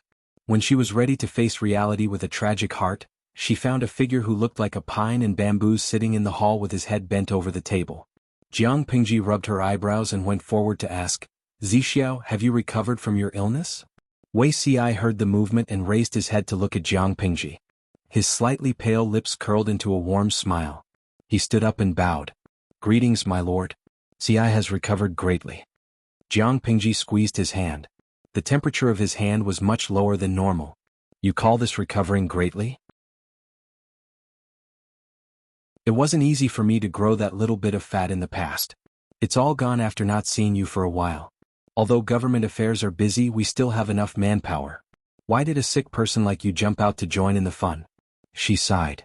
"If you really want to recuperate, you should be rounder, right?" Jiang Pingji preferred slightly chubby men.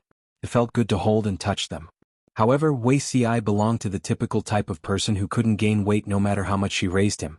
Wei Ci said, "To be able to do something within my ability for my lord, for me, this is more nourishing than any nourishing medicine." Things happened one after another outside. He saw it and felt anxious. How could he sit still? When the injuries on his body were almost healed, Wei Ci immediately returned to his post. He was a model worker. Jiang Pingji sat by the table and played with his big sleeve with one hand. "So, Zixiao, are you sure that you've recovered?" Wei Ci's gaze was somewhat puzzled, but he still nodded honestly. "Zixiao, do you still remember that I said that I would give you a gift when you've recovered?" The corners of Jiang Pingji's lips curled into a malicious smile. Wei Ci's heart was pounding. He had an ominous premonition. "I'm indeed almost recovered." Wei Ci could only think about it again and again. "My lord loves me so much. My family doesn't lack anything." Jiang Pingji used her index finger to touch his lips. She smiled and said, Wrong. You really don't have the thing that I want to give you." Wei Ci was speechless.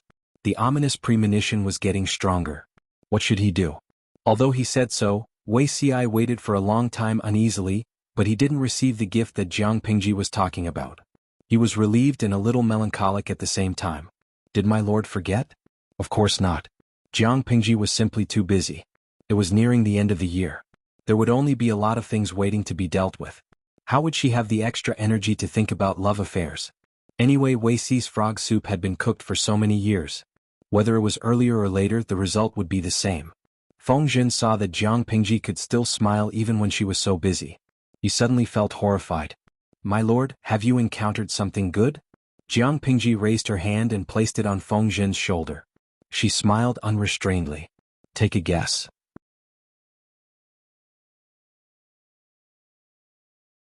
Chapter 1429. "I can't guess it." Feng Zhen helplessly brushed her hand away. He did not want Wei Ci to see him with his arm around his lord's shoulder. Who could withstand Wei Ci's ability to brew vinegar? Fortunately, Jiang Pingji's temperament was also a typical example of a wanton and unrestrained person, so she did not mind Feng Zhen's actions. "In any case, it's not a good thing," Feng Zhen said honestly. "Every time the Lord smiles so beautifully, someone is bound to be unlucky." His desire to live was very strong. He had just secretly insulted Jiang Pingji, and then he immediately flattered her. Jiang Pingji touched her face and muttered, "Does my smile look good?" Feng Zhen lied and said, "You look good." When Zixiao saw it, his legs went soft and he couldn't walk anymore. But who would be the unlucky one? His lord was really not a kind person. Since he was targeted by her, he could only pray for his own good luck. Beauty is in the eye of the beholder, Jiang Pingji said with a smile. Even if I don't smile, his legs will go soft and he won't be able to walk.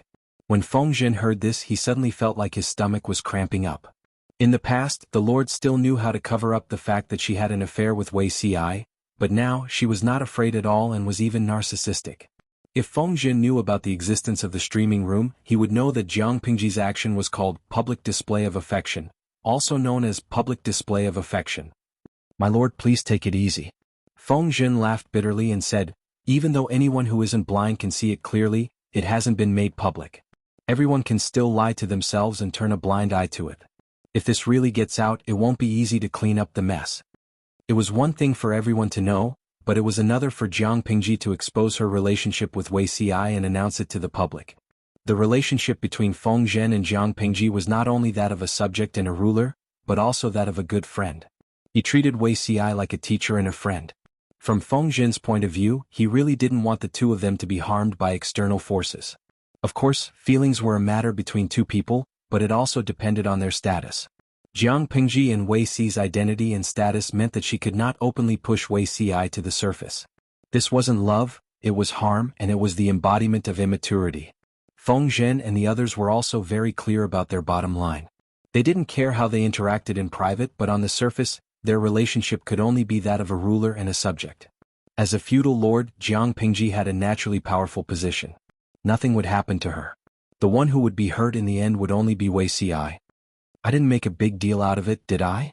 Jiang Pingji said with a smile. I know what to do.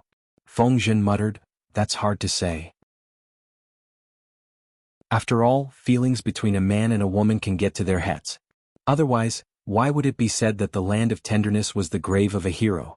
No matter how brave his lord was, didn't he still succumb to the beauty Wei Xi in the end? Jiang Pingji couldn't help but roll her eyes.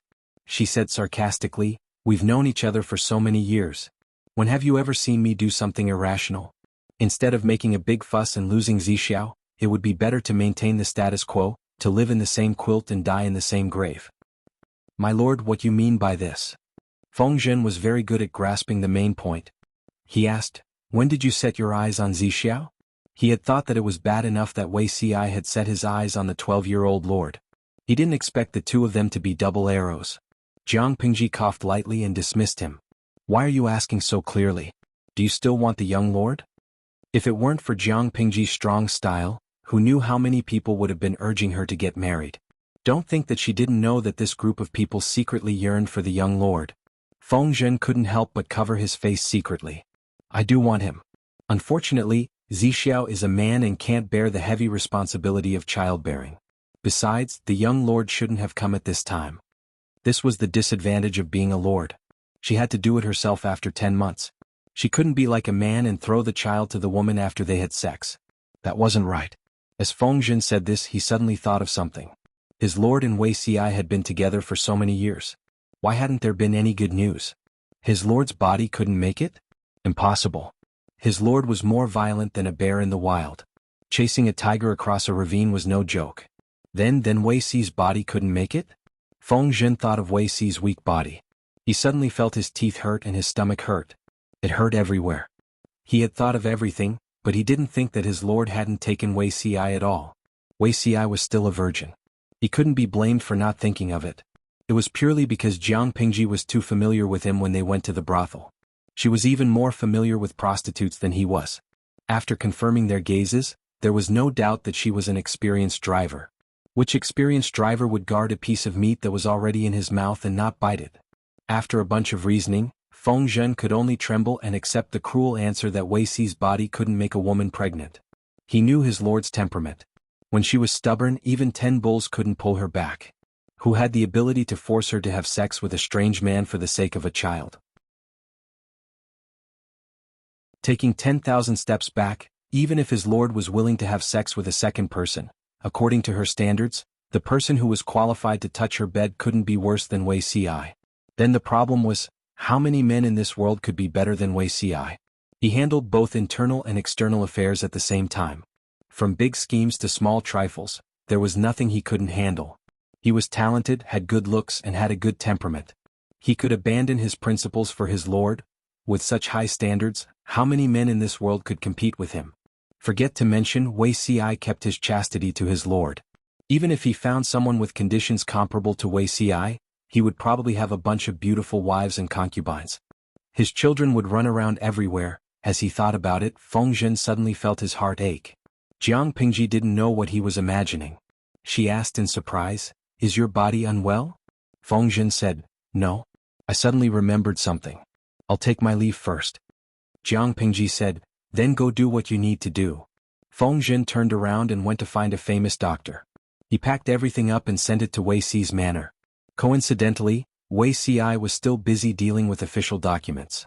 Feng Zhen went forward and snatched his pen, then dragged him to the bed and sat him down. Wei Xi looked at Feng Zhen, then looked at the doctors behind him who were carrying medical boxes and waiting for him. He was dumbfounded the whole time. What happened? Feng Zhen asked the doctors to take Wei Xi's pulse one by one. He didn't allow Wei Xi to stop them. When the doctors finished taking his pulse, they all looked at Feng Zhen mysteriously. This time it was Feng Zhen's turn to be dumbfounded. Wei Xi frowned and sent the doctors away. He asked helplessly, "Zisher, what's wrong with you today?" "What Feng Zisher? He might as well ask someone to come and go crazy." Feng Zhen said, "If it's not your problem, is it the Lord's problem?" If that was the case, this was even more serious than Wei Xi's health problems. If the Lord couldn't give birth, it would be a dead end.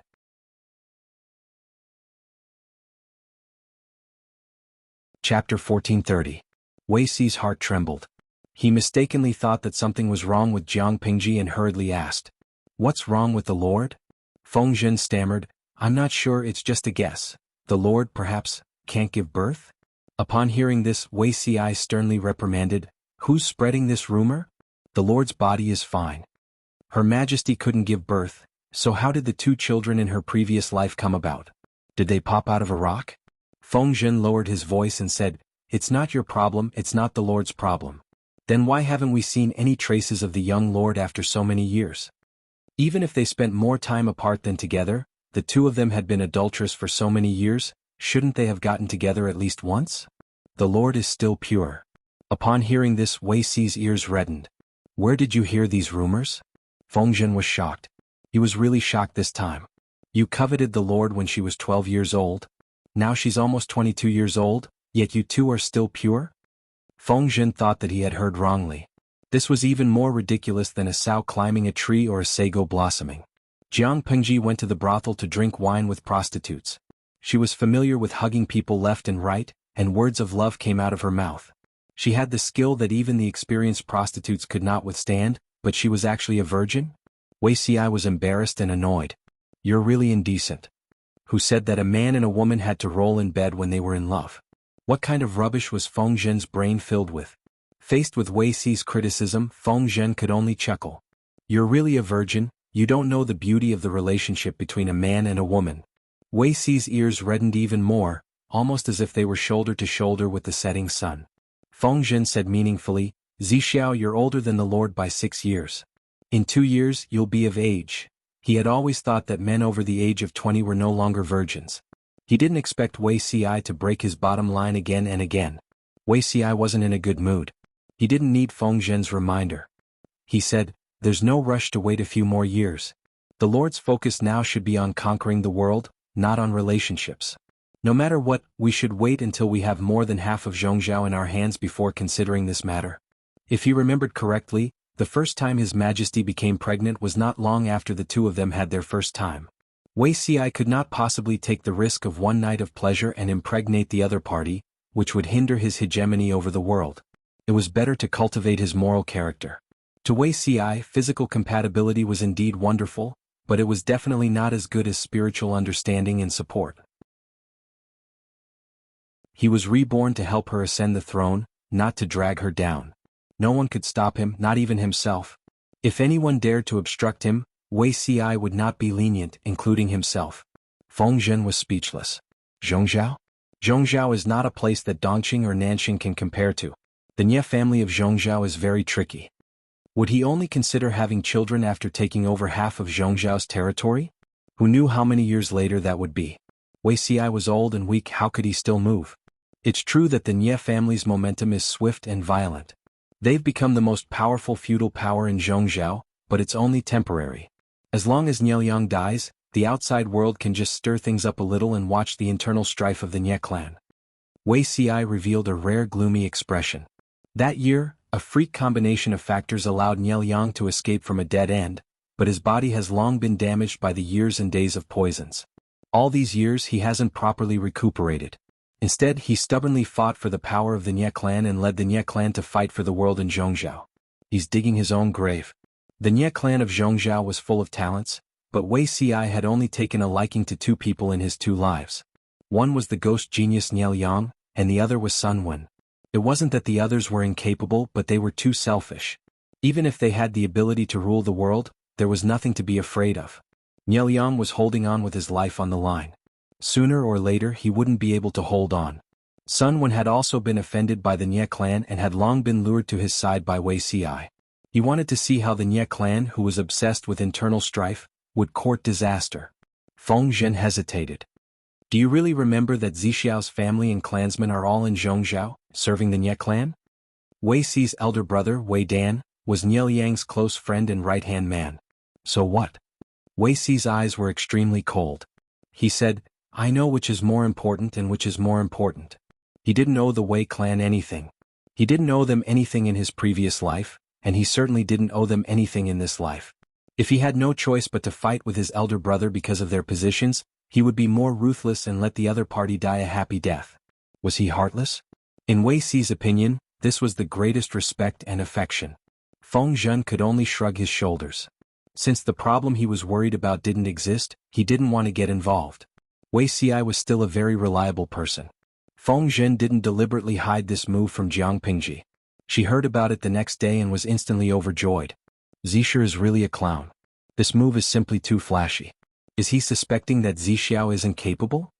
Wei Ci was by Jiang Pingji's side. Hearing his lord's unbridled laughter, he suddenly felt tired. Zixia's suspicions aren't without reason. Let him be. But I know you can do it. If you can't, don't you still have me? Jiang Pingji wrapped her arms around Wei Ci's neck from behind. She smiled and whispered in his ear, speaking of which, he's already suspecting that you can't do it. As a man, isn't Zixiao tempted at all? Wei Ci's ears turned red. He pursed his lips and didn't speak. Did she think that he copied thousands of copies of the heart-calming incantation for nothing? Jiang Pingji saw that he didn't respond and laughed. But I'm tempted. Wei Ci was speechless. His lord? Could she not be so flirtatious? To prevent himself from getting burned, Wei Ci hurriedly found a lame excuse and left. Jiang Pingji whistled like a hooligan. She was in an unprecedentedly good mood. Who said that you can escape from the palm of my hand? Regardless of whether it was her enemy or her prey, no one could escape. This year's New Year's banquet was held as usual. Jiang Pingji gave everyone 7 days of annual leave in advance. Yes, that's right. She actually stopped writing 7 days in advance and gave everyone their annual leave. The more generous she was, the more everyone trembled with fear. Feng Zhen was even more nervous, as if he was facing a formidable enemy. Annual leave. How many years had they been yearning for it? When they personally experienced the beauty of annual leave, they felt uncomfortable all over, as if they were missing something. This year was calm and peaceful. The development of the various provinces was on the right track. One by one, the shadows of war were lifted from the ground, revealing a scene that could only be seen in a prosperous and flourishing age. As the creator of everything, Jiang Pingji's sense of achievement and satisfaction was self-evident. The New Year's banquet was held as usual. She was in a good mood and gave out big red packets to all the little kids who came to pay their New Year's greetings. When these children grow up, the world will definitely be a different scene. After all, Lucy was an ordinary person. It was already a long life for this body to live for 70 or 80 years. Jiang Pingji could only entrust the future to the group of children in front of her, who were full of vigor and hope. Qiguan Rang glanced at Wei Ci and sneered. We still lack a young lord. Without a young lord, no matter how many people there were in the new generation, it would be a waste. If the hard work of the previous generation could not be passed on to the next generation, wouldn't it be a waste of effort for others? Jiang Pingji was a little tipsy. There will be. She only hoped.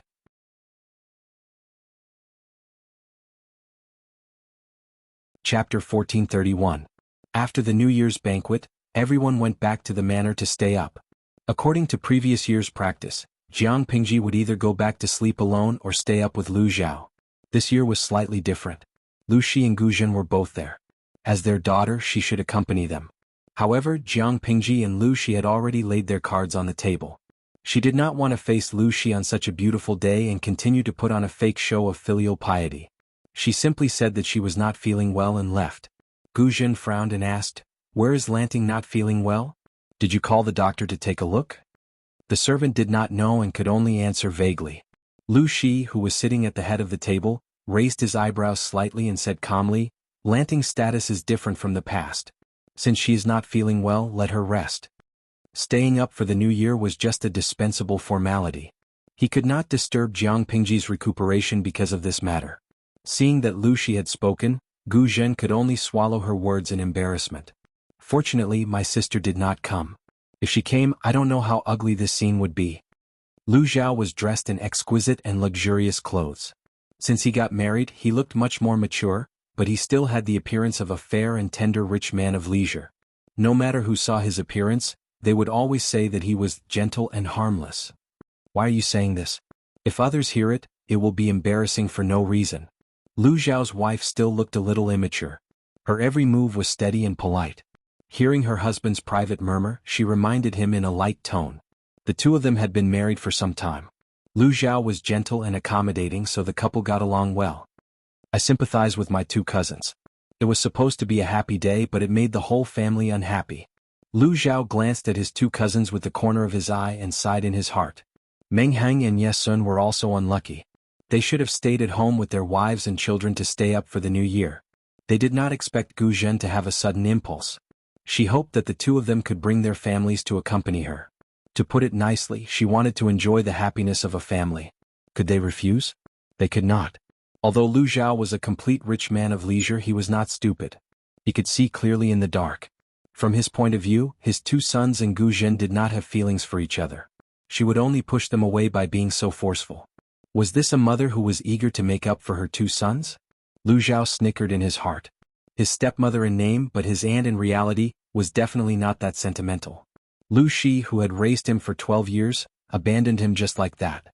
He turned around and chose the current Jiang Pingji. In that case, how much weight did her eldest son, whom she had almost no contact with, and her youngest son, who had been missing for more than 20 years, weigh in Gu Zhen's heart? His eagerness to mend their relationship was more like trying to cover it up. She used her mother's naturally powerful identity to force her son to obey her, and then satisfy the guilt in her heart.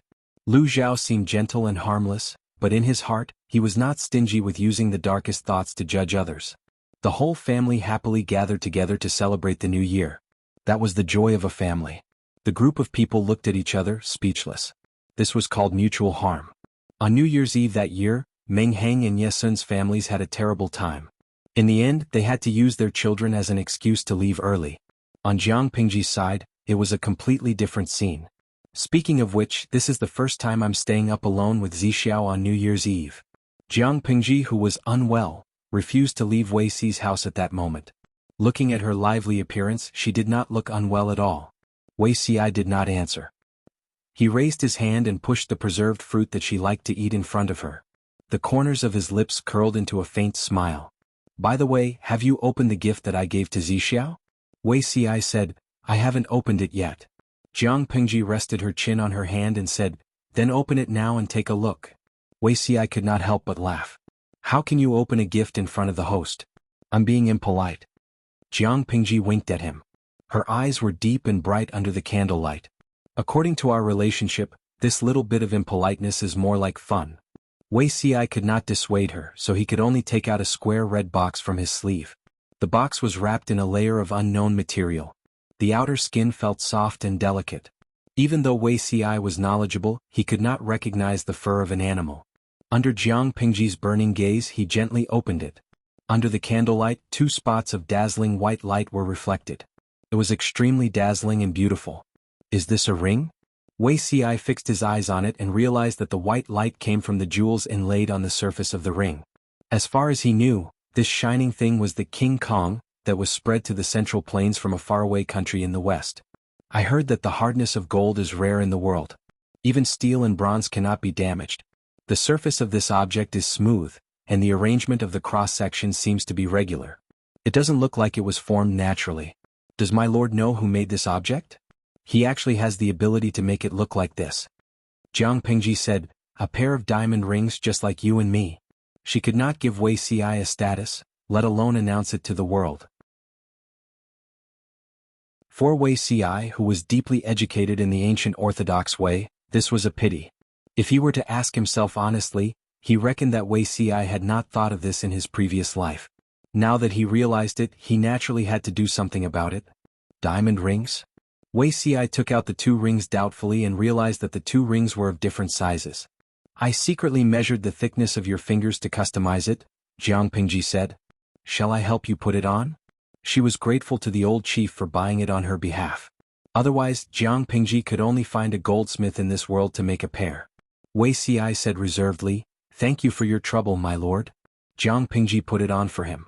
She reached out her hand in satisfaction and gestured for him to put the lady's ring on her too. Pure gold was soft and easily deformed after wearing it for a long time. Diamond rings did not have this concern. Regarding this, the old chief even mocked her. Because in Jiang Pingji's era, diamonds were indeed a very cheap raw material for jewelry. It was useless even if they were hard. However, Jiang Pingji was not after the value of the diamond itself. She was after the meaning that people gave diamonds. In salted fish's dimension, one had to buy a diamond ring to get married. Jiang Pingji naturally followed the crowd. This object is hard and won't deform even if you wear it for a long time. It will never change. Wei Si then realized that something was wrong. He only felt his heart was in a mess and his face turned red. Jiang Pingji reminded him, Zixiao, take a look. There's another thing in the box. Wei Si shyly took out the thing in the box. What is this? The object was squarish, soft and cold. He pressed his fingers together and realized that it was a 2-layer structure. There was a circle of circular objects in the middle. He was puzzled. He did not know when his lord had gone around to his back. She breathed into his ear and her fair and delicate hands slid down his neck and collarbone like agile snakes. This posture scared Wei Si so much that his whole body froze. He did not dare to move.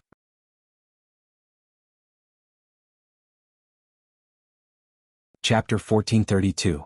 Every minute is worth 1,000 pieces of gold. How many minutes have you wasted? Jiang Pingji's hand slid down the front of his neatly arranged shirt. It felt extremely delicate and warm. Wei Si's heart skipped a beat. He felt the temperature of his skin soar and his hair stood on end. Zixiao's reaction. Do you not like me? It was clearly a complaint, but when she said it, it sounded like a mocking smile. Wei Si wished he could find a hole to hide in and never come out again. Jiang Pingji's lips slid across his neck. It was so hot that he wanted to jump up. My lord, Wei Si was somewhat incoherent. A scene from his previous life suddenly appeared in his mind. Although His Majesty and his lord's attitudes were not quite the same, the undeniable stance was exactly the same. Tonight, will you obey me or not? I dare not disobey. Jiang Pingji leaned on his neck and teased him with a smile. Although I have no experience in matters between men and women, I know a thing or two and have some insights. Zixiao had a son and a daughter in his previous life. Could it be that he was still an inexperienced child? Such a scene, could it be that, you have very little experience? Wei Si's face turned red. It was not because he was shy, but because he could not be tough in front of his lord. My lord, please don't tease me. After Wei Si finished speaking, his entire body was as red as a cooked prawn. His following words were inaudible. If Jiang Pingji did not have extraordinary hearing, she would have missed it. You should also take pity on me. It's not a good feeling to take a cold bath on New Year's Eve. Jiang Pingji smiled and said, since it's uncomfortable, why not let nature take its course? Wei Si coughed softly and prepared to get up with great self-control. In his previous life he would not have dared to do so. From a certain point of view, was this considered being arrogant because he was favored? Jiang Pingji would not let him have his way. She held his neck with one hand, turned over and pressed his head down. Half of her body leaned on him. He could not break free even if he wanted to, so he might as well lie down and be a salted fish. Zixiao. She leaned over and whispered in his ear, I heard that a husband and wife can use sheep intestines and fish bladder as a contraceptive, but it's not safe and clean. I'm trying to empathize with your filial piety, so I specially found another substitute. This is much better than sheep intestines and fish bladder. It's safe and effective. Wei Si was in a daze. He suddenly understood what the square-shaped thing in his hand was. He wanted to throw them away as if they were scalding hot, but Jiang Pingji was faster and held his fingers instead. Jiang Pingji asked him proudly, "Now you have no reason to object, right?" While Wei Si was embarrassed, his breathing became heavy. He asked Jiang Pingji in a slightly hoarse voice, "What does my lord intend to do?" Jiang Pingji said, "Yin and Yang are in harmony. Let nature take its course." Wei Si said awkwardly, I dare not offend you, my lord, nor dare to overstep my authority." It was Jiang Pingji's turn to be dumbfounded. She laughed involuntarily and said, "So Zixiao likes women of lower status?" Upon hearing this, Wei Si's jade-like face turned pale, but his breathing became heavier. It wasn't that he liked those below him. It was obvious that he didn't dare to offend those above him. For Jiang Pingji, she was both his lord and her majesty. No matter what, he did not dare to offend or overstep his boundaries even in bed. After a while, Jiang Pingji heard Wei Si ask her in a voice as soft as a mosquito, "That thing. How do I use it?" Jiang Pingji couldn't help it anymore.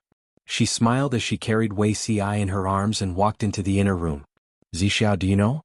I'm so happy with your hesitant look. I can't wait to dissect you and swallow you into my stomach." Wei Si was speechless. As a man, there shouldn't be anything wrong with that, right? He felt that it was no different from his previous life. The only difference was that in his previous life he was directly pressed on the floor. In this life he could at least sleep on the bed. "Zixiao, what are you thinking about at this time?" Jiang Pingji couldn't wait to let go of his clothes.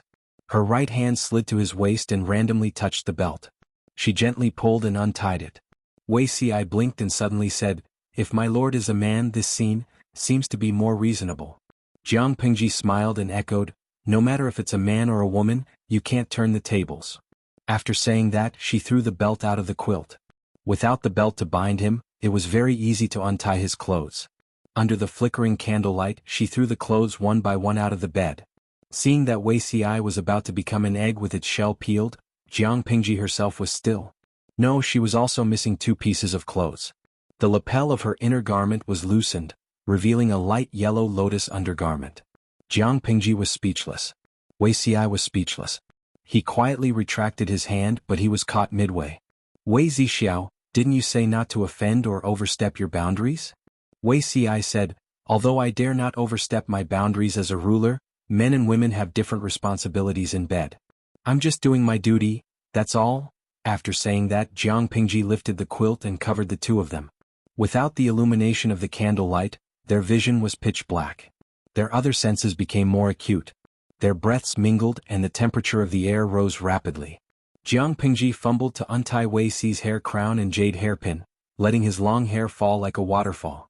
She kissed him from his eyebrows to his eyes all the way to his lips. Their lips touched, and the atmosphere that was originally as warm as the spring rain immediately became as hot as the scorching sun in summer. Wei Si was not stiff and did nothing. He took the initiative to wrap his arms around her neck and shoulders. He used his fingertips to tease the string of the undergarment and untied it. Jiang Pingji bit his lower lip in a punitive manner and teased him with a smile. "A gentleman?" Wei Si said helplessly, "I'm also a man, but a man doesn't equal to a gentleman. Moreover, how can I restrain myself when my true love is in my arms?" Under such circumstances, it was really difficult for him to ask him to be like Lu Xiaohui. If his lord knew her place, he could still tolerate it. He really couldn't help but light a fire everywhere. "I love how you say one thing but mean another." Jiang Pingji smiled. "Now that we're being honest, I find you even more pitiful and adorable." They were originally people with feelings. A little provocation would cause dry firewood and blazing fire. Moreover, the two of them were already in a state of being honest with each other. Jiang Pingji lingered on his neck in a punitive manner. Wei Si could only force himself to stay awake. "My lord, it's not good if someone sees traces of us tomorrow." Jiang Pingji bit his collarbone with her tiger teeth. She was neither gentle nor forceful, and the strength of her provocation made Wei Si gasp slightly. "Who said that you can meet people tomorrow?" Wei Si was speechless. "We have all the time in the world." Jiang Pingji smiled. "Why do you think I gave you this annual leave so readily?" Wei Si was speechless. Jiang Pingji's hand slid down his waist. That piece of skin was extremely sensitive. He never knew that a person's body temperature could be so terrifyingly high. It seemed that he was scorched by the temperature of Jiang Pingji's palm. His whole body trembled, and his reddened eyes emitted misty water vapor. "My lord, are you in pain?" Both of their bodies stiffened for a moment. Jiang Pingji stroked his face with one hand and sealed it with a kiss.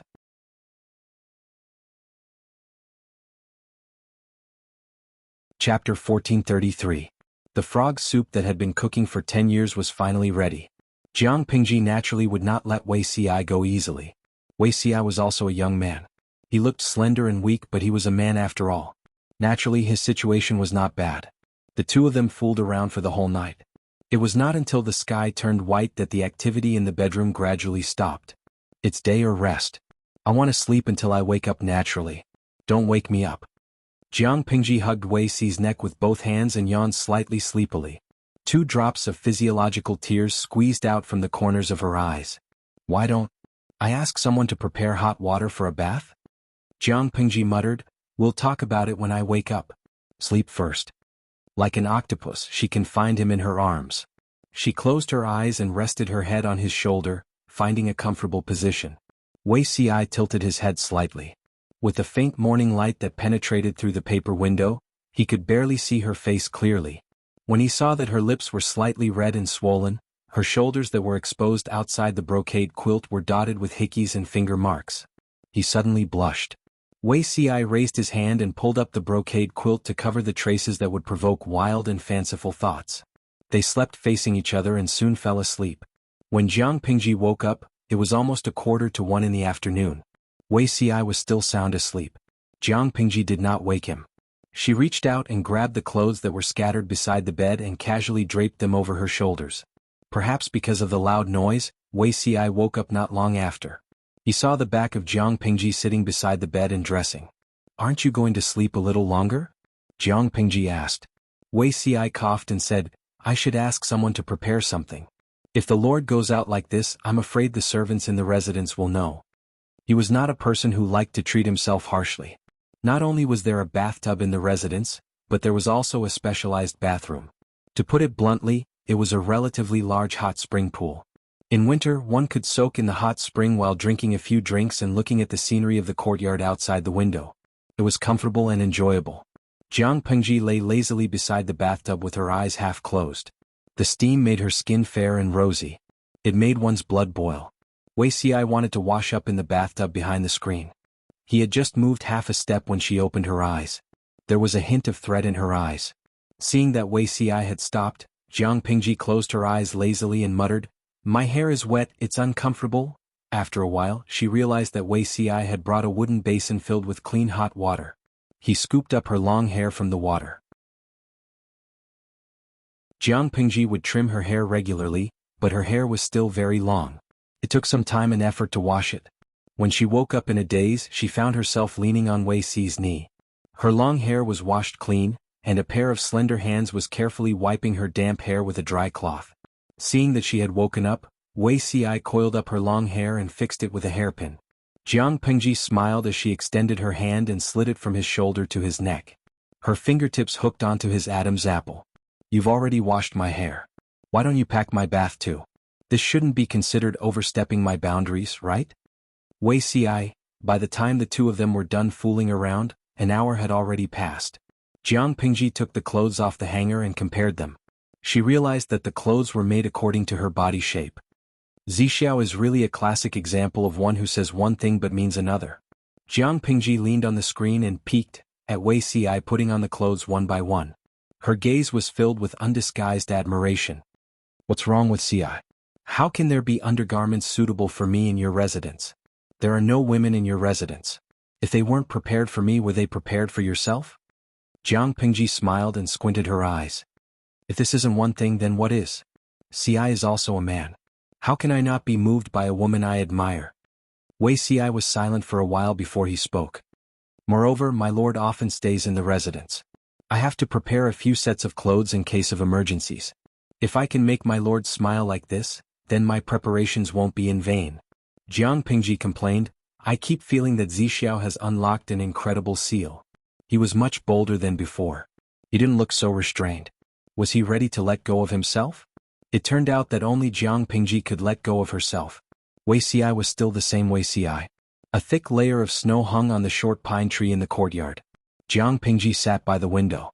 There was a fire in the stove next to her, so she didn't feel cold. Wuxia asked the kitchen to prepare a sumptuous meal and warm wine. After eating and drinking to her heart's content, Jiang Pingji's eyes were half closed. She folded her hands behind her head. Her black hair spread out like a waterfall. I haven't been so free in a long time.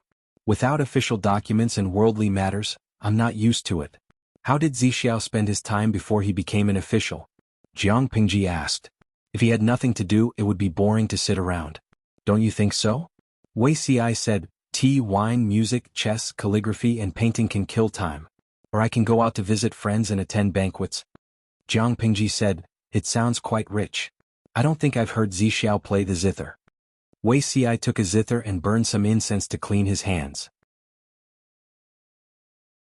He sat upright and said, what would you like to hear, my lord? You can even play some songs? Jiang Pingji asked with interest. How about a phoenix looking for a phoenix? Wuxia's cheeks were slightly red, but he did not object. The music was lingering, charming, and refreshing. Even if Jiang Pingji did not understand music, she could feel the burning emotions conveyed by the music. There's a beauty that I can't forget when I see her. Not seeing her for a day, I go crazy thinking about her. If there's such a beauty in the world, she must look like Zixiao. Jiang Pingji did not know how to play the zither, but she had a photographic memory and could recite. Not only could she recite, but she also knew how to flirt with Wuxia. Wuxia could not help but laugh. He chose a few ancient songs with fresh and lively rhythms. Jiang Pingji squinted her eyes for a while and suddenly remembered what was missing. She had forgotten to turn on the streaming room today. I hope there isn't an explosion over there, she muttered with a smile and casually turned on the streaming room. There isn't an explosion? That's impossible. Jiang Pingji skipped work. Various popular platforms were paralyzed again. The programmers sacrificed their bosses and colleagues to heaven one after another, but they still could not save the servers that had crashed. It was said that many programmers had secretly begun to worship Jiang Pingji. They did not ask for anything else, they only hoped that she would diligently and earnestly stream every day. Even if she had to stop streaming for a few days, she would inform them in advance. They really could not take it if she did it every few days. 5 million salted fish flooded in quickly. In a second there was no space left. All kinds of bullet screens flooded towards Jiang Pingji. Through the bullet screens, Jiang Pingji could also feel the salted fish's worry, fear and pitiful emotions. Until a certain salted fish found something fishy. Yuzitong, streamer, your neck. Was it bitten by a bug? She bit her handkerchief and cried. Tell me this isn't a hickey, right? Jiang Pingji took out a bronze mirror and looked at it. She raised her eyebrows slightly, but she did not hide it. They were all adults. Straightforward people did not resort to insinuations.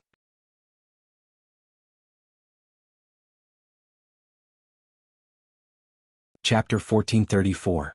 Lao Siji Lianming, look at the host, you look so full. I have an ominous feeling, Li Zi Luoluo.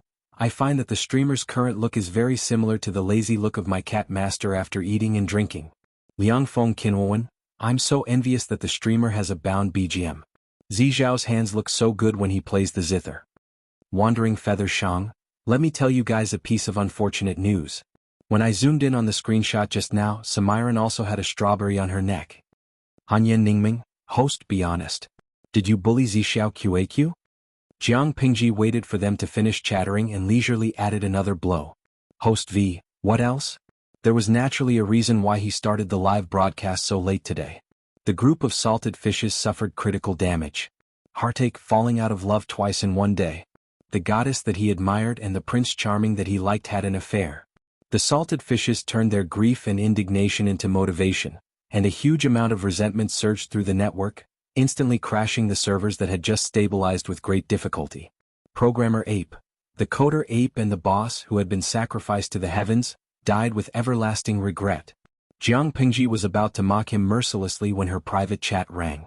The system notified her that she had not received an email. What did the old general send her this time? Jiang Pingji felt that she was playing the traveling frog version of the old chief because he would bring her local specialties from different places every few days. Of course, she didn't dare to let the other party know about this. Otherwise, who would buy for her in the future? This ancestor had to be worshipped. She went to the Honeycomb Express storage cabinet and found some strange medicines with strange names inside. Your Abba, I've been to a new place for the past 2 days. I'm safe now. Don't worry. I've collected some local specialties that are suitable for you. Jiang Xiaojiu, the child beside you is still young. No matter what, you are still an adult. Be more considerate.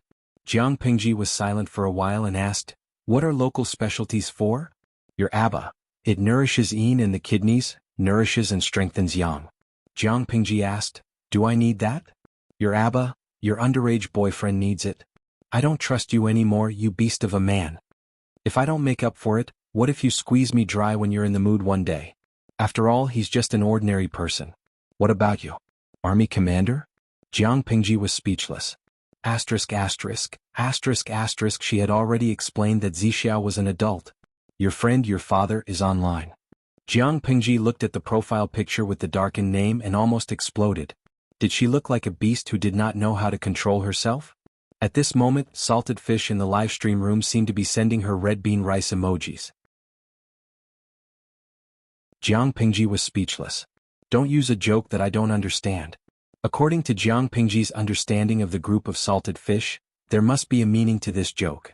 Although there was no wedding and no announcement, there was a ring, a vows, and a honeymoon. It was rare for Jiang Pingji to be muddle-headed. She used the excuse of patrolling everywhere as an excuse to drag Wuxia out of the house for a stroll and sightseeing. Leave on the spur of the moment and return to the fullest. In the blink of an eye, it was the 7th day of the Lunar New Year. The markets resumed their normal operations. Jiang Pingji's leisurely time had come to an end. From the first day of the Lunar New Year to the 7th day of the Lunar New Year, Qiguan Rang and the others were either visiting their relatives and friends or attending banquets. Almost no one noticed that their lord had disconnected. No, he should say that he knew, but he pretended not to know. On the first day of work, Feng Zhen leaned over to Wei Xi's side and said, "You've worked hard." Wei Xi was stunned and asked in confusion, "What?" Feng Zhen teased, "If I didn't have the courage to be filial and sacrifice myself to feed the tiger, how could I have such a long holiday? I'm so tired that my bones are stiff." "You," Wei Xi almost lost his temper. Feng Zhen hurriedly pressed down on his shoulder and laughed. "If you don't want people to know, why don't you cover your neck?" Wei Xi gritted his teeth and said, "It's really the nature of a prodigal son."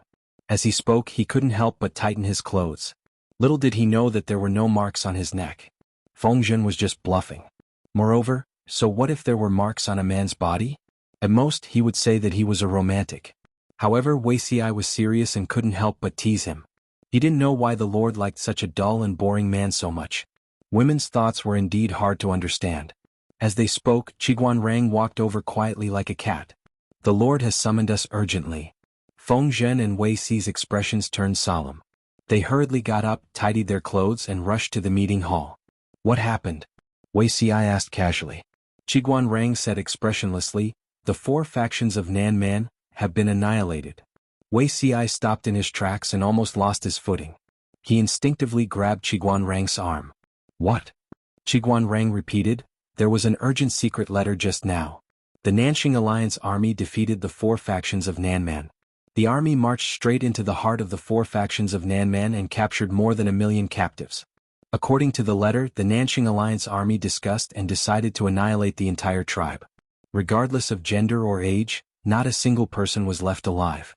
The Nanxing Alliance army is really ruthless. It took them several days to kill all the barbarians." Wei Xi felt a chill run down his spine. He said in a hoarse voice, "Nanxing, how could they make such a stupid move?" According to his calculations, there were still many years before Nchui used up all his resources to annihilate the 4 factions of Nanman in his previous life. In his previous life, he massacred more than 638,000 people from the 4 factions of Nanman. Regardless of whether they were men, women, the elderly, children, or infants waiting to be fed, almost no one survived. In this life it was even more tragic. There were more than 1 million of them. Was the Nanxing Alliance army crazy? The 4 factions of Nanman had extraordinary combat power. There were more than 1 million of them. How could they let the Alliance army win so easily? Qiguan Rang said, "The heavens did not grant them their wish." An extremely terrifying epidemic broke out in the territory of Nanman. There were countless deaths and injuries. There was not even 1/10 of the young fighting power left. Whether it was Qiguan Rang or Wei Ci, they did not think that this epidemic was deliberately planned by someone. The strong bodies of the Nanman tribesmen could not withstand the torment of the epidemic. At first they could still hold on, but as time went on, there were countless deaths and injuries. It was said that at its worst, more than 10,000 young men died in a day. Wei Ci asked, "Epidemic? What about the Alliance army?" When the two armies fought, the four factions of Nanman suffered. There was no reason for the Alliance army to stay out of it. The Alliance army also suffered casualties, but the situation was much better than the four factions of Nanman. Qiguan Rang said, "The four factions of Nanman were filled with miasma and the temperature was hot and humid. It was not conducive to recuperation, so the epidemic was naturally more serious. At least the Alliance army had medicinal herbs and military doctors. The illness could be controlled." Wei Ci was so shocked that his mind went blank. It was as if he had been pulled back to the scene of his previous life. More than 638,000 people died in one place. Some were buried alive and some were beheaded. It was as if the entire sky was dyed red by their blood. People were not plants and their hearts were not made of stone. One could imagine Wei Ci's feelings at that time. Feng Zhen frowned and asked, "Why did my lord summon us?" Qiguan Rang laughed coldly and asked, "The four factions of Nanman were destroyed. Can we give Nanxing a chance to breathe?"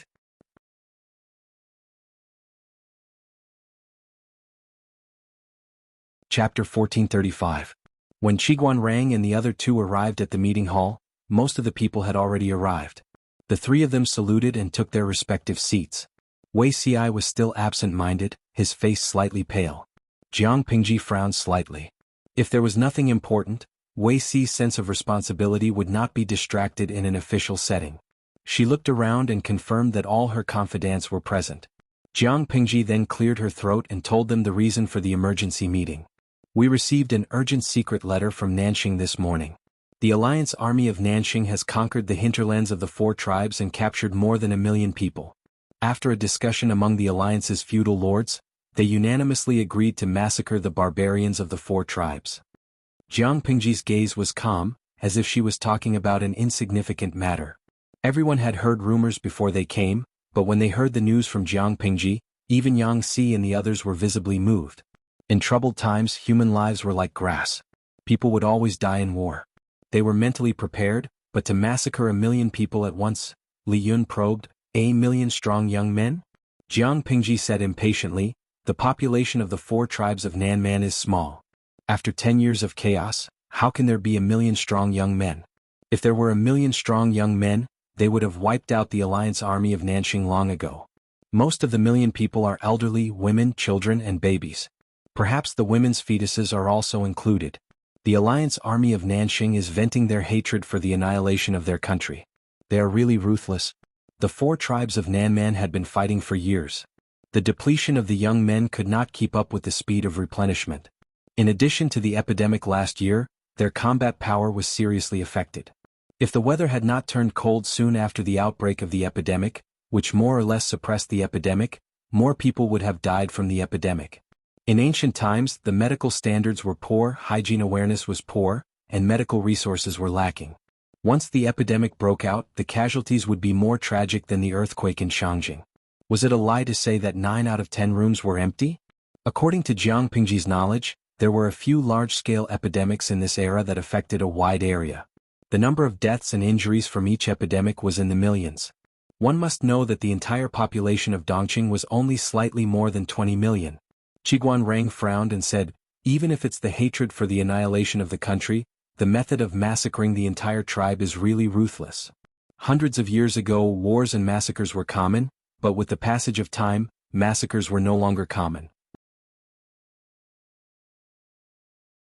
No one would say how many people were killed during a war, but after many victories, very few people would continue to kill captives, unless they ran out of rations. Under normal circumstances, the victorious side would demote the defeated captives into slavery and sell them as human slaves or use them as cheap labor. Most of the captives mentioned above referred to soldiers who had participated in the war but had been defeated. However, the captives that the Nanxing alliance had slaughtered were mostly the elderly, the weak, women, and children. Don't say who is ruthless. In my opinion, the Nanxing alliance and the four factions of Nanman are jackals of the same tribe." Jiang Pingji snorted and said, When the four factions of Nanman massacred the people of Nanxing, I didn't see them show any mercy. Similarly, in the early days of Nanxing's establishment, in order to prevent Nanman from rebelling, they captured hundreds of thousands of Nanman tribesmen to be forced into servitude as soldiers. More than 200,000 died of exhaustion and in battle. Nanxing also claimed to be the suzerain of the four tribes of Nanman. They used their powerful troops to force the other side to pay tribute. They collected 9 out of 10 taxes and sent troops to suppress them several times. They slaughtered no less than 100,000 Nanman people. This is all bad debt. In the early days of Nanxing's establishment, how many gentry relied on the blood of the four tribes of Nanman to enrich their own pockets? They forcibly captured them as slaves and gave them the least amount of food to do the heaviest work. They didn't treat them as humans but as beasts that could talk. Wasn't the hatred that the four tribes of Nanman had for Nanxing also forced out by these people? After the four tribes of Nanman became powerful, they destroyed Nanxing. The feudal lords of Nanxing then joined forces to counterattack Nanman until they decided to slaughter millions of people and exterminate their entire tribe. I don't mind exterminating an entire tribe, but don't use the righteous banner of revenge. Do you really think that you are so clean? Among the feudal lords of Nanxing's alliance, how many of their ancestors had enjoyed the sweetness of the blood of the four tribes of Nanman? Jiang Pingji felt that this group of people was also interesting. They were very good at using double standards. War was war. Murder was murder. Extermination of an entire tribe was extermination of an entire tribe. Stop finding messy excuses to whitewash peace. Those who kill should be prepared to be killed.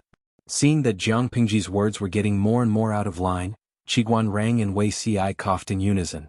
The two of them looked at each other from a distance and quickly looked away. Jiang Pingji rubbed her head.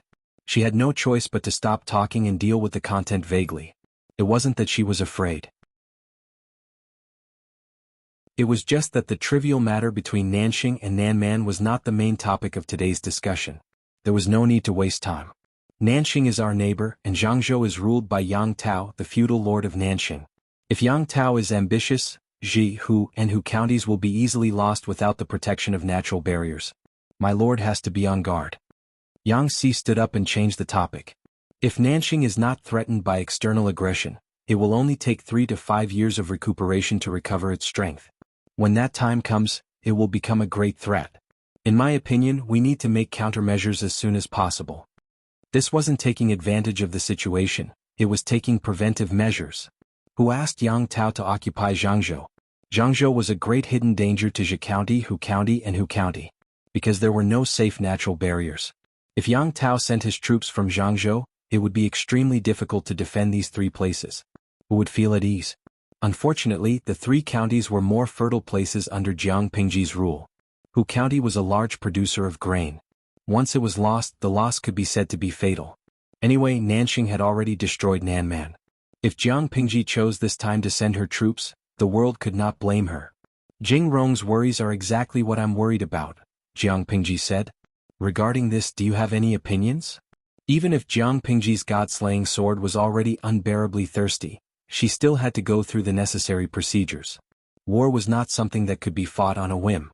Before fighting, she had to rack her brains to find a proper excuse. She could not possibly say, I suspect that Yang Tao will beat me in the future, so I want to strangle him now, could she? She and Yang Tao were not considered friends, but they were not enemies either. They had even worked together twice. It seemed like there was no reason for them to have a conflict. Jiang Pingji had an excuse, but she needed her subordinates to cooperate with her to dig up old scores. Feng Zhen was quick-witted and understood. An excuse to start a war? Coincidentally, there was one. Last year, when his lord dealt with Madame Tao played a suffocating trick in an attempt to incur enmity between her and Yang Tao. However, this matter was suppressed by his lord. Yang Tao was also busy with the battlefield in Nanxing, so he did not give any response. Feng Zhen's mood changed and he immediately had an idea. While Jiang Pingji was sharpening her sword, Yang Tao, who was far away in Nanxing, was completely unaware. Not only that, but he had also fallen slightly ill. After a few days he had lost a lot of weight. As Yang Tao's close friend, Yan Lin naturally knew where the root of the illness was. To put it bluntly, Yang Tao was still too kind.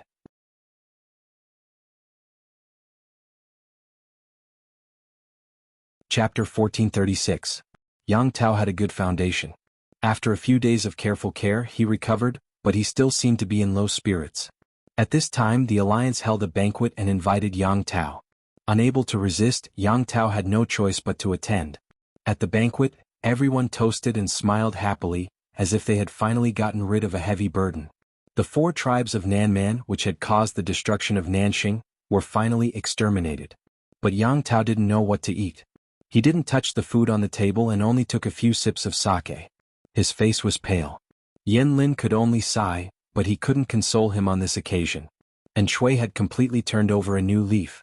Thanks to Hua Yuan's secret plan, his forces were the most well-preserved. Even when the plague was rampant, they didn't suffer many losses. The other vassal forces suffered heavy losses and naturally didn't have the right to compete with Shui. They could only feign civility. Naturally, Shui became the leader of the alliance army. He had the greatest right to speak, becoming the alliance leader in name only. After the banquet began, he praised everyone's contributions as usual. The other vassals smiled and echoed, occasionally praising Shui. Of course, it didn't matter if they thought so or not. Shui was satisfied with everyone's reaction. The hatred and resentment that had accumulated over the years disappeared with the extermination of the 4 tribes of Nanman. Nanman was the mountain that had been weighing on his heart. Now that this mountain had been overturned, he could finally relax. Listening to the joyful songs and praises, Yang Tao's hand that was holding the wine cup tightened slightly, and a sharp glint flashed across his eyes. Yan Lin and Yang Tao grew up together and naturally knew each other's temperament. He quickly tugged at Yang Tao's sleeve, his eyes full of disapproval. Yang Tao always listened to his best friend. He could only bear with it. In anger, he raised his chin and downed the wine in the bottle. Seeing this, Yan Lin heaved a sigh of relief. He motioned for the maid to fill up Yang Tao's wine bottle. In this situation it was better to just get Yang Tao drunk. Unexpectedly, Shui didn't have any tacit understanding.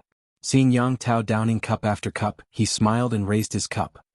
Here I would like to propose a toast to you. If you hadn't trained your troops well and fought bravely, we wouldn't have been able to conquer Nanman so easily. Then Shui's strategist Hua Yuan also smiled and flattered him. Hearing Hua Yuan's words, Yang Tao, who had been drinking his sorrows, exploded like a firecracker. He snorted coldly and suddenly threw the golden bronze wine goblet at Hua Yuan. If Hua Yuan had not subconsciously tilted his head to avoid it, the wine goblet would have definitely smashed into his face. Everyone was startled by this turn of events. The dancers in the camp also stopped and trembled.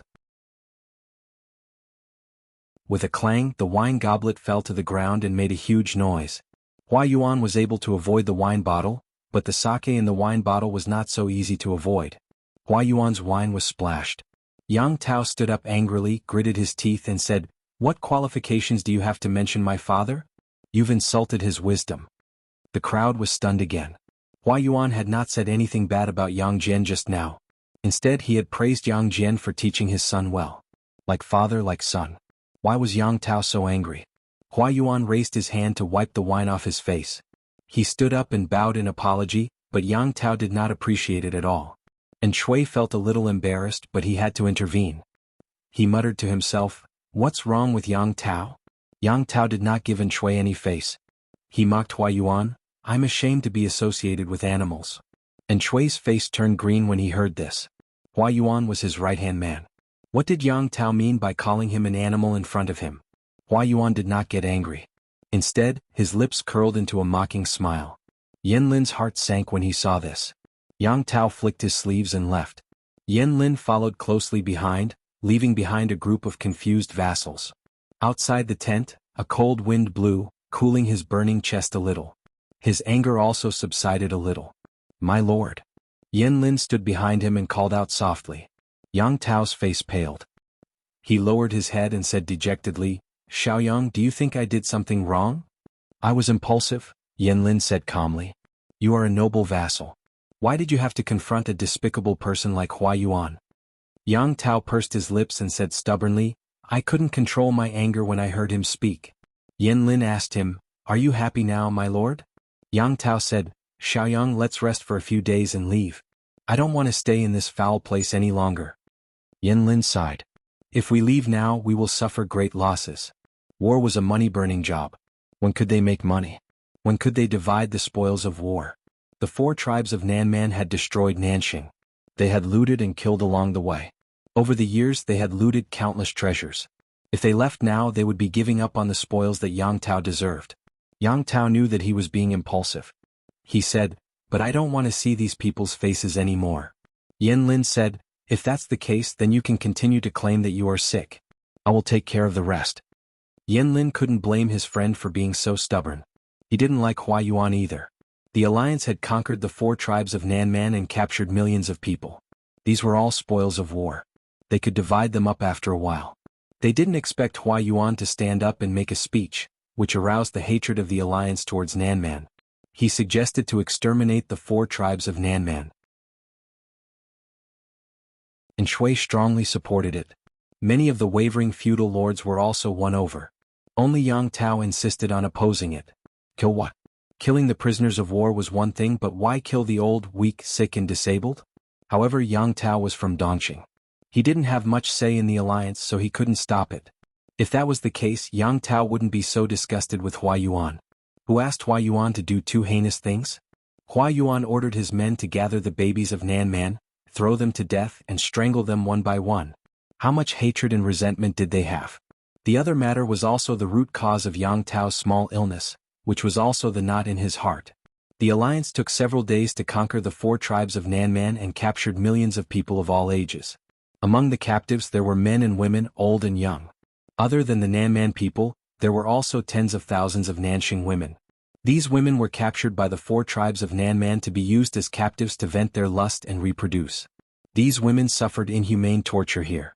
Those who were in better health gave birth to one child after another. Those who were in poor health didn't even last a month or 2. Many even died in childbirth. When the alliance arrived, many of the women were pregnant. Hearing that the alliance had arrived, they cried tears of joy. Who knew that what awaited them was another nightmare? The alliance ordered the slaughter of Nanman. The children in their wombs naturally belonged to Nanman. What should we do with them? Hua Yuan or Gulin sneered and said, "Take them down. If we can't, cut them open and take them out." There were no abortion pills in the army.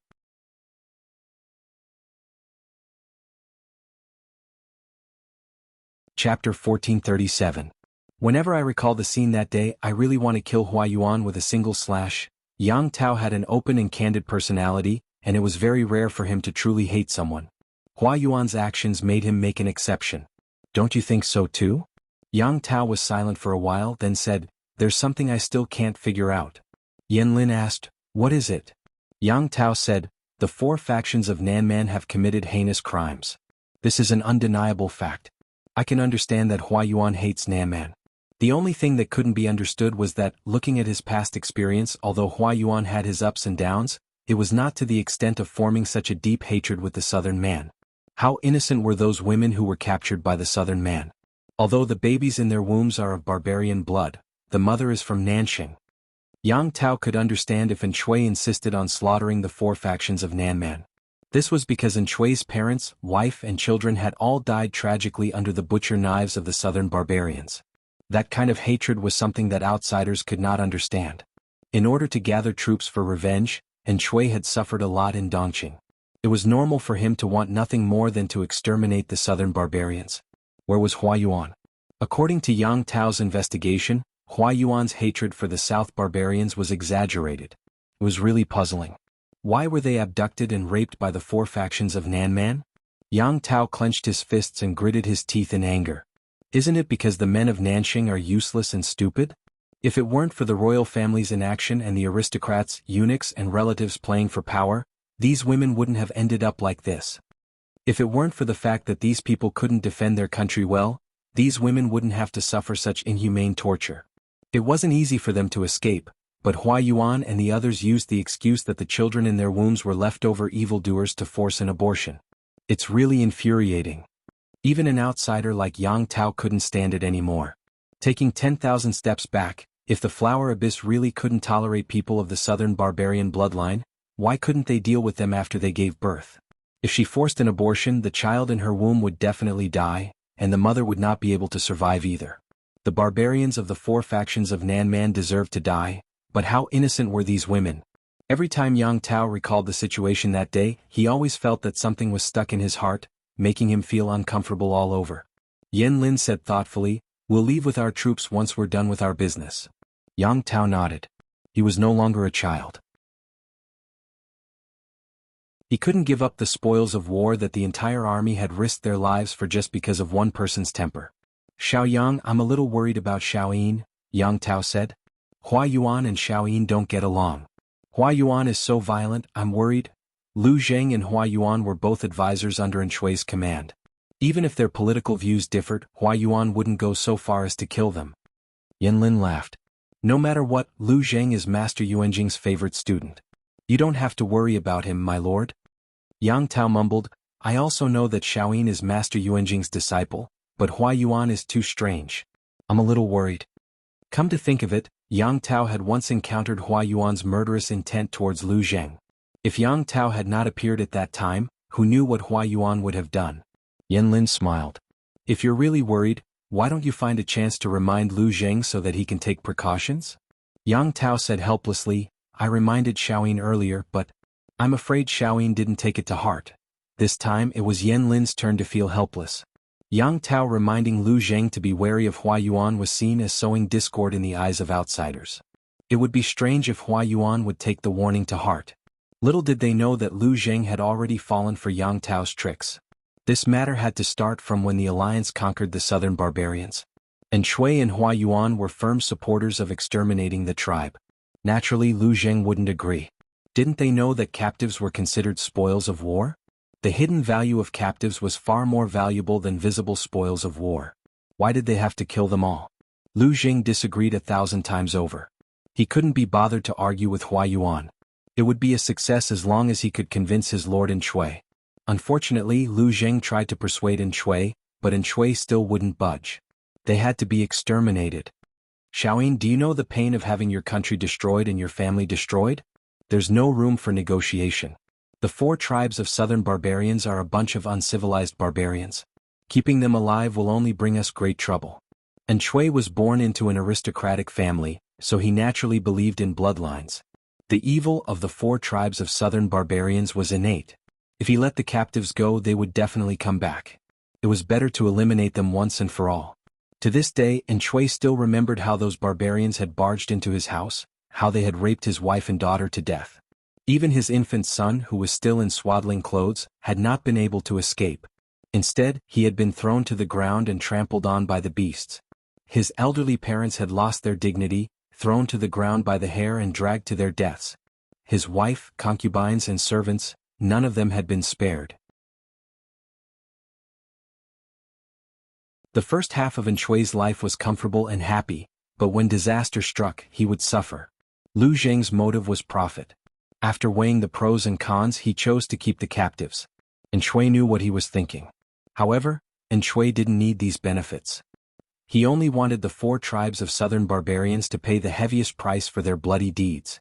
Exterminating the southern barbarians was An Shui's motivation for living. It was also an important mission that he had to complete for the rest of his life. No one could persuade him otherwise. Therefore, An Shui stood his ground and handed the extermination of the tribe to Hua Yuan. He knew that Hua Yuan was of the same mind as him. Lu Zheng was extremely disappointed. He didn't pay attention to his surroundings on his way back. Halfway there, a black shadow suddenly dragged him into a nearby tent. This person was terrifyingly strong. No matter how Lu Zheng struggled, he couldn't break free from the other party's grip. The other party covered his mouth and nose with one hand and strangled his neck with the other. The force was so strong that it seemed like it was going to break his neck. Lu Zheng struggled with all his might and finally saw the person's face. It was Hua Yuan. Realizing this, Lu Zheng struggled even more violently. He used all his strength to hook the brazier in the tent with the tip of his foot. The noise attracted the patrolling soldiers. What happened? The soldier was about to open the tent to check when Hua Yuan's angry and sinister voice shouted at the soldier to leave. Lu Zheng took the opportunity to push Hua Yuan's hand away. He rolled to the side of the tent and took out a large knife. His chest heaved violently. You. Who are you? Lu Zheng coughed twice. The lack of oxygen and suffocation made his limbs weak. His head swelled and hurt. But he didn't dare to let his guard down. Instead, he pointed the tip of his knife at Hua Yuan, afraid that this lunatic would try to kill him again in the next second. Yes, Lu Zheng was very sure that Hua Yuan had really wanted to kill him just now. Seeing this, Hua Yuan revealed a sinister and cold smile. Whether it was his expression or temperament, he was very different from the Hua Yuan that Lu Zheng knew. Could it be, this lunatic was acting up again?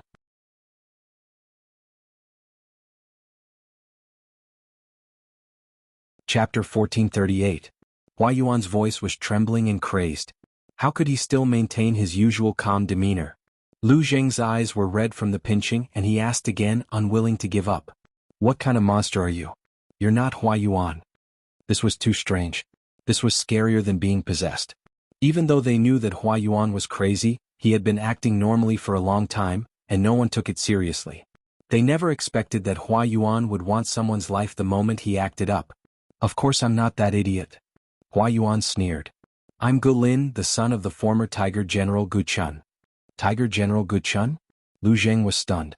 He couldn't remember who this person was. He didn't know much about Nanxing. It was limited to the current feudal lords and the history of their ancestors. Gu Chun was a figure before Nanxing was destroyed. Because the cause of his death was taboo, almost no one mentioned his name. I'm warning you again, don't stop me. Otherwise, I don't mind making In Chui lose his right-hand man. Lu Zheng's eyes widened and his nerves tightened. What's so good about killing the southern man captives? Just for revenge? This person had no sense of the big picture. In reality, Gu Lin didn't have that. He didn't care about In Chui at all. To Gu Lin, who was born in a military family, In Chui was an ignorant and incompetent son of a noble family. It didn't matter to him whether In Chui lived or died. He only wanted revenge. What else? Gu Lin sneered. If it wasn't for revenge, why would I put up with you idiots? You have a grudge against the southern man? Lu Zheng didn't know about the split personality. This Gu Lin was just a figment of Hua Yuan's imagination. He thought Gu Lin's soul had possessed him. Of course there's a grudge and it's a blood feud. Gu Lin sneered. You're lucky this time. If you interfere again, I guarantee you won't even know how you die. Don't even think about getting that useless In Chui to help you. His hatred for the southern man runs deep. Lu Zheng's lips turned pale in fear. He had seen a ghost in broad daylight.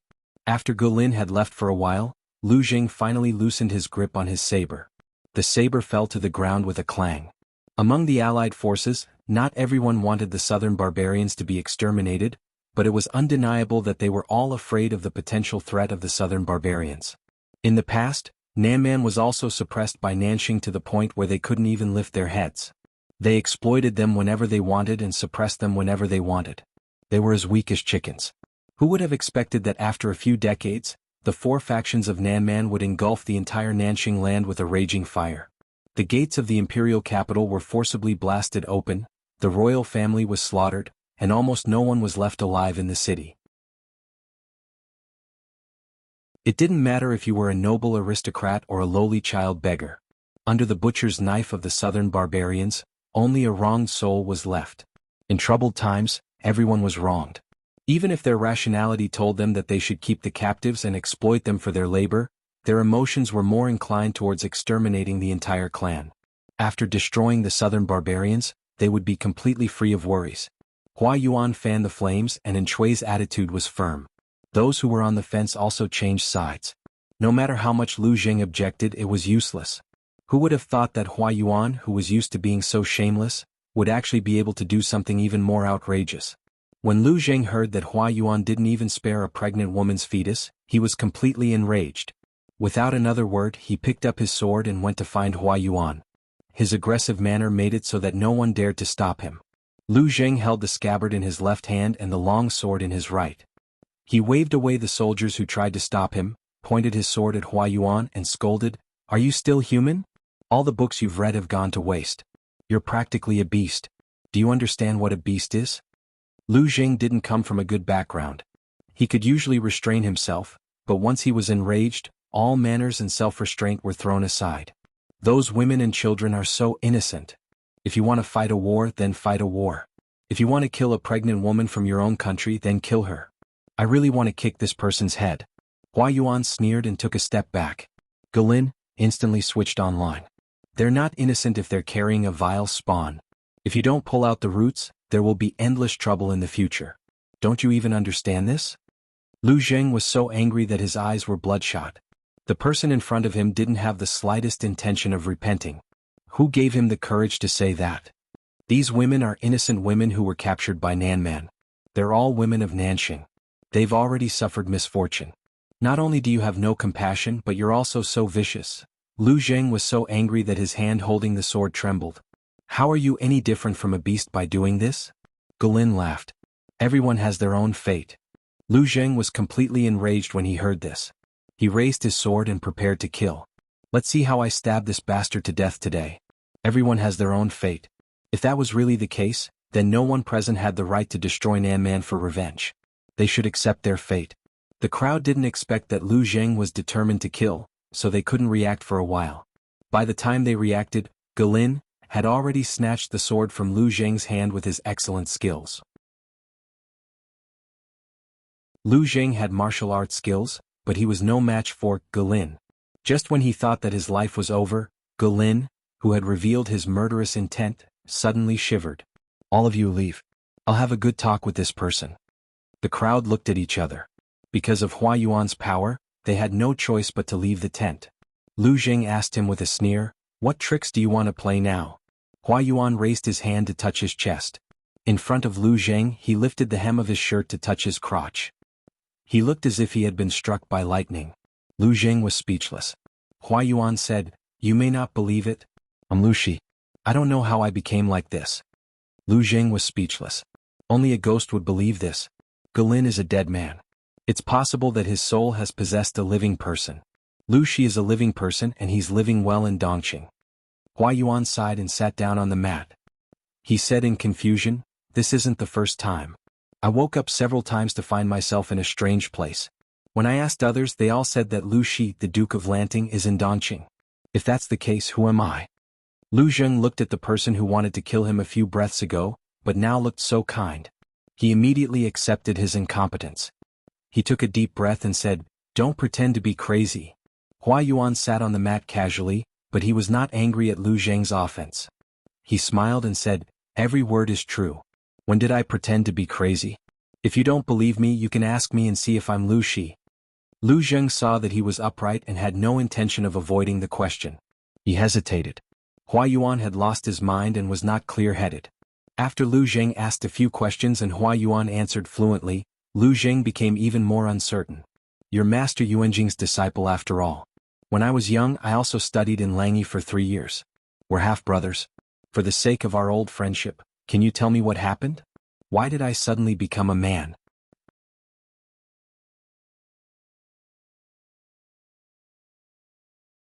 Chapter 1439. Hua Yuan's endless pestering finally made Lu Zheng relent. He took out the information he wanted. He said, "Now that you mention it, it's interesting. When I'm not awake, someone else takes over my place." Lu Zheng was speechless. How was it someone else taking over his place? The so-called Lu Shi, in front of him was a dove himself. Without waiting for Lu Zheng to answer, he asked again, Are you sure that Lu Shi is in Dongqing?" Lu Zheng knew about Hua Yuan's unmentionable illness. In the past, he didn't mention it because of his illness, but now he was too lazy to hide it. "I've never heard of Lu Shi's illness. Your body is called Hua Yuan. This person has the unmentionable illness of unmentionable illness." Speaking of this, Lu Zheng revealed a somewhat malicious smile. He said, "People who are unmentionable illness are crazy. It's still up for debate who you really are." Lu Shi's expression turned solemn when he heard this. Obviously, he knew what unmentionable illness meant. Lu Zheng's words indirectly denied the meaning of his existence. "How can I not be Lu Shi? I'm indeed Lu Shi. I don't know why I've become like this." His originally calm expression became stiff and unnatural for a moment.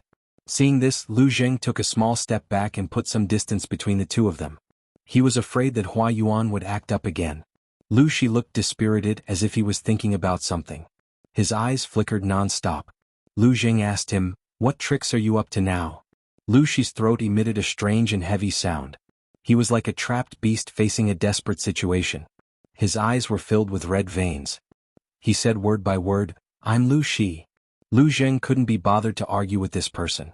This lunatic Hua Yuan had really opened his eyes. He could put on a show in minutes without panting. "I'll never allow anyone to replace me." Every time he woke up, he was in a strange environment. He became a strange man, but others told him that Lu Shi was staying in Dongqing. How could that be possible? Someone must have secretly used sorcery to frame him. The one staying in Dongqing was the fake one. He had to find a way to regain his identity and let the world know that he was Lu Shi.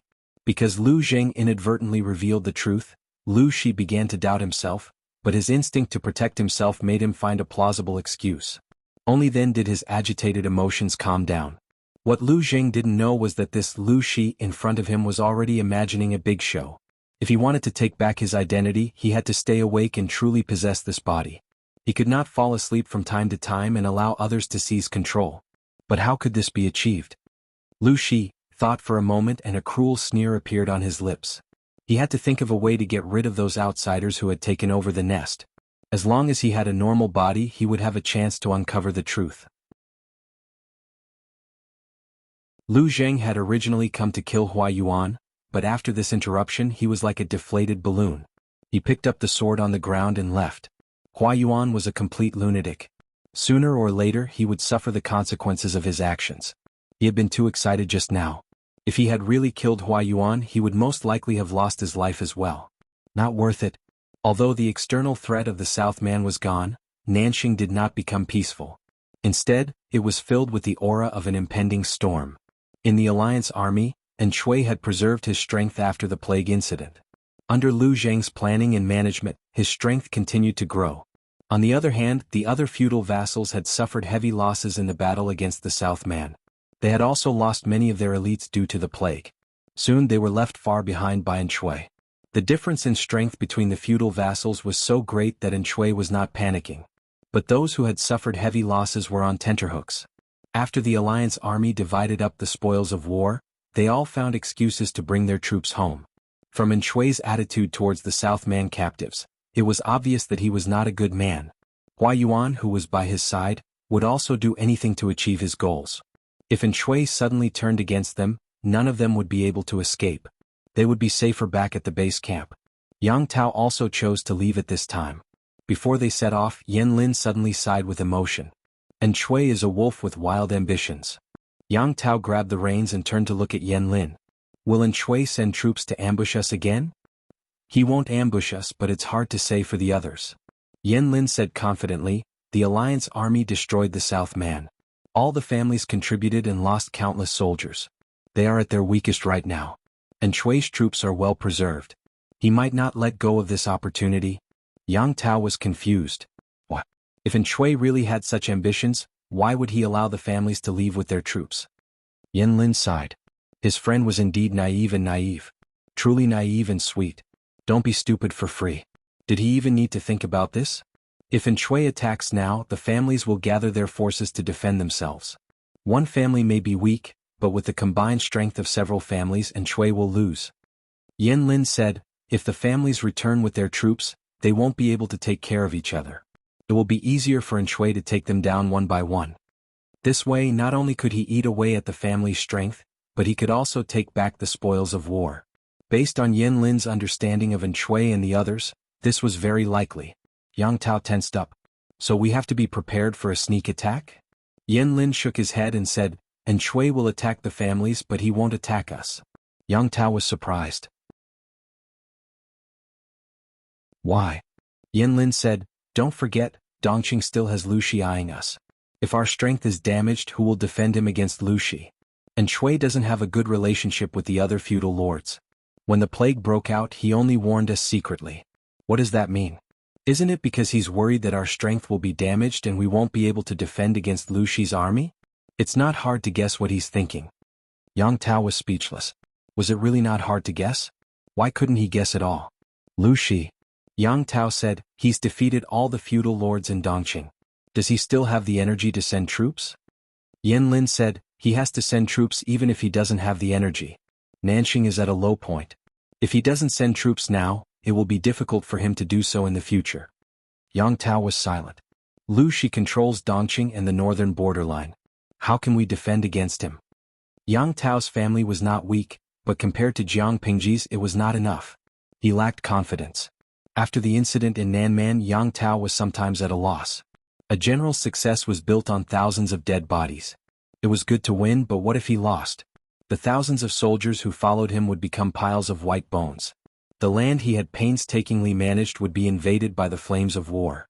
The people who had finally settled down would become homeless again. That scene was unbearable to watch, and Yang Tao did not want to end up like that. Yan Lin was not worried. He said, let's form an alliance to defend against the enemy. An alliance? Oh. Yang Tao's eyes were filled with these words.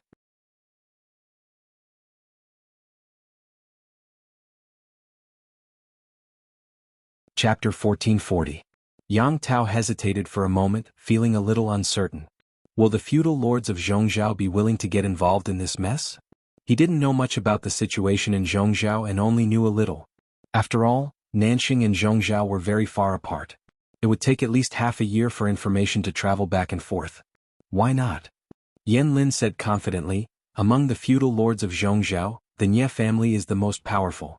They occupy the most fertile states and counties. They have long become a thorn in other people's eyes. This chaotic world was like rowing a boat against the current.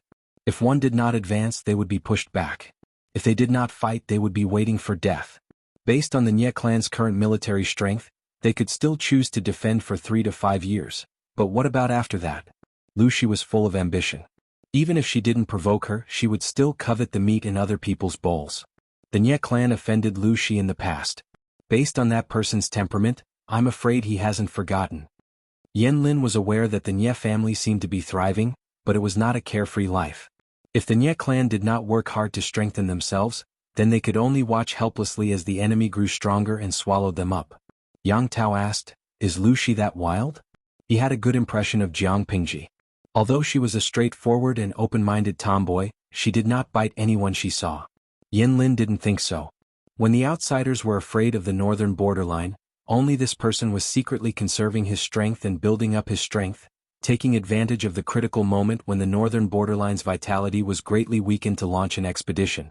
From this incident, it could be seen that Jiang Pingji was not only unruly, but also decisive and warlike.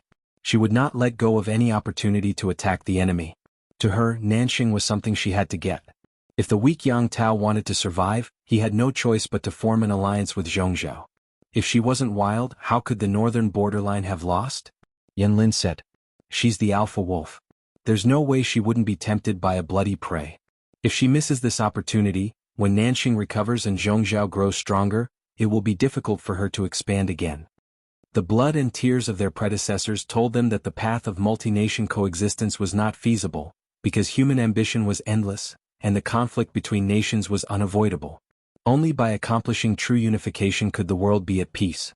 With Jiang Pingji's temperament, it was impossible for her to satisfy Dongqing.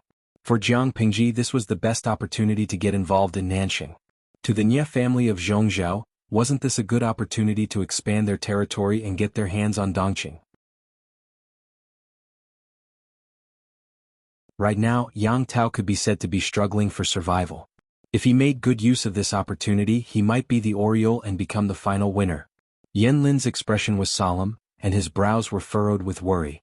Yang Tao knew that his friend was under a lot of pressure, so he didn't disturb him. Yan Lin was sure that there were no ambushers, so Yang Tao wasn't worried that Shui would set up an ambush ahead. However, even though Yang Tao was relieved, the other allied forces were not. Just as Yan Lin had said, Shui was very ambitious. He took advantage of this rare opportunity to defeat all the feudal vassals one by one.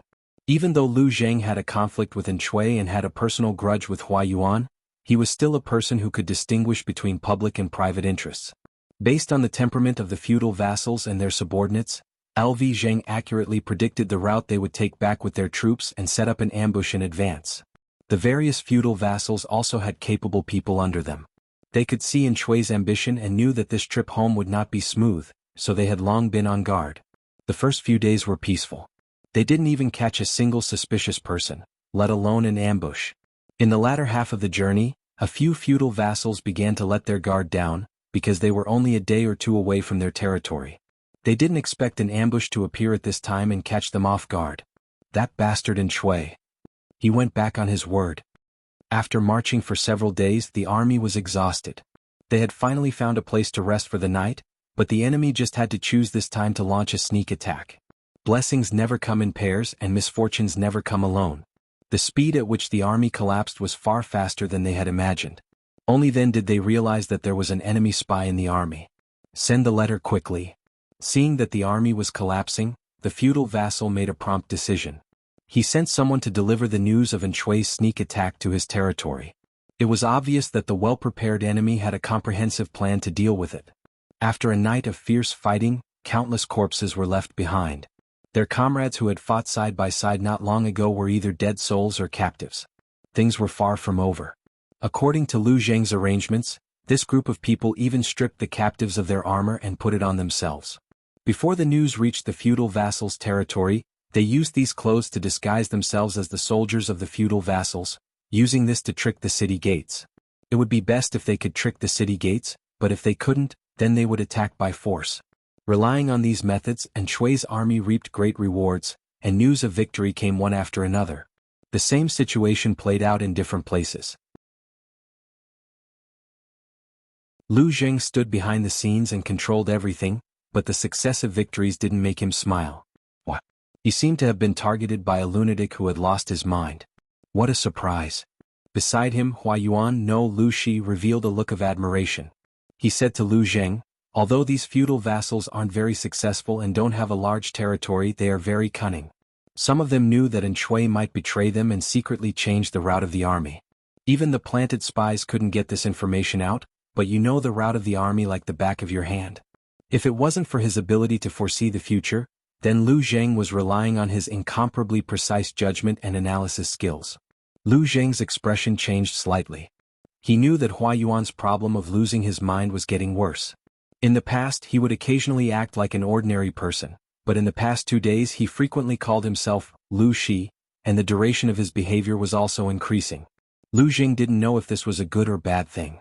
In any case, that savage Gulin didn't appear. It should be a good thing? When will Huayuan regain his senses? He's the Lord's right-hand man. He can't be absent at such a critical moment. Speaking of this, Lu Zheng got angry. He and Huayuan were like fire and water, and this was already known to everyone. Who would have thought that once Lu Shi appeared, he would come to his place every few days, making it seem like the two were on good terms. Even Shui became suspicious. Who wouldn't be suspicious? Not long ago the two had been fighting and killing each other with swords, but now they could coexist peacefully. Outsiders couldn't help but suspect that there was something fishy going on. I'm Huayuan now, Lu Shi said with a smile. Ever since he made his decision, Lu Shi began to pay attention to those outsiders who had occupied the nest of the doves. As expected, he found some clues. What surprised him was that there were more than one dove. He had secretly devoured the weakest one, and he still had to patiently plot against the rest. Lu Zheng felt a chill in his heart. He even had the illusion that this Lu Shi Huayuan before him might be even more dangerous than the Gulin Huayuan. What exactly do you want to do? Naturally, I want to take back everything that belongs to me. Lu Zheng was speechless. You're seriously ill. Why don't you call the doctor over to prescribe a few doses of medicine for you? That you're tuning in to the Han Li's Wuxia Adventures YouTube channel. We're so grateful for your support, and don't forget to subscribe to join us on this incredible journey through captivating stories. Your generosity through donations truly makes a world of difference, as it's the primary source of revenue that allows me to expand and enhance this channel for you. Thank you from the bottom of my heart for being a part of this adventure.